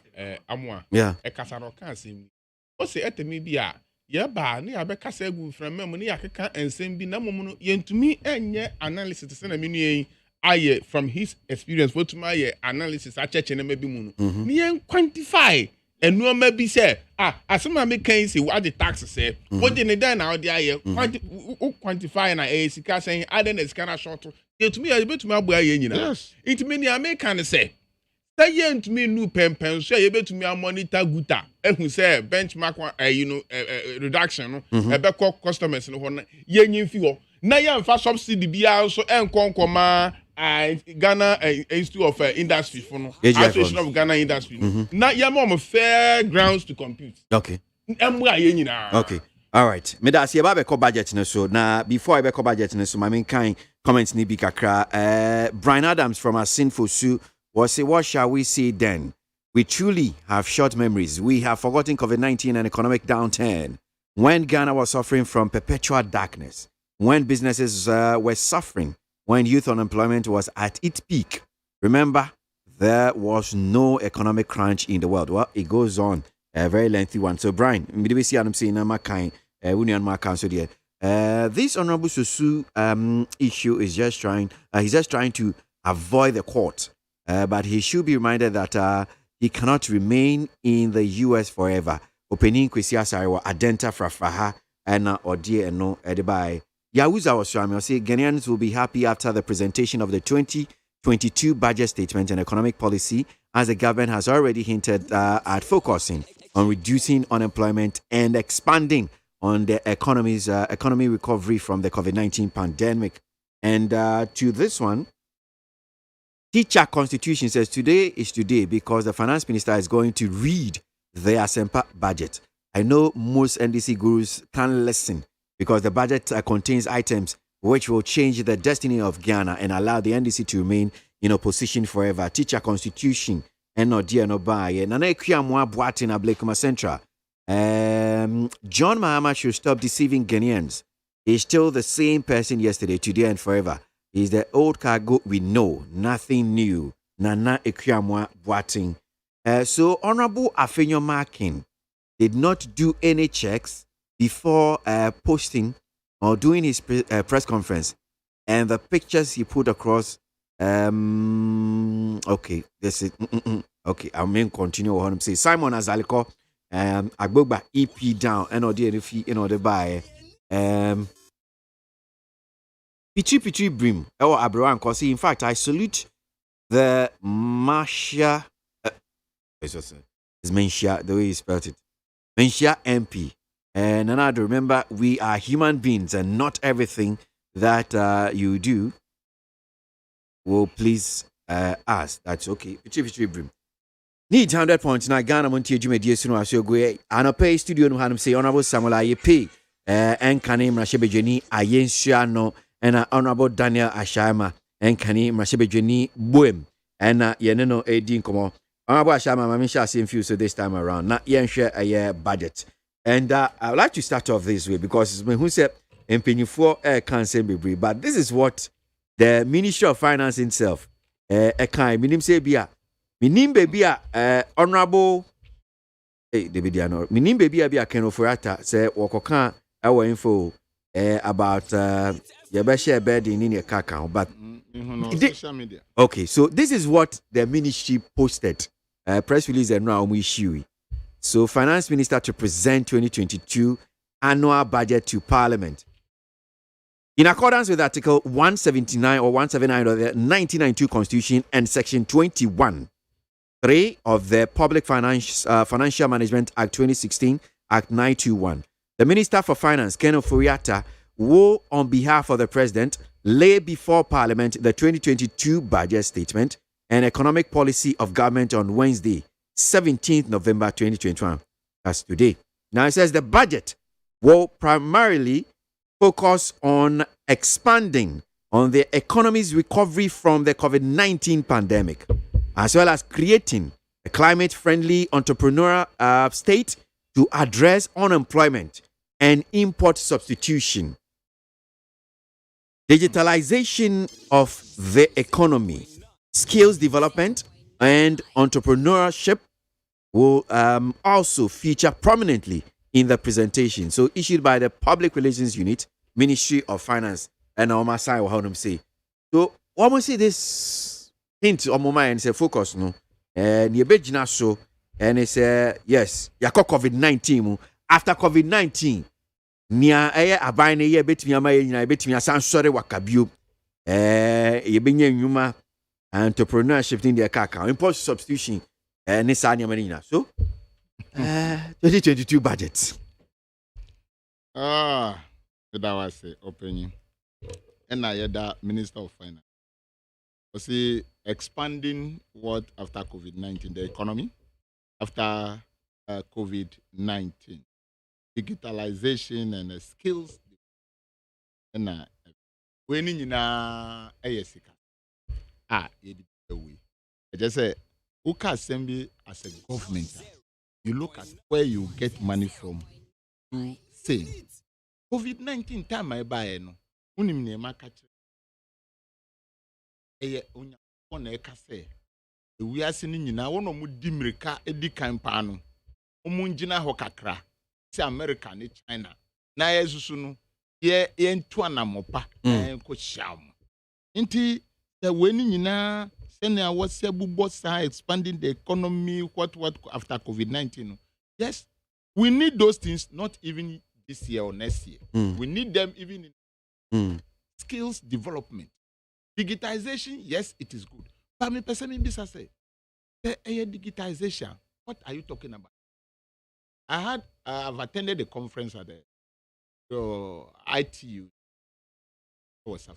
Okay. And you see how the South African youth were using digitization to connect even the farmers. To connect even the farmers. Now, we are talking of skills training. Now, we are talking about agro-processing and all that. How are we going to do that if we don't have the infrastructure? If we don't have the infrastructure, digitization, in there, kasa no.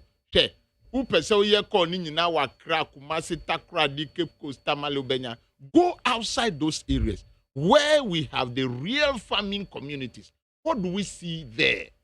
Those things need to be enhanced. And say we need the architecture of the infrastructure, fiber optic assembly maker. Ye ka mu se mbeye no satellite. Se be no satellite ye dru ho. Ye betumi aye no ne. In the mobile money aye ni nyina no. Why is it that MTN is spearheading? Because they've been able to mount cell sites all over the country. Inti se o person transfer usika se wan fa MTN so a emfa. So why should a private corporate entity have this vision? Will be able to know that for them to do anything digital in this country, they need cell sites. Fiber optic cable. Why can't a nation of ours do that? Mahama started Sadiano, and we've been mentioning 808 kilometers of fiber optic eastern corridor backbone from Boku to Ho. Now, Minister of Communication, Honorable Osla Ebayen, wabeye from Ho to Accra. Now that I've left Parliament, I don't know where we have done again. Yes, it is very good. Skills that we are going to train. How are we going to train the skills? How do we get the tools? All these things are money.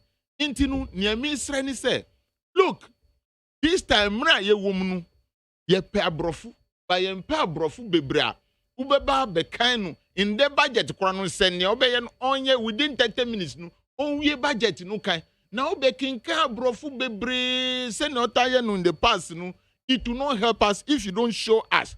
Because we in the minority we are saying that government don't have money. If government have money, in Niama Enga, in Niama Opesoyen, on to mean that the say or increase the taxes. One, this benchmark value crown. It is because government needs money. If you remove it, it means you get more money. Is that not it? That's correct. Abain ne onisika because Osha Senu, almost on great ministry, a Juma Baba Nosu. Meanwhile, there was somebody there before you came. How did the person manage the ministries? Send the Honorable Ahmed Aboagye Fativodi, the only woman managing the Ministry of Transport and Railways. The only woman, Otumi Koji $300 million for the rail line from Tema to Impakadine.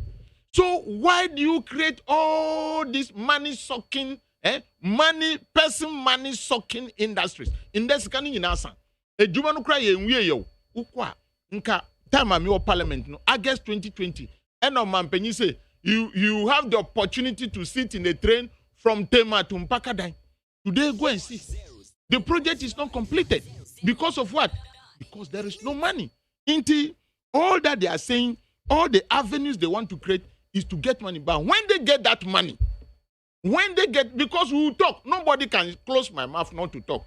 Because I continue to ask myself, say, Abambi Babe, you see 70 billion. and na juma bebrebe a yetumi bubo and obi susu about 266 billion. You cannot tell me not to ask. SSM bisa ekrese taxes ni weni nyina no kumbrante ni mbaba wa their startup capital. If you want somebody to become an entrepreneur, how do you do? Government must create avenue say obetumi akọ bank bi a exim bank Mahama ni se tekpe akreti. How far is that bank today? Finance Minister Omuko, I think is it this year Oko France and Omu see Omuko G 176 million. Yes, if I be share banks that there or see about a creative bank for Sasikano Yasati in Kabiumana. What have they used those monies for?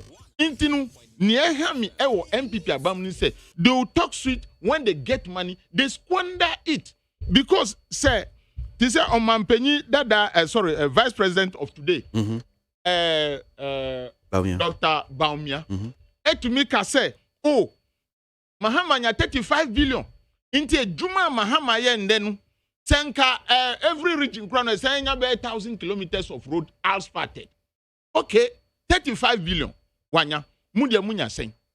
What do you match with that project with the money that you have taken?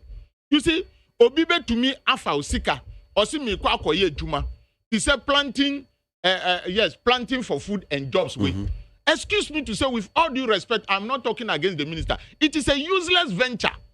Very, very useless venture. And an MPP from Penifo to meet Tenasisa, Minister, you see a sikasa. Why do I say it is a useless venture?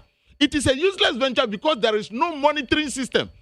Nipa umano, Bodiema Sakes.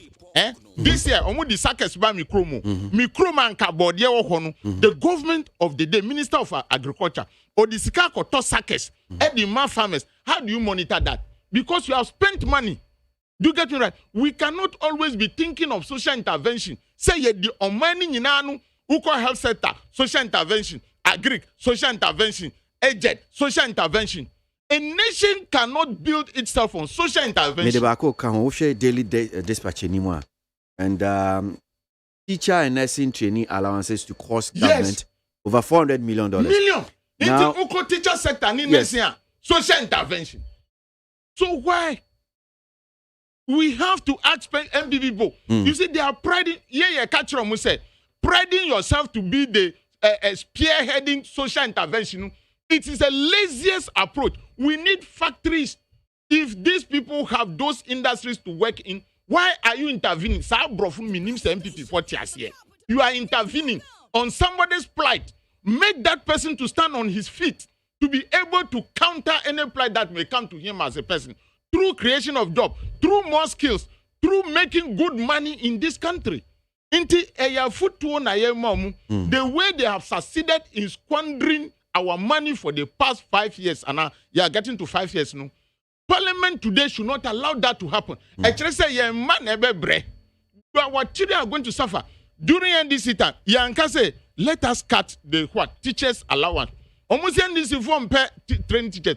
A trainer in the school. I've seen someone doing a comparison. Said, how much money did we pump into one district, one factory? It's just about less than 170 million. Yes, and meanwhile, look at like the allowances.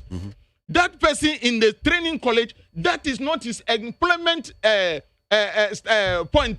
He will complete the school and come and start to work.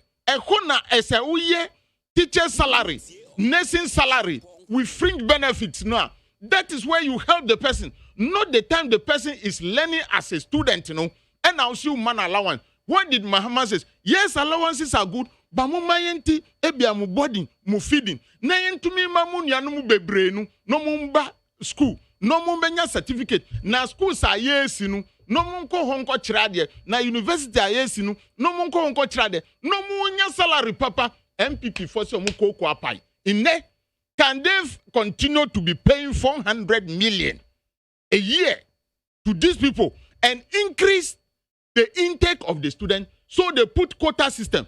Instead of taking 1,000, on Beka 500 na ebefa. Is that the way a nation must move with vision? So yeah, 2 ministers of finance or to me the Weber and Bantapa and winning now. But when you get the money, like Ahmed has mentioned, when you get the money, how do you spend our money? So they should not be putting our monies into areas that we cannot monitor the benefit that comes to us. Things like in the 2020 budget, government communication, almost 6 million to home. San Yamani Yinanu, as I say, Yafriho, but Mr. Ghana Fosu, Minister of Finance kind budget no we are. I hear to say, well, we be on we because Parliament after no betina say, no move your monkey tinkity. Intia Jobrao, okay, and Yama be bar, my yeah, but Parliament there, say more disappointed this year there. Say me time I me Parliament, my disappointed Ghana. Mr. Ramu say more amuti hondenu. Don't disappoint Ghana. All right. Honorable Ashayama, former member of Parliament for Buem. Now, Mima, Honorable IEP, so I've been former member of Parliament for IEP. But before Bebano, Yenya Bakwa Wotie, Ya Sanitano, National Organizer of LPG, Aseni Bakwa Hanum Singh. Or say, good morning. If you are a true Ghanaian and want to take partisan politics out of the equation, you would understand that Honorable Ahmed have really spoken. Everything he said is on point and true to the fact. However, Liberal Party of Ghana, LPG, will do better. Greetings to Honorable IEP and Honorable Asempatre Preacher. Minia na samna Ahmed Bekan ubal lamentation ekeka sika aba without showing say sika na buy no nia yedi ni na nia kai ni surplus ni debt oho ni say overspending now so watch our parliament we experienced parliamentarian when him say FBB find a budget deficit when him kwaya fa so deficit ba wa meka hwe and the year no what two Ghana fu ani un say honest kaka san no kire say elu ba bia NDC MPP yan ka no kware kakra enye no kware na no ka no kware be no ka oba na ba kire sika we yaje atem bia o see e bi say hu say emra president ko for 2008 or hand over ama Professor Melson na yan debt to GDP ratio na ya he and 26%. Ye hand over my NDC now. NDC hand over my 2017. Now it's gone up to about 73%. Now for about 80%. We a year calculation year. Who clearly say and you no quite say ye in your buy the abajiska bebre. What or no ambedo MP on him very well say okwaji loan na interest accumulation na wutu ani nyina no etumi ema sa loan no the current government no ni loan accumulation etumi ekosoro na menua can be say Mpaka Dam tema akoso mu Mpaka Dam rail lines no enkoso enye no kware ta project no development partner sponsored project bi etesa no sika na wo ho wo ya adwuma na reduce certificate na wakwa akwaji sika ndi sika ni adwuma no sisi aise enkoso ona boy pe ekoso be na say me ye bridge no e dey afa you know so omache no it takes time 300 meter span and omo ye no na ye wie nso a standard gauge rail line until say if you are rolling stock no start say e be fa so enye sa e be hwe na nkofo kwa ko wiwi a no ma no wo so nti omugu so a enche rolling stocks no be ba na ye fiase aye ye ka budget no ehu asem no me from your parliament nyina na ade abaako ma ni nye ho ne se ye benum we be wo fufu ne ye benum ho kwan o se awoni o ye je no konfo anum nti budget ne ba na mom no ta mmiri a ye wo mu na me pese me use the word post covid because covid no ne aye ne say ye bua system no mu kakra but still a covid no eda so e wo ho na baby a covid edi enkodui and baby a ya ba bedui enye say Ghana ni bi be sora hu say ye ba na finance minister enne budget to be ready e ba betetetew taxes so see ya je to say tax reduction bi enu ha e be ba say say baby adu no ahokyere aba Ghana ni bi a obeto aka say after covid di ahokyere ma no nka no kware na saa mmiri nso na aban ebehia sika na ode asuso yen asen na economy na etume gian brand enda me hu adwuru me pa say NDC focus social interventions ehu hia na utie minu okasa ma NDC ya na say NDC focus no social intervention na kasa wanti ase o say ye de sika kone de aba so entrepreneurs asen ni ama skills training Ghana fu a wonya adwuma nye esane say woni skills bia sankrofo no ye ba bua won na yama won skills na yɛsobinum nso asen normal be entrepreneurs a wɔn abɛtumi ayɛ wɔn adwuma create job ama afoforo ɛno nyɛ social intervention. Is that not social? Is that what the NDC want to tell us? And social democrats, no, it is a social intervention. Please. It's an intervention. People are not employed. Women to school going age, so they are not skillful. And now we have the I don't want to put my mouth in skills. Your baby use systems. They are massafone skills. This is a typical social intervention project. And a programmer, never many panel skills. Social intervention programmer. Eba nipa bi capital no motumi dia ye adwuma usenye social intervention. The social intervention like I NDC for MONTIE and the social democrat. Those who pride themselves on your social democrats, you know, that's a social intervention and yet even the nursing training allowances are ye reintroducing me here for etumi dey wo call training no what say yet because you best spend 400 million. Who tells you say we use 400 million if you now expand it? Naka so be aba entua no kwa ye fan we adwuma ma will not need money to pay them.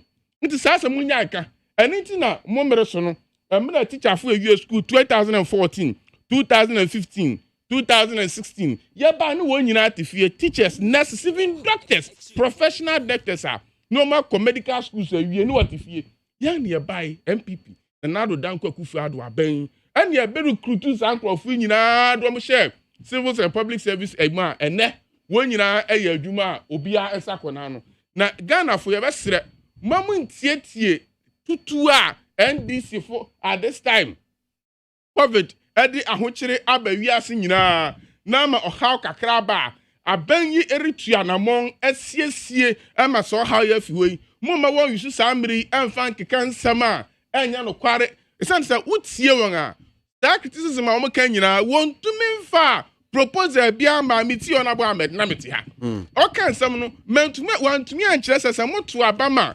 NDC ni ye ba power yende so ohaw a abai kwan e be afa so e be so ohaw na no ni wantumi ankyere no kan ya ne previously na omaye and what is happening now na what is happening now so who say bribi and na dey sa ahokyere na ba na ne dey sa ahokyere na ba no wo se ato aba ma na ba na edan soronko na won so ba be ye wo do proposal to ho na won ato aba no wo be hwe se emra COVID di ahokyere ba no solutions are MPP di ba ni solution na NDC so proposing ni nti ya to aba ma NDC a one solution ni ye jedi say enu na betumi aboa mo fa solutions bi ama mo ma proposal bi ama enu na so mo ba na ma element sa na moko nti ya ne ya kira ne say ye ba digitization ya wo so want asi ya minua e ba ba expand tax net no ya the system mo say obi a Ghana card no we've link it to your TIN number no nti e ba kakra no I know soon a BBC said the Biaba is concerned about the expanding tax net. What about the leakages?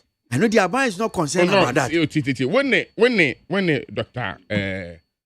David Amwa Kasa, who say ochire mu kire say leakages aban at the Niama Bebre. When him say sa digitization system e ba no so block leakages so human to human contact. And no maybe a obeye oti ufi. Ne no wa clear goose ubetumi akonnect so papa na agent bia assist no watumi clear goose asem bia enihu sa no ma we nyina ye de ba aba be block niama bia anka ebe ko leakages bia ebe koso ya entumi mmua ma Ghana yentumi entumpon apart from that no na 13 million what papa na kaso so nipa 13 million na we say we to tax out of that 13 million no emu 3 million per enetua.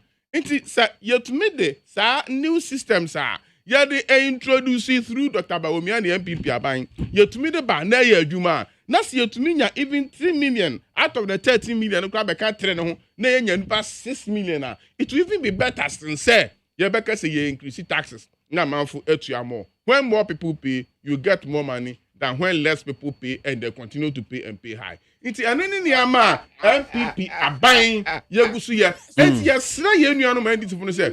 Say ye na wakasa. Won fa propose asemra. Okay. Ya and dan mo ya and say ya and ya ba ya ba and say because sambre na mo kase ma ye bi pen no. Sambre na sa ahokyere a ene China one debt to GDP ratio are rising to about 34% to 234%. Na maye. And then Japan at about 265%. Sambrano, no, my. Until see who say, we are singing aqua here. We are singing, and then you see inflation, US, Nakwakoche. Send a normal prices echo. Maybe I'm not your voice, be our boy. NDC Communication, National Communication Director. Echo to prices of items. Now, okay. No, we understand prices are taking just a food product. And I understand. So food produce, farm produce, food stuff, at the season. Well, because over to me, I could talk tomatoes and one CD. Season be baby at tomato and I bet me at on the best 10 CDs. So also Anna or can beans. Your time you harvested beans to me by this market. Now you're wagging say this is the season farm food stuff from anywhere and who are now say okay first our price no and compare seasonal national price ni ebua no obi anto na the price na drop you are deceiving yourself. Okay. Say na menu yin na kase what the plantain suckers seedlings ebrano it's a useless venture. You see menu when you are good scientist we are marketer. I saw who said we are changing the variety of plantain no say na be ya ebetumi aba bebre na okuani no so odua just 1 acre obetumi anya more harvest. It's a change into a variety, a scientific variety. Ya di ababontin ya nurse and ya the bread equafono. And yet the ordinary plantain na unim e wo kwan so esimu. Me say honorable Ashama Tro, ya pon and say dey na now. Plantain sackers no na wo tro na dey. You see onim say there's now planting for food and jobs. No. You introduce new varieties with more yield.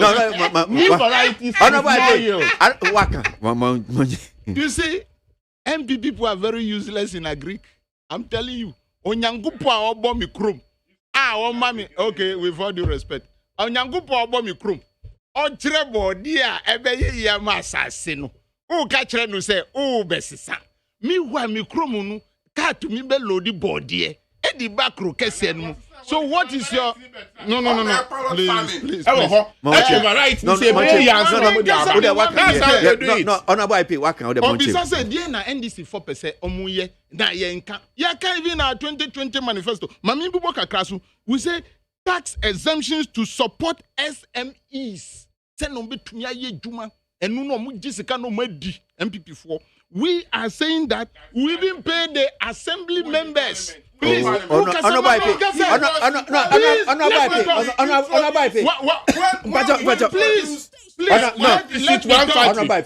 policy and exemption to support industries. No, that's not correct. It's a 40. No, that's not correct. No, that's not correct.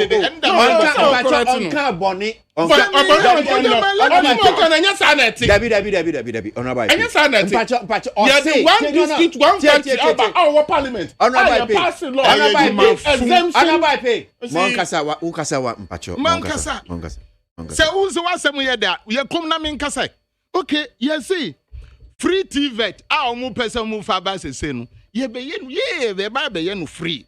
Now, savage cars and I don't need about me. I see. Please, you said what? Who have any free saying? Look at you. No.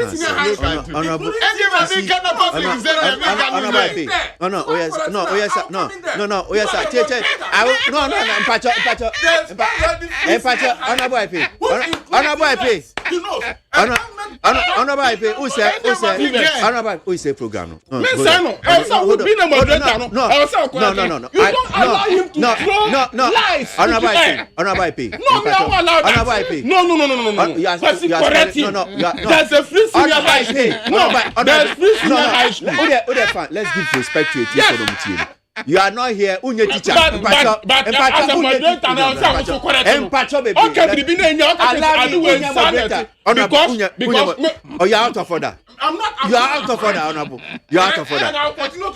Honorable Asama Kasa. Ada, we are so far, brother. Why are you behaving like that? Already, yeah, in case idea you say be ye. After me, catch a man for. We have done it. When I want another Bobusian 266 is what this is. Human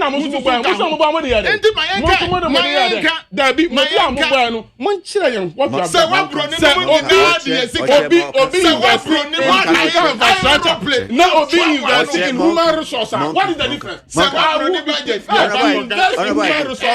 Invest in infrastructure. Monka, I say. 5 minutes. No, NDC for any Mahamasi. Savage can nanado any German fa koye ba say Savage can back room. Yes, yeah, beba. Yen ye bema omodia ba. Then we move on. To move on, say VAT no na ye 15%. VAT no na ye 15%. Omu move edia ye 17.5. Mahama say onu ba. O say the be 15. We no be boa.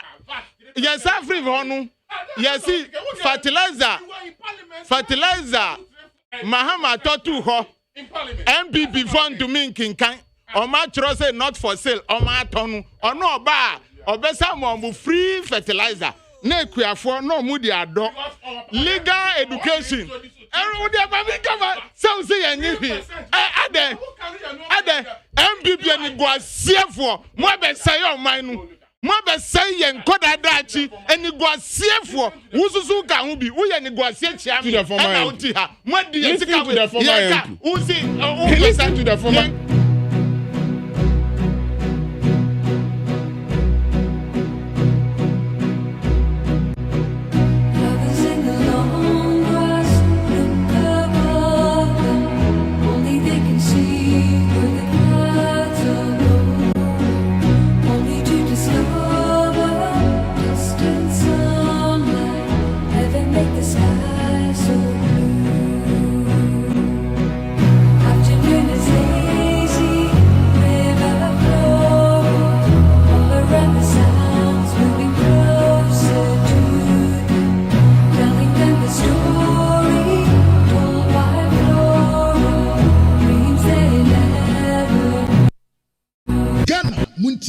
Ghana Montie na mansanya so adawro Fiaman homene so ejiji tonton sansan e wo neat 100.9 FM.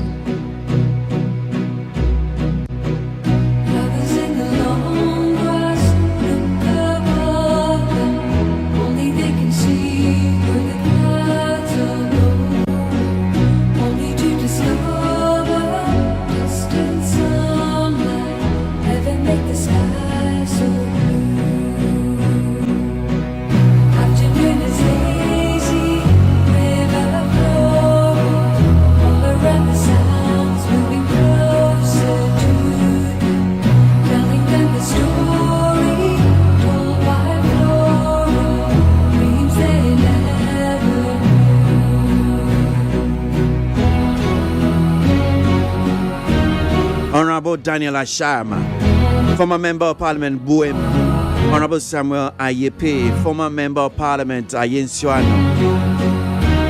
These two gentlemen, Anope, I was studio no Hanum say, Daniel Mawie.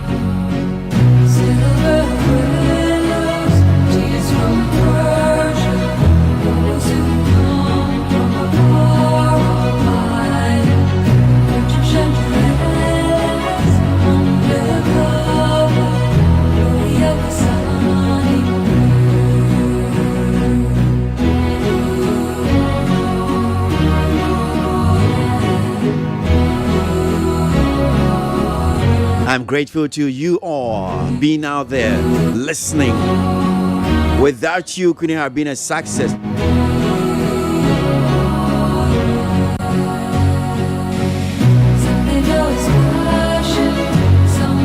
I say that near the mamo. Money what you made any ho. Yamenya okesia. Wanting any mincho. Your baby and Shira. Watching and Kwani and holding or ever saying shape you. Our FDA so 100.9. Yes, sorry, Suna Entertainment Ghana. I bet to us so. Pejo Damiado ni Mike Jerry Sajman on the time. produce your show. Payman in and I out. Streaming it live on social media. KWASI ABOAGYE, aka King Solomon. Dada Dampale no. Yeah, I mean, yeah.